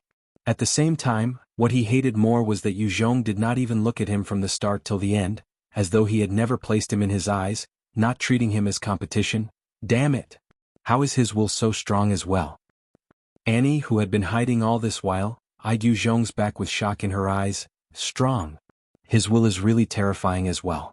Truly a talent that is capable of triggering the tiger and dragon image. Annie could only walk up to a location about 170 m in and had no choice but to stay back. She could sense that her strength was enough to get her to the 180 m mark, but still far from comparable to Yu Zhong. Yu Zhong maintained his rhythm, and when he passed the 300 m mark, he finally felt some form of pressure. When he reached the 360 m, an overbearing pressure weighed down on him, slamming into his will like a storm. Under the torrential assault, Yu Zhong's face turned pale, his back breaking out in sweat, and it looked as though he had just come out from the sea. Yu Zhong shut his eyes and focused on his avatar within his sea of consciousness. The attacking will appeared within Yu Zhong's sea of consciousness, forming into a humanoid character decked in golden armor, his features sharp and saintly, emitting the aura of a ruler of life and death. He stared at Yu Zhong in disdain, declaring contemptuously, "Despicable ant! Kneel and submit, and I shall grant you eternal life and endless glory." With those words, there was a feeling that rose up in Yu Zhong's mind, as though he was an ordinary beggar, looking up at a majestic emperor, and he was filled with fear and awe. It was as though that the true god expert was a natural ruler, and he did not need to consider further about expressing his fealty. "No, I cannot kneel." Just as he was about to get to his knees, his inner self roared out in fury and shook him back to clarity. Before the apocalypse, he had been an ordinary person. His biggest dream was to open a medium-sized enterprise with his close buddies, living a comfortable and secure life. Even if he had to bow to authority or bigger powers, he could only accept it helplessly. However, throughout the apocalypse, he had been through so many battles and slowly reached this stage. He had already transformed from a nobody into a ruler and an expert.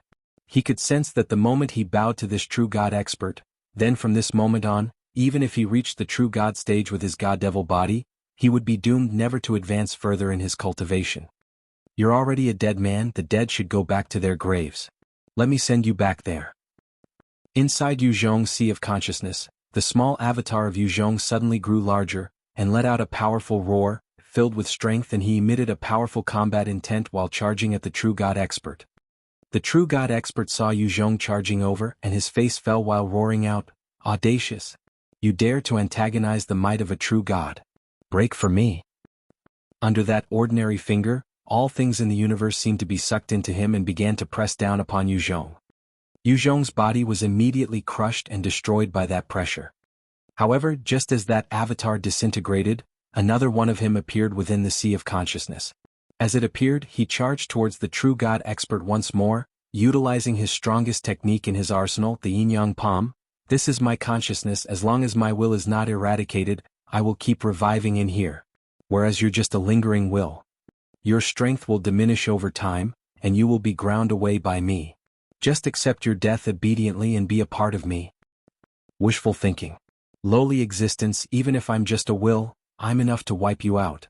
You might be undying in here, but each time your avatar gets crushed, the pain should be intense and wrecks you.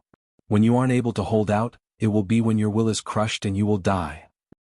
The true god expert laughed coldly and fired another finger, causing the pressure of the universe to weigh down and meet Yu Zhong's yin-yang palm, destroying it as well as the avatar in the process. The yin-yang palm might be extremely powerful, it was still a technique derived by a Type 7 powerhouse.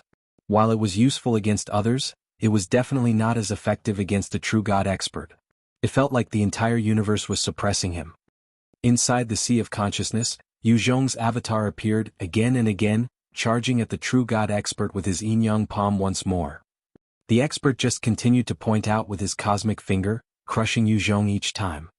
The fight in Yu Zhong's sea of consciousness affected his true body, as he laid crumpled on the ground, rolling around in agony, while his face was contorted with pain. Each time he gets annihilated, it felt like he had just been through a car crash. If it was not for his resolute will and the intense desire to live, he would have died long ago.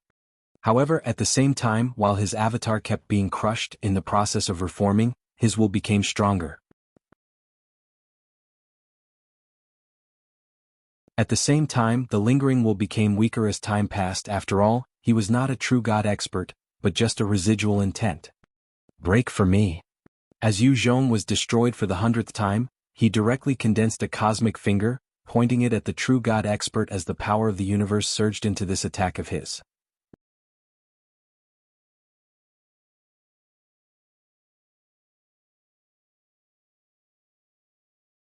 Chapter 1151.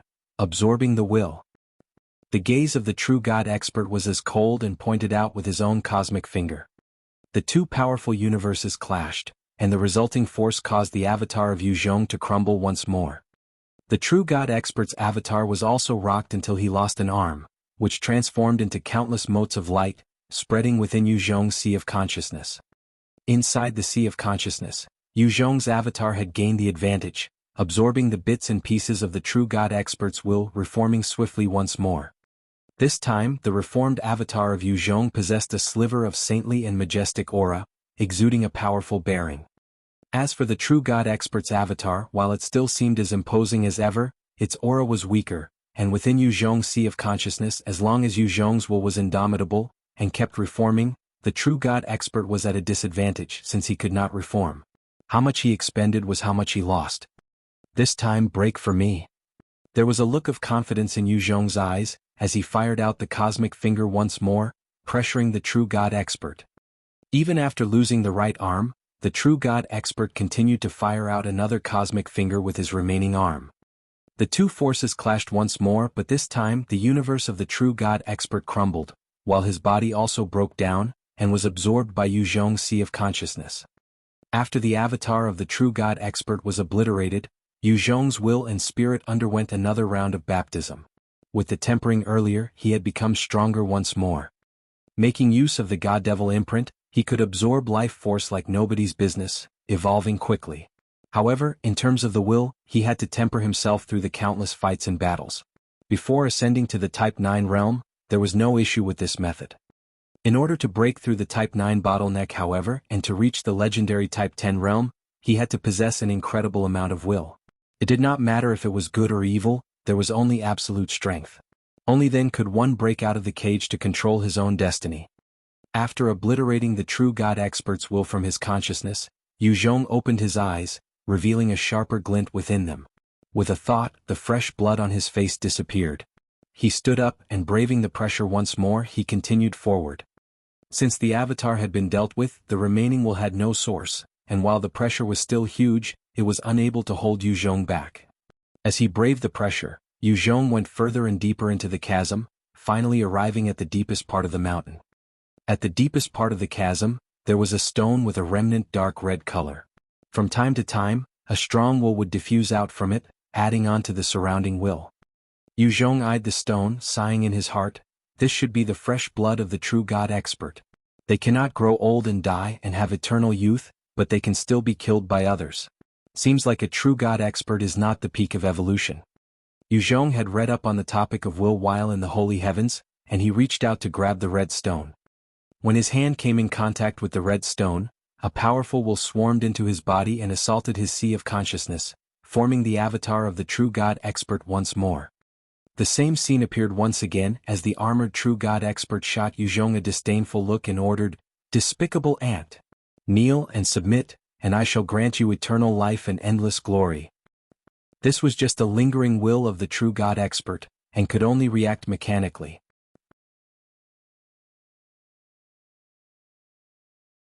With a cold look in Yu Zhong's eyes, his avatar formed, and fired out a cosmic finger at the true god expert. "I've killed you once, I'll kill you again." The lingering will had no expression, as he immediately channeled the same cosmic finger at Yu Zhong. Not long after, the lingering will was destroyed by a punch of Yu Zhong. When the true god expert was destroyed by Yu Zhong, the dark red stone in his hands also crumbled and turned to dust. When the stone crumbled, the pressure in the tunnel disappeared without a trace. When Maruf felt the pressure disappear, he was filled with even more envy towards Yu Zhong. He absorbed the will. Damn it. It would take at least 60 years for even a half-step Type 9 powerhouse to fully absorb the core of a true god expert. How could he do it so fast? What a freak. Annie eyed Yu Zhong from afar with shock in her eyes. Every single fellow who could trigger the phenomenon were truly heaven-defying talents. In just a day's time, he had actually finished consuming the will of the true god expert. His future potential is limitless. The legends are indeed true with his capabilities. It is just a matter of time before he hits the Type 9 realm. With enough opportunities, it is not impossible for him to become a true god expert as well. Originally, Annie was quite bitter about the fact that Yu Zhong had triggered that image, and thought that he was not necessarily her match. However, she could not help but acknowledge that the gulf between their strength was huge, and it would only grow bigger. Yicha Ghost, who had been waiting at one side, kneeled down. Congratulations, Master, for absorbing the will of this true god expert. From now on, your cultivation will be smooth. As long as you have gathered enough strength, you will be able to reach the half-step Type 9 realm. With additional space laws, you will become a true Type 9 powerhouse. Yu Zhong opened his eyes as two sharp gleams shot out from them, and his gaze was filled with power, causing Yicha Ghost to be slightly fearful of looking. Yicha Ghost, was the treasury you spoke of real or fake? Where's the location? Yicha Ghost lowered his head and spoke respectfully. Master, the treasury is real. Based on the information on hand, it is around this area. As for its exact location, I'm not too sure. However, based on the intel, there should be many entrances. There might even be one in this area. Yu Zhong's heart shook as he assessed the location. Is it here? The location that the true god experts will had been located was a flat land, and at a glance, there did not seem to be anything out of the ordinary. It's right here. With a thought, his powerful perception stretched out and scanned the area, discovering a small corner where there was a ripple of space. With a flash, Yu Zhong appeared in front of the corner. With a powerful tug, he tore a hole out of the space. Yu Zhong looked at the space and frowned, giving an order to Yicha Ghost. You go and test it out. In the Merlot battlefield, the danger was everywhere, and Yu Zhong did not dare to walk around, thus he needed a guinea pig. Yes, Master. Yicha Ghost replied and charged into the spatial tiers.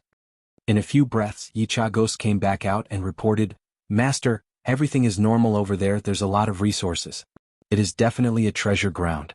From my intel, it should be the treasury. When Yu Zhong heard this, his body flickered and he flew through the spatial tear. Xiangma Hui, Maruf and Annie shot through after Yu Zhong. Yicha Ghost was left at the entrance, acting as a protector. The moment Yu Zhong stepped through, he went through the spatial tear and appeared on the other side. The other side was a vast place with no end in sight and numerous mountains forming a mountain range. All across the land, there were many precious herbs and grasses that were filled with spiritual energy, capable of transforming a person. Xiangma Hui looked at a particular patch of red grasses, her eyes filled with heated passion as she charged up there. She grabbed it carefully and placed it in her storage bag. This is the divine blood grass, and legend has it that it is formed after absorbing a huge amount of blood from half-god powerhouses. It can help an expert of the Type 7 realm and above go through a metamorphosis.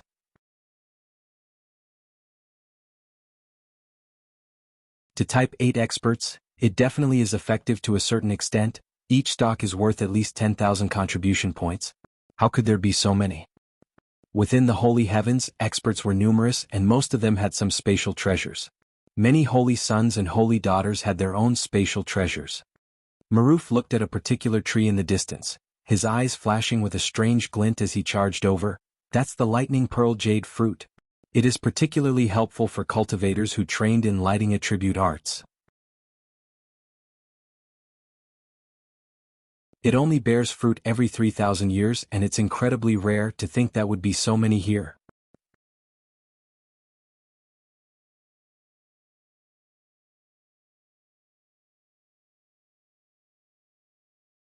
Chapter 1152, Undying Devil Spirit. Yu Zhong looked at Maruf dashing towards the lightning pearl jade fruit tree, and he suddenly felt a bad premonition. He shouted, "Watch out! Maruf! Come back! Damn, after I obtain those fruits I will have earned a fortune. Who would give a damn about you?" Maruf did not stop when he heard Yu Zhong's warning. Instead he pushed his speed faster towards the tree. At that moment the earth split open, and a huge hand covered with huge spikes burst out, grabbing Maruf with lightning speed. "Bastard, break for me! Great vanquishing sword finger!" Maruf was also a powerhouse at the peak type 8 realm. Facing such a situation he roared out in rage and executed his secret technique. His entire being seemed to transform into an incredibly sharp sword. It seemed as though there was nothing he could not pierce, and he slashed out at the huge hand. The great vanquishing sword finger was a top-tier technique, excelling in offense, and if a type 9 powerhouse were to be struck by Maruf, he or she would also be greatly injured. With this technique he had killed numerous experts. At the moment that Maruf executed the skill, Yu Zhong did not even bother any further, as he flickered and fled towards the distance. When Annie saw Yu Zhong's strange actions, her heart turned cold and she quickly followed, fleeing towards the distance. Xiang Mahui was stunned, not knowing what to do. At that moment, Maruf's huge sword slashed down on the huge hand covered in spikes and caused an earth-shaking roar. A terrifying shockwave blasted outwards. A terrifying scene full of despair then unfolded, as the sword that was capable of damaging even a Type 9 powerhouse could not slice into the hand. Instead, it had cracked and was on the verge of breaking apart. Maruf stared at the unharmed hand, his eyes filled with shock and fear. Impossible! How could there be such a monster in this world? Inside the great god world, the strongest existences were the Type 9 powerhouses. However, even they could not withstand Maruf's great vanquishing sword finger. Now, some mysterious hand that popped out from the ground was unaffected by it, causing him to feel shocked and fearful. Right, this is a terrifying thought that flashed past his mind. At that moment, the huge hand grabbed out at him viciously, squeezing hard, and the sharp spikes drove deep into his body, while the immense strength squashed Maruf into minced meat. Maruf is dead. This is an undying devil spirit. An undying devil spirit. I need to flee. I need to flee. Xiang Mahui watched Maruf being squashed to death and her heart was filled with fear, turning around to flee in panic. At the moment she turned, the earth split apart, and a towering figure of over 20 m, with countless spikes covering its body and a dense indomitable aura shrouding it. Its face was savage, and it exuded a terrifying bloodlust and killing intent as it emerged from the ground. This was the strongest and most dangerous existence within the Merlot battlefield, the Undying Devil Spirit. These spirits were existences that had resulted in the battles of true god experts. They were condensed from the battle lust, killing intent and powerful laws. Having absorbed the constant anger and hatred and dark feelings, they only knew to eliminate all living things around them, absorbing their death energy as well as negative emotions at the point of death. These undying devil spirits had a hint of those true god experts' soul. Thus, even half-step true god-level powerhouses without any gold-grade weapons would not be able to deal with them. As for low-level Type 9 powerhouses, they simply posed no threat to these powerful existences. There were also different strengths to them, with the strongest being capable of eliminating a half-step true god powerhouse. Due to this, the Merlot battlefield ground was largely a forbidden ground, where even half-step true god experts would not dare be careless.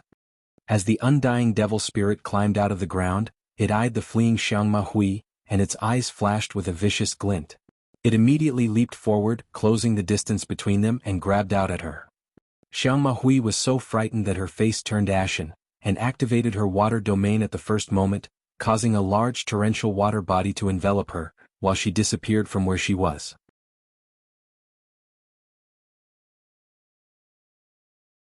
Within the domain she could transform into a drop of water, hiding among the body of water to escape. The eyes of the undying devil spirit turned cold, as two saintly beams shot out from its eyes, shining upon the water domain. It immediately caused anything of transformation to be revealed. Its right hand then shot out and tore through the domain, grabbing Xiang Mahui. She began screaming while her strength was sealed by the spirit, as her body trembled from the fear and despair. No! Don't kill me. I don't want to die. The undying devil spirit took a look at the pleading Xiang Mahui, and with a cruel flash of its eyes, its hands closed tightly.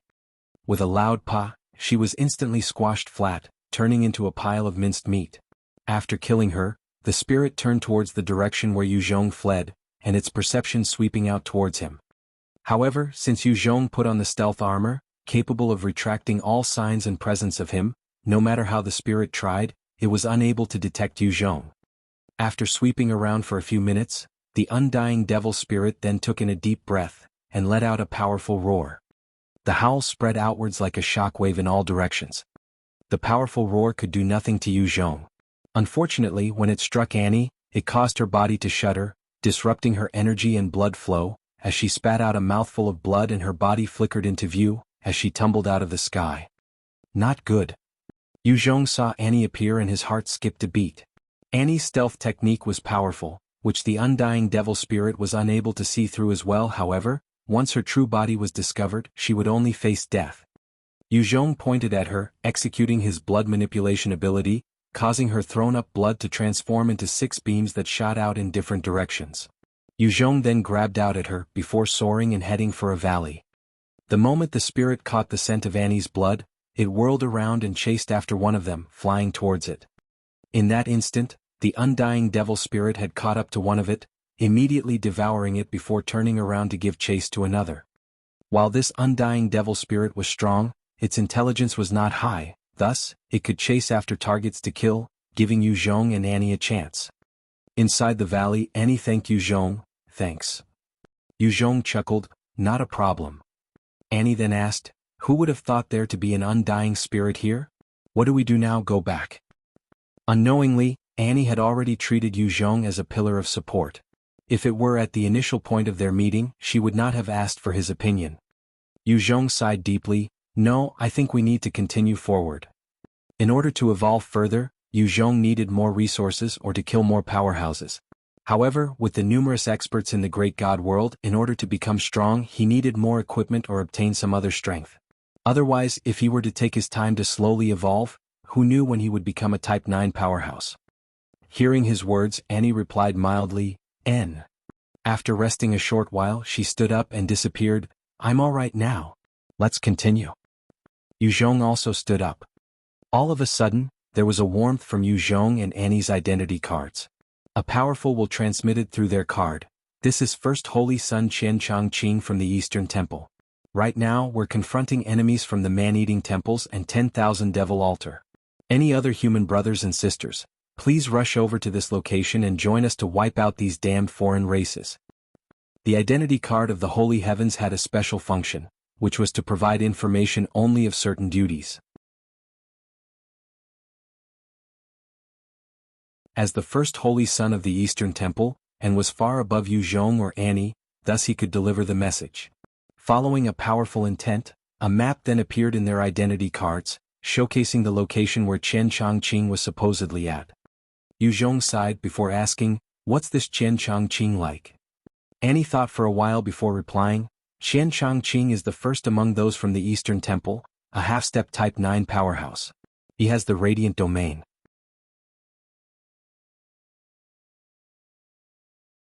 He possesses countless secret techniques, and is recognized to be one of the foremost experts of the Holy Heavens, top 10 among those at the Type 8 realm, also the one deemed to have the most potential to rise to the Type 9 Holy Lord-in-waiting position."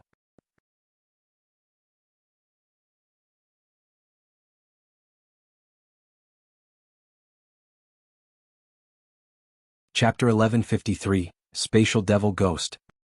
Annie explained calmly, "Furthermore, he's extremely warm in his treatment of others and is exceptionally kind.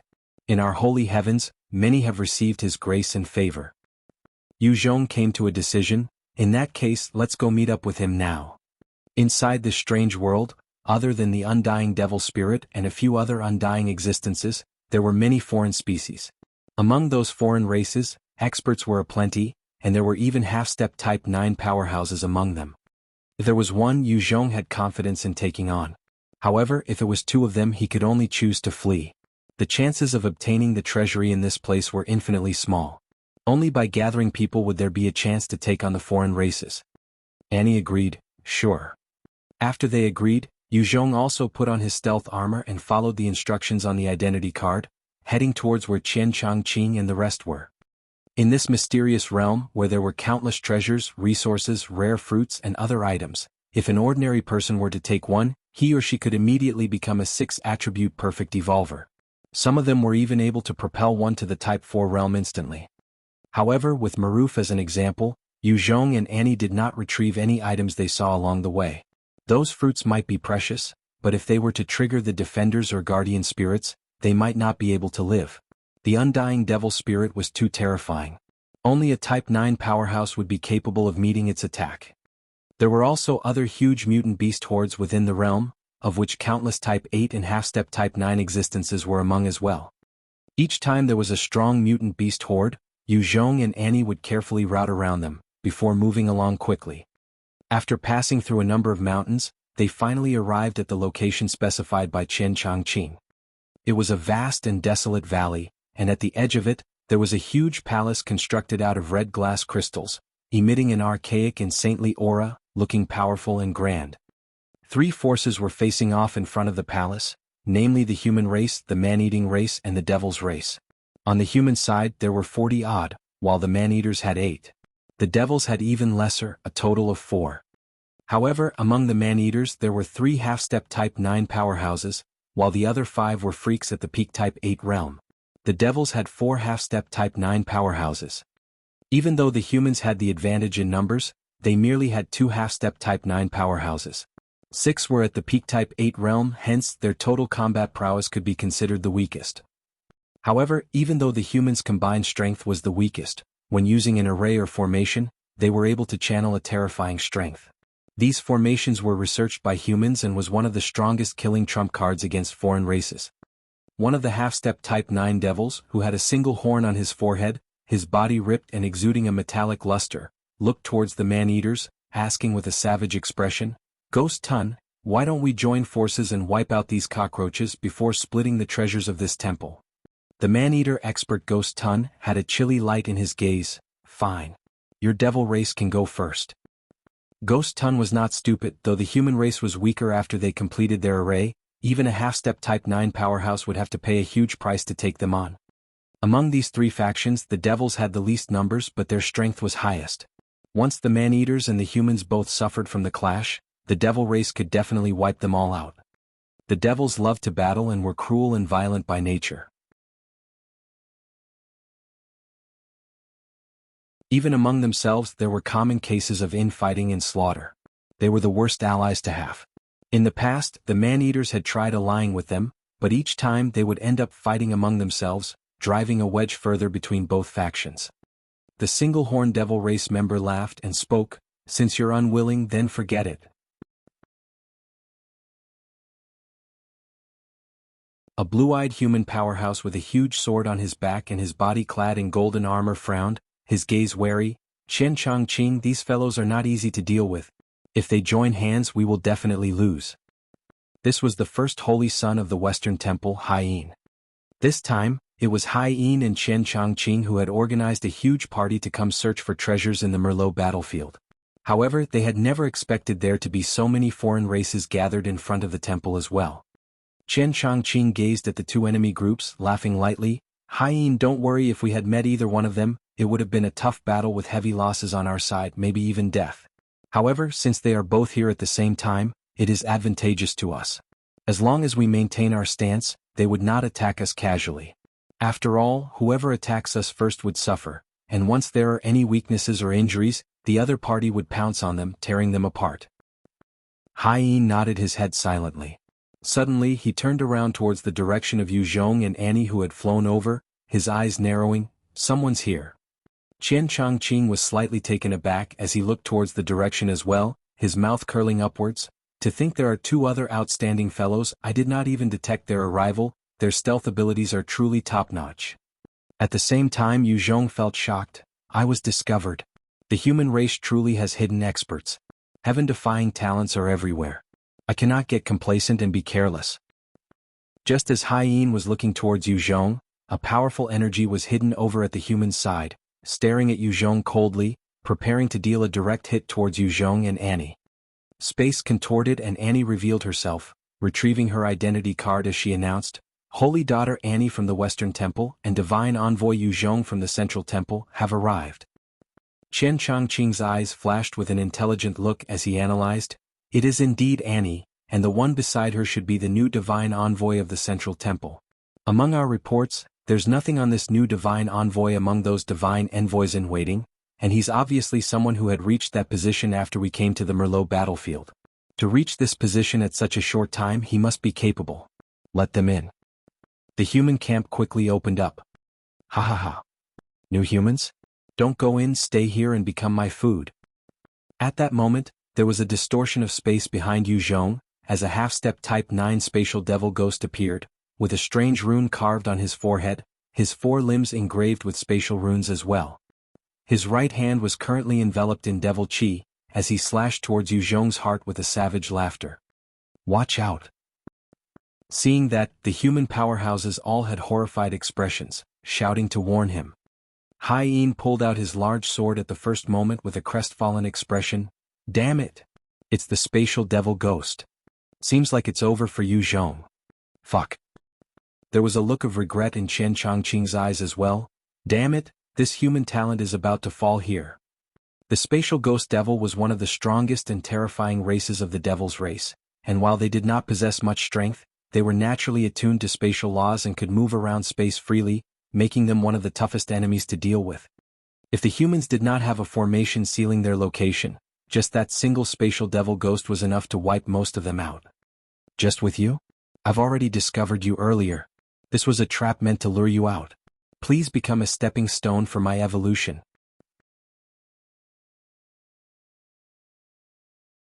Yuzhong laughed coldly, his devil domain bursting forth, enveloping the half-step Type 9 spatial devil ghost within his domain. Inside the devil domain, an endless amount of devil chi was surging and space was secure. Even the half-step Type 9 spatial devil ghost had no way of tearing apart the space to flee. After releasing the devil domain, Yuzhong was certain of the strength of this enemy, and could not let him react. With a though, he whirled around to face the devil ghost, instantly utilizing the cosmic finger that he had comprehended from the true God expert.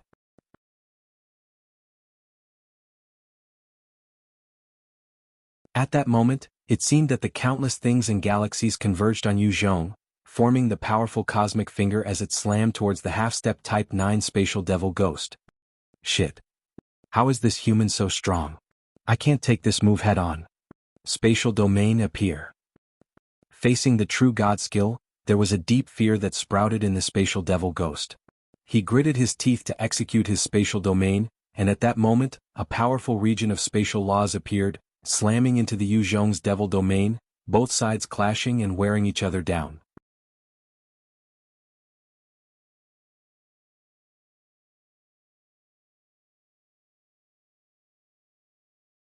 Chapter 1154, Cosmic Finger. The spatial devil ghost took the chance when his domain clashed against Yuzhong's to tear another spatial hole, trying its best to escape. With the ability to manipulate space freely, especially at its half-step Type 9 realm, even Yuzhong's devil domain was unable to fully seal its movements. Relying on the spatial advantage, this spatial devil ghost would be to escape even from a Type 9 powerhouse. Yuzhong stared at the devil ghost with a chilly glint in his eyes. With a thought, he made use of the radiant battleship hidden within the void, and let out a powerful roar, break. The radiant battleship released a powerful radiance, containing the laws and principles of space that struck the area, directly collapsing any spatial holes that the devil ghost had created. The hole he had just opened was instantly sealed shut. Fear and despair were written all over the face of the spatial devil ghost as he screamed out, "Impossible! Impossible! How could the spatial hole I tear open be closed? Even a Type 9 powerhouse would not be able to do it." The radiant battleship was a gold-grade treasure worthy of challenging God and was a spatial treasure as well. It could transcend worlds and travel freely, hence sealing a spatial rip was incredibly easy for it. As the spatial devil ghost continued to scream and shout, the cosmic finger conjured by Yuzhong finally struck the body of the enemy, causing it to break apart. In order to vanquish this foe in the shortest possible time, Yuzhong had thoroughly employed his trump cards. If he were to go easy, he would not be able to kill this spatial devil ghost. With the death of the devil ghost, a powerful source of life force flowed into Yuzhong. At the same time as he absorbed it, he gained a stronger sense of spatial laws, and the inner energy within him had reached the peak of the high type 8 level. By the time he was done, his spirit rumbled and there was joy in his eyes. This spatial devil ghost is a huge nourishment to me. If I can hunt a dozen more of such half-step type 9 powerhouses, I would be able to break into the type 9 realm directly. What? Space Rin was killed. Who the hell is that fellow? How could he take down Space Rin? That was unbelievable. He's merely at the high type 8 realm, how did he do it? Seeing the half-step type 9 spatial devil ghost taken down by Yu Zhong, the three remaining devils had eyes of shock and disbelief, their gaze towards Yu Zhong more wary and alarmed. The spatial devil ghosts were one of the toughest races to kill, even the three experts of the devil race would not be able to kill one in a frontal clash. At most, it would just be an impasse. Strong. That was formidable. Who is this Yu Zhong? He was actually able to kill that half-step type 9 spatial devil ghost. Divine Envoy, are you certain he's just a Divine Envoy? If only those at the Divine Envoy level could kill that half-step type 9 monster, then what the hell are we Holy Sons for? A hubble of discussion began to break out within the human camp, as respect, admiration, envy, all sorts of gazes were thrown on Yu Zhong. Yu Zhong's slaughter of that devil ghost had caused everyone to be filled with complicated feelings towards him. Under their gazes, Yu Zhong and Annie entered the formation and came up to Chen Changqing. Chen Changqing wore an amiable smile as he greeted Yu Zhong warmly. Yu Zhong, within our information network we have never heard of you before. In all of holy heavens, any expert above the Type 7 realm had all been researched on and I've studied them all and remember them clearly. Are you able to share your background with me? Yu Zhong's strength had been displayed clearly for him to see, thus Chen Changqing did not mind treating him as an equal. Yu Zhong replied with a short but direct answer. I'm the new disciple of the Central Temple's Holy Lord Tiando, and I'd just been raised to the Divine Envoy position a few days back. Annie suddenly added in, when he passed through the initiation gate, he triggered the Howling Dragon and Roaring Tiger image. Hearing that, the rest all had changes in their expressions, their gazes towards Yu Zhong becoming even deeper. Someone who could trigger that image was definitely a heaven-defying genius.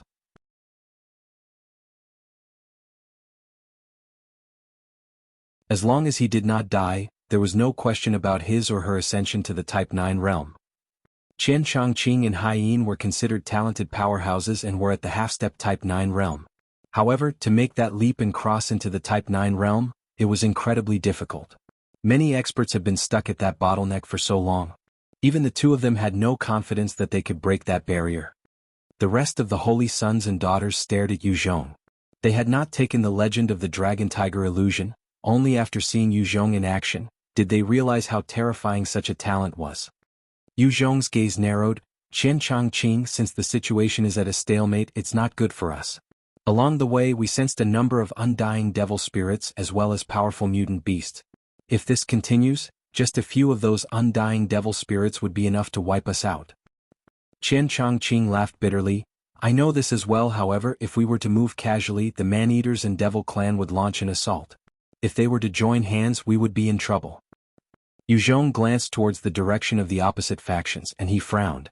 He did not have a solution as well. If the two groups joined hands, they would be enough to deal with the human faction. Even with Yu Zhong and Annie, it would be hard to deal with them. Right at this time, the blue crystal key that was hidden in Yu Zhong's ring suddenly shot out of his ring, transcending space and directly inserted into the doors of the majestic temple. The archaic and ancient gates of the temple that was engraved in runes then swung open slowly. At the same time there were many loud horn sounds. Under the enveloping horn sounds, the entire region started to crack open, as numerous skeletons of different sizes started climbing out of the ground. They were of different sizes and shapes, but share one common trait, which was that their bones were all golden in color. Even after goodness knows how long, they had maintained that resplendent gold color. Their eyes were all shining with intelligent flames, and their bodies radiated an insidious but powerful aura. These skeletons were not undying devil spirits, but another variant of the undead called Specter skeletons. In the past, these had all been half-step Type 10 powerhouses. They had developed indestructible physiques and were just left with the transformation of their souls to reach the Type 10 stage, a true god. After their deaths, they had left their physiques behind, that merged with the gathered yin qi and resentment to form these specter skeletons. Each one of them was at the Type 8 realm, some of the strongest even being at the Type 9 realm. Within the Merlot battlefield, they were also considered one of the most terrifying forces. These tens of thousands of specter skeletons gathered together, even a half-step true god powerhouse would feel his scalp turn numb and retreat. Otherwise there was a danger of perishing here. Within the area of over a 10,000 li, countless skeletons continued to emerge from the grounds, and the beautiful region rich in cultivation energy was suddenly overflowing with resentment, deathly qi, insidious yin energy. The skeletons gathered immediately when they emerged, moving slowly but steadily towards the temple. At this point, a land near the temple also began to split open as large, golden skeleton hands burst out, pulling the rest of their skeletons up. The doors of the treasury is open. Let's head in first. The three devils laughed out loud and transformed into beams of light that shot towards the temple. Earlier, when all three factions had waited outside the palace, it was because the gates were shut. If any were to try and open the gate, the other two would pounce on them. Hence, a strange equilibrium was achieved. Now that the gate was opened, the devil race could not be bothered with the humans. The treasures within the palace were of even greater importance. At the entrance, 8 specter skeletons leaped out, wielding bone-formed weapons, pouncing towards the three devils. "Ha, a bunch of bones, break for me." One of the devils charged forward with a vicious smile, punching out over 1,000 times on the bodies of the 8 specter skeletons.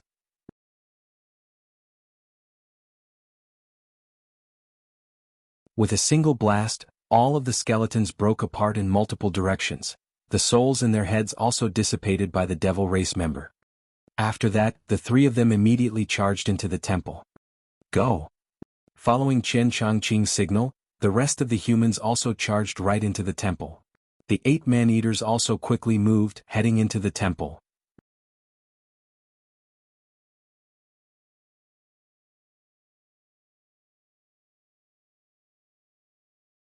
Chapter 1155. Type 9 Specter Skeleton. All of a sudden, a golden mighty hand came bursting forth from the ground, grabbing the 8 man-eaters. Ghost Tun roared out, sending out his own fist that caused the atmospheric energy to congeal into a green fist that slammed into the descending palm. Get lost. The huge golden hand waved casually, and scattered the energy punch of Ghost Tun, before slapping out once more, turning one of the man-eating ghosts into meat paste. It's a Type 9 Specter Skeleton. Everyone flee. Ghost Tun had a horrified expression as he roared out and quickly shot towards the temple. A Type 9 powerhouse and a half-step Type 9 powerhouse were two vastly different entities. Ghost Tun, who was at the half-step Type 9 stage, would only fall at the hands of a Type 9 powerhouse. Hearing that, the rest of the man-eaters had changes in their countenance as they quickly made for the huge temple. In that instant, a humanoid specter skeleton with a pair of golden wings and a single golden horn on its forehead shot out from the side, the blade in its hand slicing down at one of the man-eaters, carving him in half. Another specter skeleton formed from only 10 bones leaped out from the ground, grabbing one of the man-eaters and dragged him towards the deep recess of the abyss in the ground. Not long after, there was a miserable shriek from the ground before it fell silent. In just a moment, the man-eaters had suffered a huge loss. The humans did not have an easy time either. A huge golden palm burst out from the ground, exuding a mighty aura that slapped towards the formation of the human group. That palm carried a boundless strength formed from resentment and yin qi, as well as thick death laws, slapping down towards them. The leader, Chen Changqing, had a steely expression as he roared, "Evacuate!" Even if they were to combine all 40 of them, it would not be enough to take on that single palm. The only thing they could do was to quickly leave the location. The 40 human experts were all alert and reacted at the same time, dodging to the sides. However, since the golden palm had burst forth in a single grab, it managed to grab one holy sun. "Save me! Save me!" The face of the holy sun contorted as he let out screams of despair and fear. However, a terrifying pressure enveloped him, and in an instant, he was crushed and reduced to a pile of bones without any sign of life left. Yu Zhong stared at the holy sun, his scalp turning numb. What a domineering Type 9 specter skeleton. There were specter skeletons everywhere, and under the terrifying pressure, 2 holy suns immediately executed their techniques in a bid to flee. They had already abandoned all thoughts of fighting for treasures and wanted to get out alive. Seeing that, the rest also began to react, a few of them wanting to leave as well. Treasures were good, but their lives were more important. Right at that moment, 2 golden bone arrows tore through the skies, piercing the 2 fleeing holy sons. In a breath, they turned into skeletons and fell from the skies, not a breath left in them. Yuzhong swept a look and discovered many of the Specter skeletons were just standing guard outside of the temple, not daring to go near it. He had the epiphany right then: the inner sanctum. Enter the inner sanctum and we'll have a chance. These Specter skeletons do not dare enter the divine temple. After that, his figure flashed and he charged in the direction of the temple. At that moment, a Specter skeleton with gold bone wings shot in front of him, slashing out towards Yuzhong's heart with its claws. Go to hell. Yuzhong punched out with his fist, slamming into the Specter skeleton, and his immense strength burst forth, directly breaking the skeleton apart.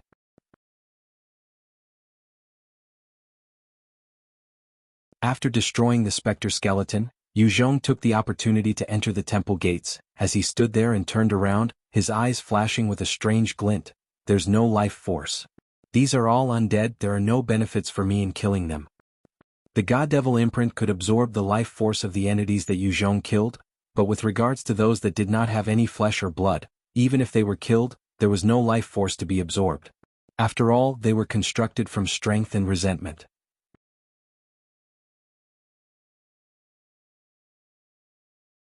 The various holy sons and daughters of the human factions were experts in their own right, making use of all their abilities to weave through the line of Specter skeletons, arriving at the temple gate.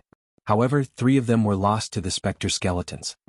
However, with more humans entering the temple, the attention of the Specter skeletons shifted to those still outside, increasing the difficulty. One particular holy son opened his palms and fired out vines, grabbing 2 of the Specter skeletons in front of him and flung them violently behind. Get the hell out of my way. After throwing those 2 skeletons, the holy son continued to soar towards the gates. As long as he reached, he would be safe. At that moment, there was a flash of gold as a blade sliced through the head of the holy son, directly splitting his head in half, and his corpse fell out of the sky. He was barely 50 m away from the temple gates. Seeing this, all the human experts felt a chill in their hearts, as they watched the 5 remaining human powerhouses and their struggles. Even a half-step Type 9 powerhouse would fall when surrounded by such numbers. The remaining 5 powerhouses were considered the weakest among the human faction. Without any external help, they would surely die. Yuzhong took a look and frowned before tapping his foot and charging straight into their midst. Annie was surrounded by numerous transparent silk while in the midst of the Specter skeletons, continually fending them off. If the skeletons had flesh, they would have been ripped apart by those wires. However, as their bones were from half-step Type 10 experts, they were incredibly tough, and unless an actual Type 9 powerhouse acted, it was impossible to break their bones. Annie then controlled the silk to bounce the skeletons away. Soon, she was covered in perspiration, and her strength was beginning to ebb away. She was utilizing all her concentration and strength to resist their attacks. As long as she became weaker by half, the Specter skeletons would be able to barge through her defenses and tear her apart. Under that sort of pressure, she continued maintaining her focus. All of a sudden, a huge skeleton appeared, over a dozen meters tall, sending a powerful punch towards her. With a loud blast, the silky webs were almost torn apart, while the Specter skeleton was also sent flying back by the rebound. At the moment, Annie's defenses crumbled, for Specter skeletons charged forth, slashing out at her from 4 different directions. As danger befell her, Annie continued to maintain an icy look. However, there was a sliver of despair in her heart. Who would have thought that I'd perish here? Just then, a figure shot past one of the skeletons, sending a powerful punch out, and the atmospheric energy gathered together before exploding out, and the Specter skeletons were all blasted backward in a shower of gold bones. Annie focused her eyes, noticing that it was Yuzhong, and there was a strange feeling that welled up in her. It's Yuzhong. He saved me. Gather on me. Yuzhong roared out in rage as he sent out another punch full of strength, blasting another dozen specters away. The 4 other holy sons quickly gathered around him, forming a small formation. Charge! He waved his fists and punched out at space, causing a huge atmospheric pressure to weigh down on the scattered bones, preventing them from reforming, and forcefully carved a path out. The 5 other holy sons and daughters quickly executed their secret techniques as well, triggering the atmospheric energy to fend off the skeletons at the side.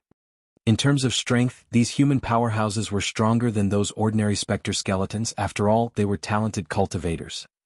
Just as they were about to break out of the deadlock, the earth suddenly split apart, and a huge giant Specter skeleton appeared. It was the one who had squashed the peak Type 8 man-eater. Heaven and Hell Apocalypse.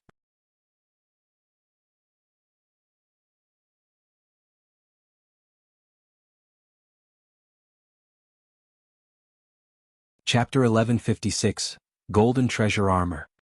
The Type 9 Golden Giant Specter skeleton opened its eyes, as 2 beams that could tear through the heavens itself, imbued with terrifying suffocating pressure as they weighed down on Yuzhong. Shit. When he was swept by those beams, Yuzhong felt his body turn cold as an incredible feeling of danger arose.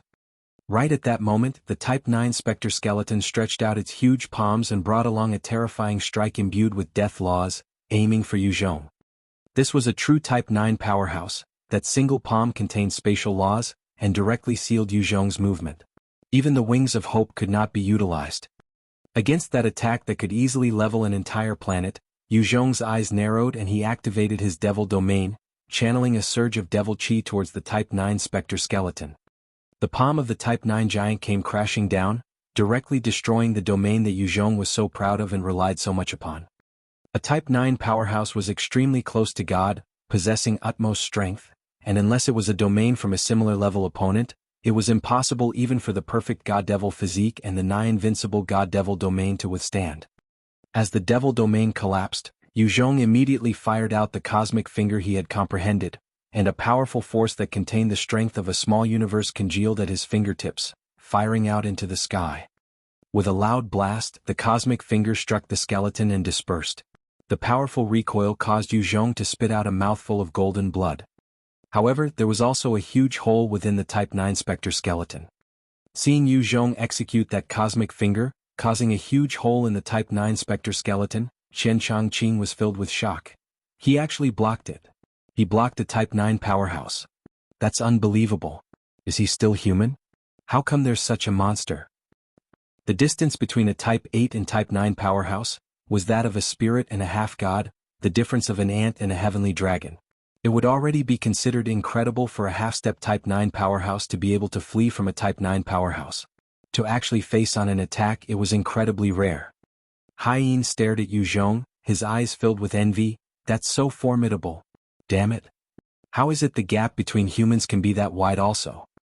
The rest of the holy sons and daughters were also shocked. They had seen and experienced a lot along with their own journeys, and they were naturally clear on the strength of a Type 9 powerhouse. Yuzhong's cosmic finger tore through the Specter skeleton, and he gritted his teeth to suppress the backlash, grabbing the 5 other humans and charged through the large hole, flying directly for into the temple gates. The Type 9 Specter skeleton watched blankly at the huge hole in its right arm, and its resentful gaze then turned to Yuzhong, who was standing at the temple gates. There was a sudden strange glint in the gaze of the Type 9 Specter skeleton, and it grabbed towards the temple viciously. What? Is the Type 9 giant actually not afraid of the temple? A terrifying thought appeared for everyone, and their faces turned pale, as they quickly dashed further inside the temple. If the Type 9 Specter skeleton was truly not afraid of the temple, it would be able to kill everyone present. When the claws of the Specter skeleton came to a distance of about 10 m from the temple, they suddenly broke apart and scattered over the ground. It quickly retracted its claws, or what was left of it. The seemingly indestructible hand had actually lost everything from the wrist. Yuzhong had stayed behind to observe, and upon noticing its situation, his eyes brightened. Everyone, no need for panic. It cannot enter the temple. Help.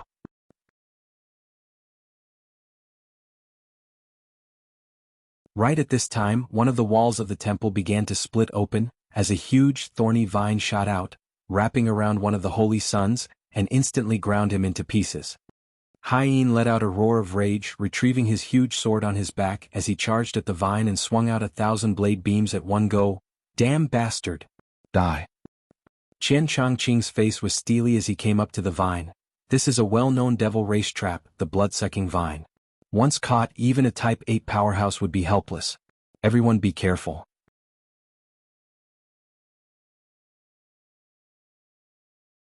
There is definitely more around here. Those damn devils want to slow us down. Inside the great god world, there were many strange things, capable of devouring even Type 8 powerhouses. Only by reaching the Type 9 realm would one be able to ignore such things. Annie stepped up and spoke coldly, "Let me handle these traps. My ability is the best counter to these trifling things." With that, she waved her hands and countless silk shot out towards everywhere, and everywhere they touched, the traps folded and disappeared mysteriously. She then retracted her lines, "It's done. Those traps are already destroyed. However, I'm not sure if there are other traps within the temple." Qian Changqing nodded silently, "Let's move on." The group then proceeded further into the temple. The insides of the temple were resplendent, gold shining everywhere, and engraved with many beautiful murals. However, within those crystal walls, there were also fluctuations of true God's wills, and everyone did not dare approach them carelessly. If they were to accidentally activate some restriction, it would spell the end of them. If a true God expert wanted to kill a Type 8 powerhouse, all it took was just a thought. Even someone like Qian Changqing, a half-step Type 9 powerhouse, would not be able to escape. Only a Type 9 powerhouse would cause a true God to take another look. The group continued forward, following the long and narrow tunnels, before finally arriving at a large field. Inside the central field, there was a round altar, exuding a saintly and ancient aura, carved with countless mysterious runes. Right in the center of the altar was a single suit of armor that was gold in color, giving off a powerful and oppressive aura. Qian Changqing stared at it, his heart skipping a beat as a heated and excited look appeared on his face. "That's the gold-grade treasure battle armor. Oh my goodness, to think there's such a treasure. With it I can take on a Type 9 powerhouse." Haiyin stared at the armor and his heart trembled too, his eyes filled with greed. "Gold-grade battle armor. If I can obtain it, I can instantly become a Holy Lord level powerhouse." A gold-grade treasure was extremely rare even in the holy heavens. Furthermore, an armor-based gold-grade treasure was increasingly rare. These were items that had existed in history eons past, where even true gods had worn them before. A Type 9 powerhouse could not hope to damage it in the slightest. Every piece was extremely precious, and if a Type 8 powerhouse were to put it on, it would allow his or her combat strength to reach the Type 9 stage. Furthermore, while the item was lacking in offensive power, its defense was definitely much stronger, and the user would be hard to kill. The rest of the Holy Sons also stared at it with heightened desire. "That is mine." 3 Holy Sons finally could not suppress their greed, as they shot towards the altar. When they saw people making their moves, the rest also could not help themselves as they pounced towards the armor. There was only one such armor, and yet there were so many of them. It would naturally belong to whoever reached it first. Once any of these holy sons or daughters obtain it, they would become the strongest powerhouse among those present here. Even Qian Changqing and Haiyin could not help themselves as they shot towards the altar. Only Yu Zhong was the only who kept his guard up, as well as Annie, who stood quietly behind him, not moving. Annie had a rare hint of anxiety as she asked, "Yu Zhong, why aren't you going over? If you gain it, you can instantly become a Holy Lord level powerhouse." Yu Zhong's perception swept up as he replied warily, "It's not so simple. The 3 devil members and those man-eaters had entered earlier than us. If that treasure was so easy to obtain, they would have taken it long ago. It's likely that this is a trap."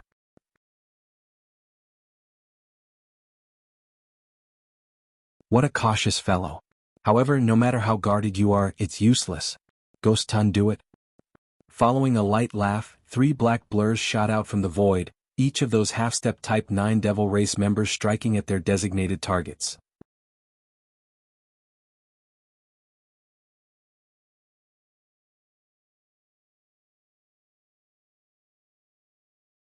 Chapter 1157. Killing the Devil Witch. The 3 half-step Type 9 experts from the Devil Clan threw all their might into their attacks. At that instant, one of the Holy Sons had his head dug out, another was sliced in 2, and the last had his head decapitated.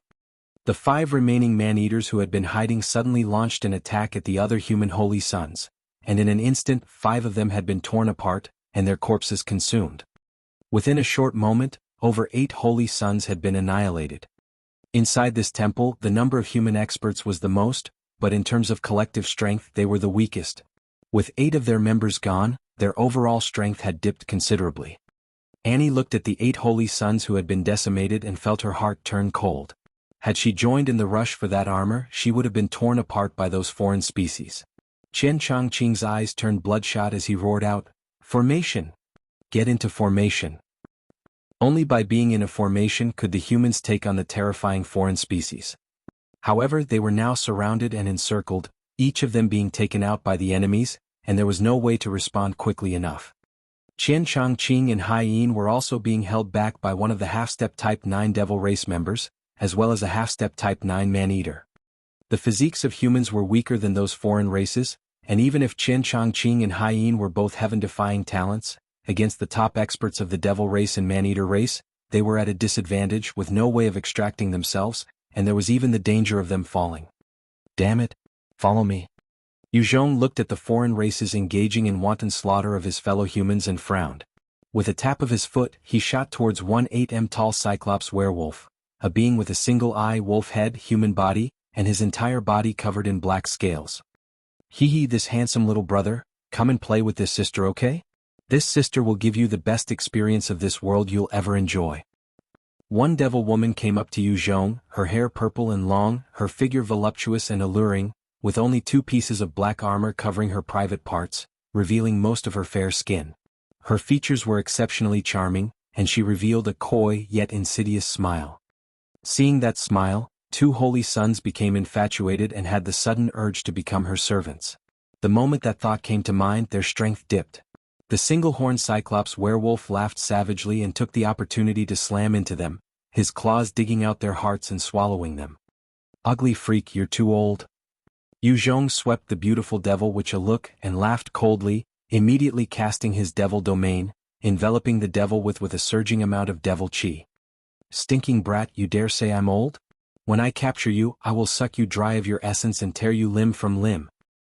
Hearing Yu Zhong's curse, the mouth of the devil witch twitched as she reached out and sent out a powerful yet kinky lust domain that was pink in color. The pinkish aura surged forth and tried to resist the invading devil chi from Yu Zhong's devil domain. This devil, which was one of the peak experts of the 10,000 Devil Altar, her lust domain could ignite all passion and desires of any living creatures. Even a Type 9 powerhouse would turn into a lustful wolf when enveloped by this domain. The lust domain was considered one of the top domains of the 10,000 Devil Altar, and the moment she executed that move, Yu Zhong's devil domain was held at bay. "Kiki, handsome, do you think I'm beautiful?" The beautiful devil witch wore an alluring smile, shaking her body in an erotic manner while exuding an intoxicating charm, flying towards Yu Zhong.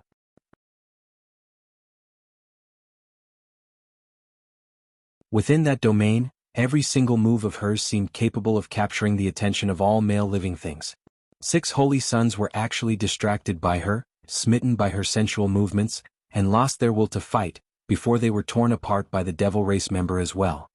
Other than a few other half-step Type 9 powerhouses, even the man-eaters could not help but stir at the sight of that devil witch, their movements and strength sapped, giving some of their human opponents a moment of breath.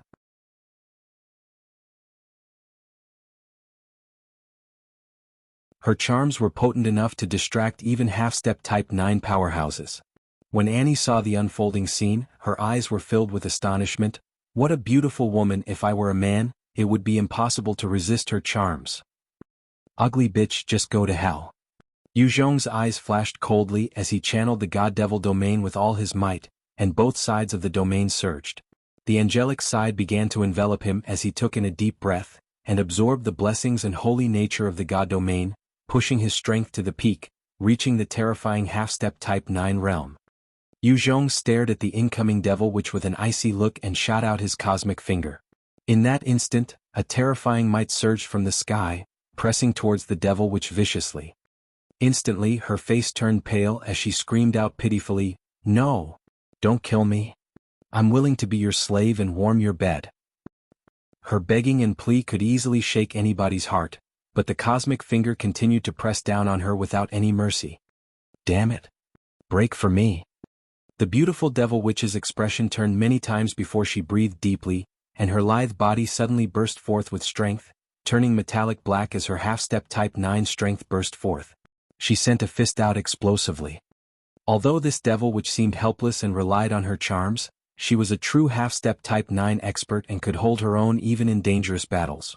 She did not need to rely solely on her charms as her strength was decent enough. A black light that seemed capable of tearing the sky slammed into the cosmic finger, and with a loud boom, a powerful shockwave blasted outwards, causing many to shudder. The image of the cosmos from Yu Zhong's attack shuddered slightly but managed to disperse the fist of the devil which, as it slammed into her, directly obliterating her. The moment she was killed, a pure and abundant life force surged into Yu Zhong's body. Marlin died. That human's domain is so strong. What is it? How come it's so terrifying? Seeing how the beautiful devil which had been killed, everyone was filled with shock as they stared at Yu Zhong in trepidation. As for Yu Zhong himself, he had already leaped out at 1/6 tall man-eater who had a long horse face, yet his teeth as sharp as a tiger, and sent out a fist. There was a loud blast as the head of the man-eater expert burst apart like a watermelon. Annie, who had been standing quietly behind as though she did not exist, waved her hands and caused countless transparent silk to shoot out, instantly binding a 13 tall Type 8 mutant giant, stopping his movements for a while. The Type 8 mutant bronze giant had immense strength, his physique surpassing many others. With a powerful shrug he caused the strings to break. As the strings floated away, Yu Zhong appeared in front of the Type 8 mutant bronze giant mysteriously, sending a powerful fist at his head and bursting it. The devil chi continued to surge, and within the devil domain, there was a weak man-eater warrior within with a crow head and dragon wings. Yu Zhong then teleported in front of that warrior and punched out at the head as well, blasting it to smithereens. In just a few breaths, 4 foreign species members had fallen at Yu Zhong's hands, their immense life force absorbed by him, causing him to become even stronger. The deaths of these 4 experts were also a huge loss to these foreign species. Join hands to deal with him. Otherwise we'll all die here. The single-horned Cyclops werewolf let out a loud howl, activating his domain, as his own devil domain surged forth and clashed against Yu Zhong's.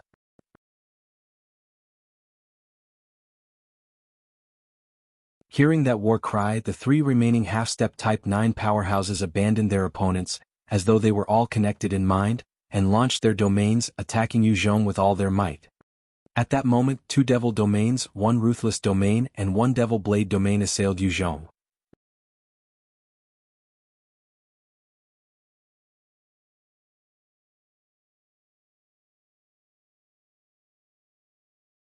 Chapter 1158, Tear in Space. Qian Changqing and Hai Yin eyed Yu Zhong, who was being surrounded, and hesitated for a bare moment, before turning around to soar towards the gold-grade battle armor. Evidently the treasure was more important than Yu Zhong. Joining hands? It's a pity you're too late. Had you guys been earlier, I might have been unable to take on you guys. Now all that awaits you is death. With a cold laugh, Yu Zhong shot to the skies, his devil domain suddenly shrinking around his right fist. With another step, he then traversed through the air like a god, his fist slamming into the devil domain released by one of the horned devils. After absorbing so much life force of the many Type 8 powerhouses, Yu Zhong's base strength was already in the peak Type 8 realm, and his power had increased qualitatively. The God-Devil domain was increasingly stronger and could be maintained over a longer period of time, not dispersing so easily now. Under the merciless assault of Yu Zhong, the Horned Devil's domain was instantly obliterated, the Devil Chi within absorbed by the Devil domain around Yu Zhong's right fist. The God-Devil domain of Yu Zhong was the strongest and purest form of energy, placed atop the rest of the devil-related domains, and had the most comprehensive of laws within. All other devil domains within the great god world would be suppressed by Yu Zhong's domain, thus, it was no surprise the Horned Devil lost. Furthermore, Yu Zhong had enhanced his strength through the god domain, reaching the half-step Type 9 realm. He could naturally crush the enemy's devil domain with a single punch. There was an utter look of disbelief and shock in the eyes of the Horned Devil. How? How could my domain be broken by a mere Type 8 human? Go to hell. Yu Zhong roared as he sent a punch at the head of the Horned Devil after breaking through the domain, bursting it and absorbing the remnant life force. At the same time, the remaining 3 domains also surrounded him, sealing his movements. Facing the attack of those 3 half-step Type 9 powerhouses, Yu Zhong laughed coldly as he barked out, "Open!" The radiant battleship that was hidden in the void immediately shot out a beam of light, as it tore a spatial rend right in front of Yu Zhong. The attacks of the 3 half-step Type 9 powerhouses were all absorbed into the spatial tear, without harming Yu Zhong in the slightest. One of the devil had a pair of goat horns, his visage savage, and he had a pair of devil wings, looked horrified as he muttered, "Impossible! How can he control space? That's a power only Type 9 experts have. He's just a Type 8 powerhouse, how can he control space? How?"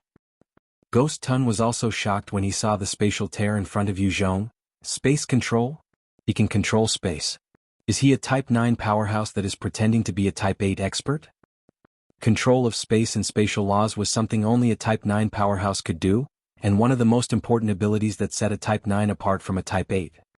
Within the Great God world, many mutant beasts had strength already exceeding some Type 9 powerhouses even at the half-step Type 9 stage.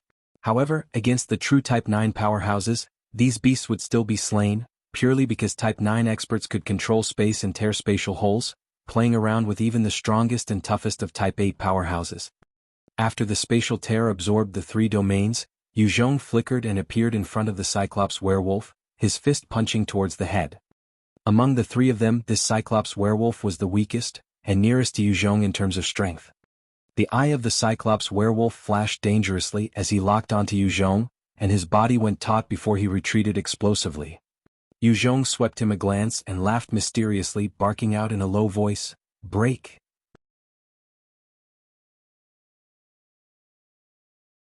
There was a sense of danger that welled up in the werewolf's heart. At that moment, a number of transparent silk wrapped around the Cyclops werewolf, and in a flash his body was torn and scratched by that silk, causing fresh blood to flow, while his retreat was suddenly cut off. Yu Zhong's brilliance had completely overshadowed Annie, causing everyone to forget that there was this holy daughter who was an expert as well.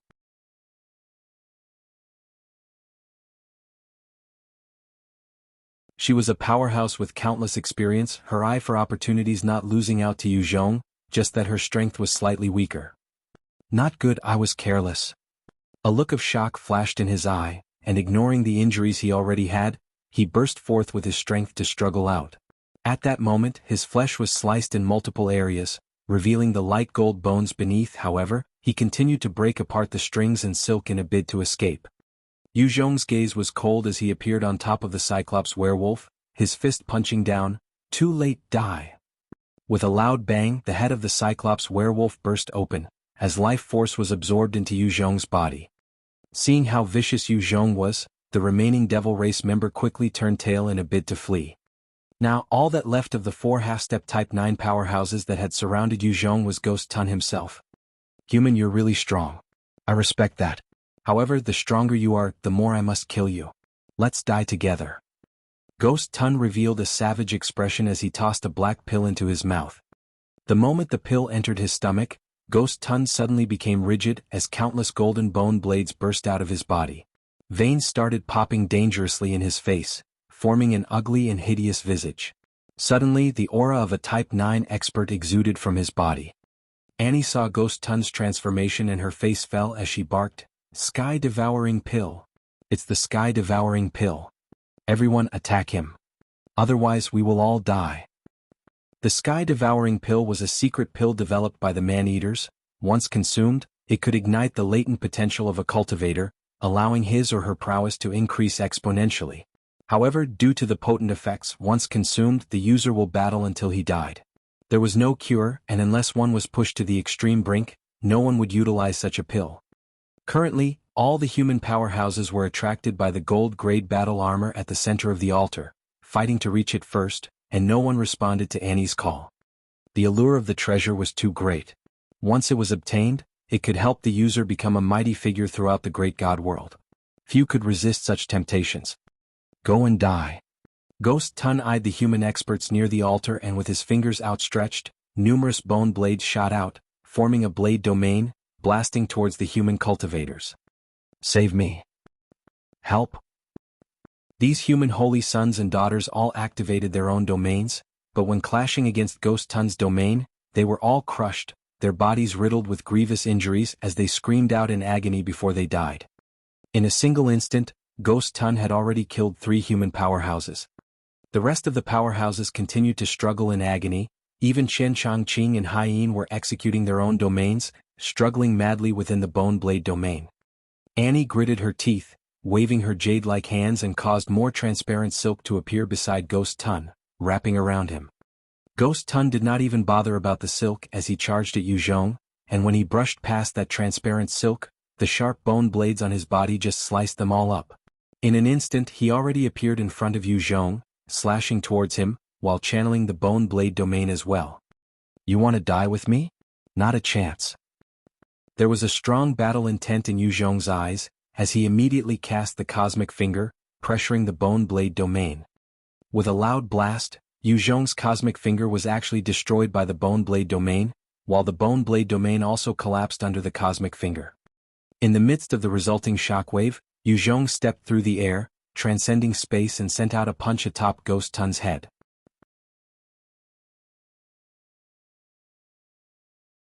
The terrifying strength burst forth and caused a huge hole within Ghost Tun's head.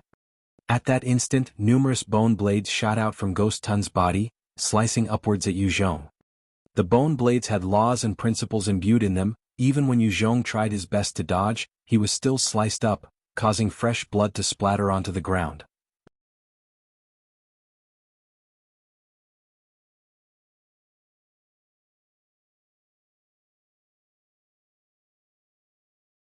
Chapter 1159. Destroying Ghost Tun. The torn muscles and flesh on Ghost Tun's head quickly regenerated, as the injury that Yuzhong caused recovered in a blink of an eye. Yuzhong's body flickered through the endless bone blades, while his fists punched out rapidly, covered in golden saint-like radiance, destroying the bone blades that appeared in front of him. After passing through the bone blades, Yuzhong came up to Ghost Tun's head once more, his fist punching downwards in 1,000 fist shadows. Under that merciless assault, Ghost Tun's head was ravaged and healed, over and over again. Even when Yuzhong managed to destroy it fully, it was able to regenerate within seconds. The brain could be destroyed, but Ghost Tun was not yet dead. It was truly horrific. As Yuzhong was continuously pummeling Ghost Tun's body also fired out a number of bone blades, using strange angles to attack Yuzhong, forcing him back. At the moment Yuzhong retreated, Ghost Tun's body recovered completely, as though he had not been injured at all. He was basically an undying freak right now. Yuzhong stared at it and frowned. "Damn it. I can't kill him. If this goes on, the person to die will be me. Seems like I can only do that." With the support of the God domain, Yuzhong had temporarily risen to the half-step Type 9 realm. However, each second sapped him of a lot of energy. He could not maintain it for too long. His gaze narrowed and he quickly smashed the bone blades apart. He then appeared behind Ghost Tun, and ignited his flame domain, before congealing it to a layer that covered his right fist, burning with the God Devil flames. He then punched out at Ghost Tun. At that moment, the golden God Devil flames ignited and began burning Ghost Tun's body, burning up large chunks of its flesh and blood. Ah! Burned by that God Devil flames, Ghost Tun screamed out in agony, as countless bone blades burst out from him again, trying to slice at Yuzhong. "Break for me." Yuzhong's body started to radiate like a god, as his left fist channeled a sky-covering shadow fist, breaking through all the bone blades, while his right fist smashed into Ghost Tun's body mercilessly and continuously while wrapped in the God Devil flames. The intense assault caused Ghost Tun to roar out in agony, his body ablaze in flames. Ghost Tun's vitality was incredibly tenacious. Even when his flesh was being burnt away, it was regenerating at an insane speed. However, ultimately the regeneration speed could not compare to the God Devil Flame's incineration, and amidst his miserable cries, he was finally burnt to a pile of ashes. With his death, a pure amount of life force shot into Yuzhong, nourishing him. After killing Ghost Tun, Yuzhong heaved a sigh of relief, and immediately released the God Devil domain and Flame domain. Maintaining both at the same time was a huge expenditure of his energy. Under such circumstances, he would be totally sapped after a mere 3 minutes of combat. At this time, Yuzhong glanced towards the altar, noticing a number of the holy sons reaching it. One of them managed to get to it, with greed in his eyes as he stretched out to grab the gold-grade battle armor. Behind him, another holy son had a chilly glint in his eyes, as he roared out and sent a vicious slap, causing a dragon formed out of energy to blast the holy son in front, sending him flying with heavy injuries. "Get lost. It's mine." Among the humans there was strife too. Against the foreign species they would work together and fight alongside. However, once those external threats were not present, and faced with an incredible treasure, their inner greed and demons would rear their ugly heads, causing them to slaughter each other in greed.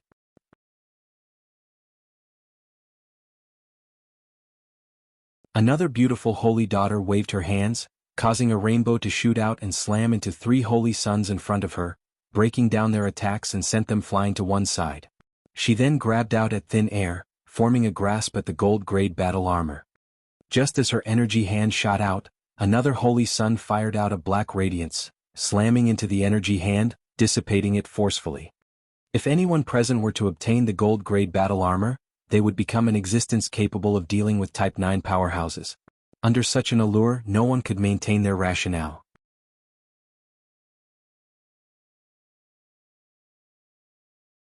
The only thing holding them back from killing one another was because they were still fellow humans. Hence no one died. However, as the battles raged on, they became even more furious with one another. Yuzhong stared at them quietly without any intention to join in, just frowning at their mad behavior. At the same time, he took out a vial of Type 9 mutant beast blood to drink and recover his energy. Annie also stood quietly by Yuzhong's side, like his shadow, watching the scene in front of her, and a hint of greed in her eyes. She was someone who fought in the shadows, acting as support. Her silk strands enabled her to control someone else like a puppet and could split apart armors and tie her enemies. However, in a frontal clash, she was no match for the rest of the holy sons and daughters. Hence, when fighting for treasures, she knew she did not have an upper hand. She was always one who kept her calm, and since she knew there was no chance for her to obtain the treasure, she did not step forward to fight for it. Qian Changqing let out a loud roar towards the sky. Everyone stop. Listen to me. There's a problem with this treasure. If it was so easy to obtain, then the devil race and man-eaters would have taken it before us. Stop. Stop fighting. Every one of the holy sons and daughters was smart, and they quickly sobered up at that, realizing that they had missed that point. It was unfortunate that greed had blinded their eyes earlier. Qian Changqing had used a psychological attack in his roar, shaking them out from the greed that overtaken them, forcefully bringing the infighting to a stop. At the moment they stopped, one handsome holy son dressed in white appeared like a specter atop the altar, his lips revealing a smug smile as he reached out to grab gold-grade battle armor. Just as he touched the armor, the altar suddenly radiated brightly, forming a huge golden shield that enveloped him and the armor. The runes around the altar shone, and a number of sharp gold spikes burst out from the altar, piercing that holy sun. A mysterious force then traveled through the spikes, immediately sucking the holy sun dry, turning him into dust. A wind blew past, scattering the ashes to one side. Seeing this, everyone's heart turned cold. They had finally cooled down enough to stop fighting and come up to the altar together. Yuzhong also came up to observe carefully. The temple was harboring too many mysteries. If one was not careful, a Type 8 existence could be snuffed out just like an ant. All around the altar, there were many runes engraved, each of them emitting a strange aura. The gold-grade battle armor was placed right in the middle, and right at the spot where the treasure met the altar, was a silver keyhole. Seeing that, Yuzhong's brows furrowed and turned to leave. Such a treasure needed a key to open. With his current strength, he could not break through it. Only a Type 9 or even Type 10 True God expert would be able to deal with the methods of another True God expert. Right as he was about to leave, the crystal silver key within his storage ring began to shudder as though it was alive. Immediately he decided to stay, watching them quietly. Qian Changqing swept the entire place a glance before sighing, "There's no way about it, this treasure needs a key to retrieve. Let's go search for other treasures." After that, he turned around without any delay and headed further into the temple. This palace was a treasury, and there was sure to be other treasures other than this armor. Plenty of mutant beast nuclei, leather, scales were placed everywhere. Type 5 mutant beast nuclei were piled up as high as mountains. Weapons of all sorts were placed everywhere casually. There was even a treasure on the same level of the heaven-piercing bow. The remaining holy sons and daughters began to leave, dispersing in other directions, retrieving the various treasures.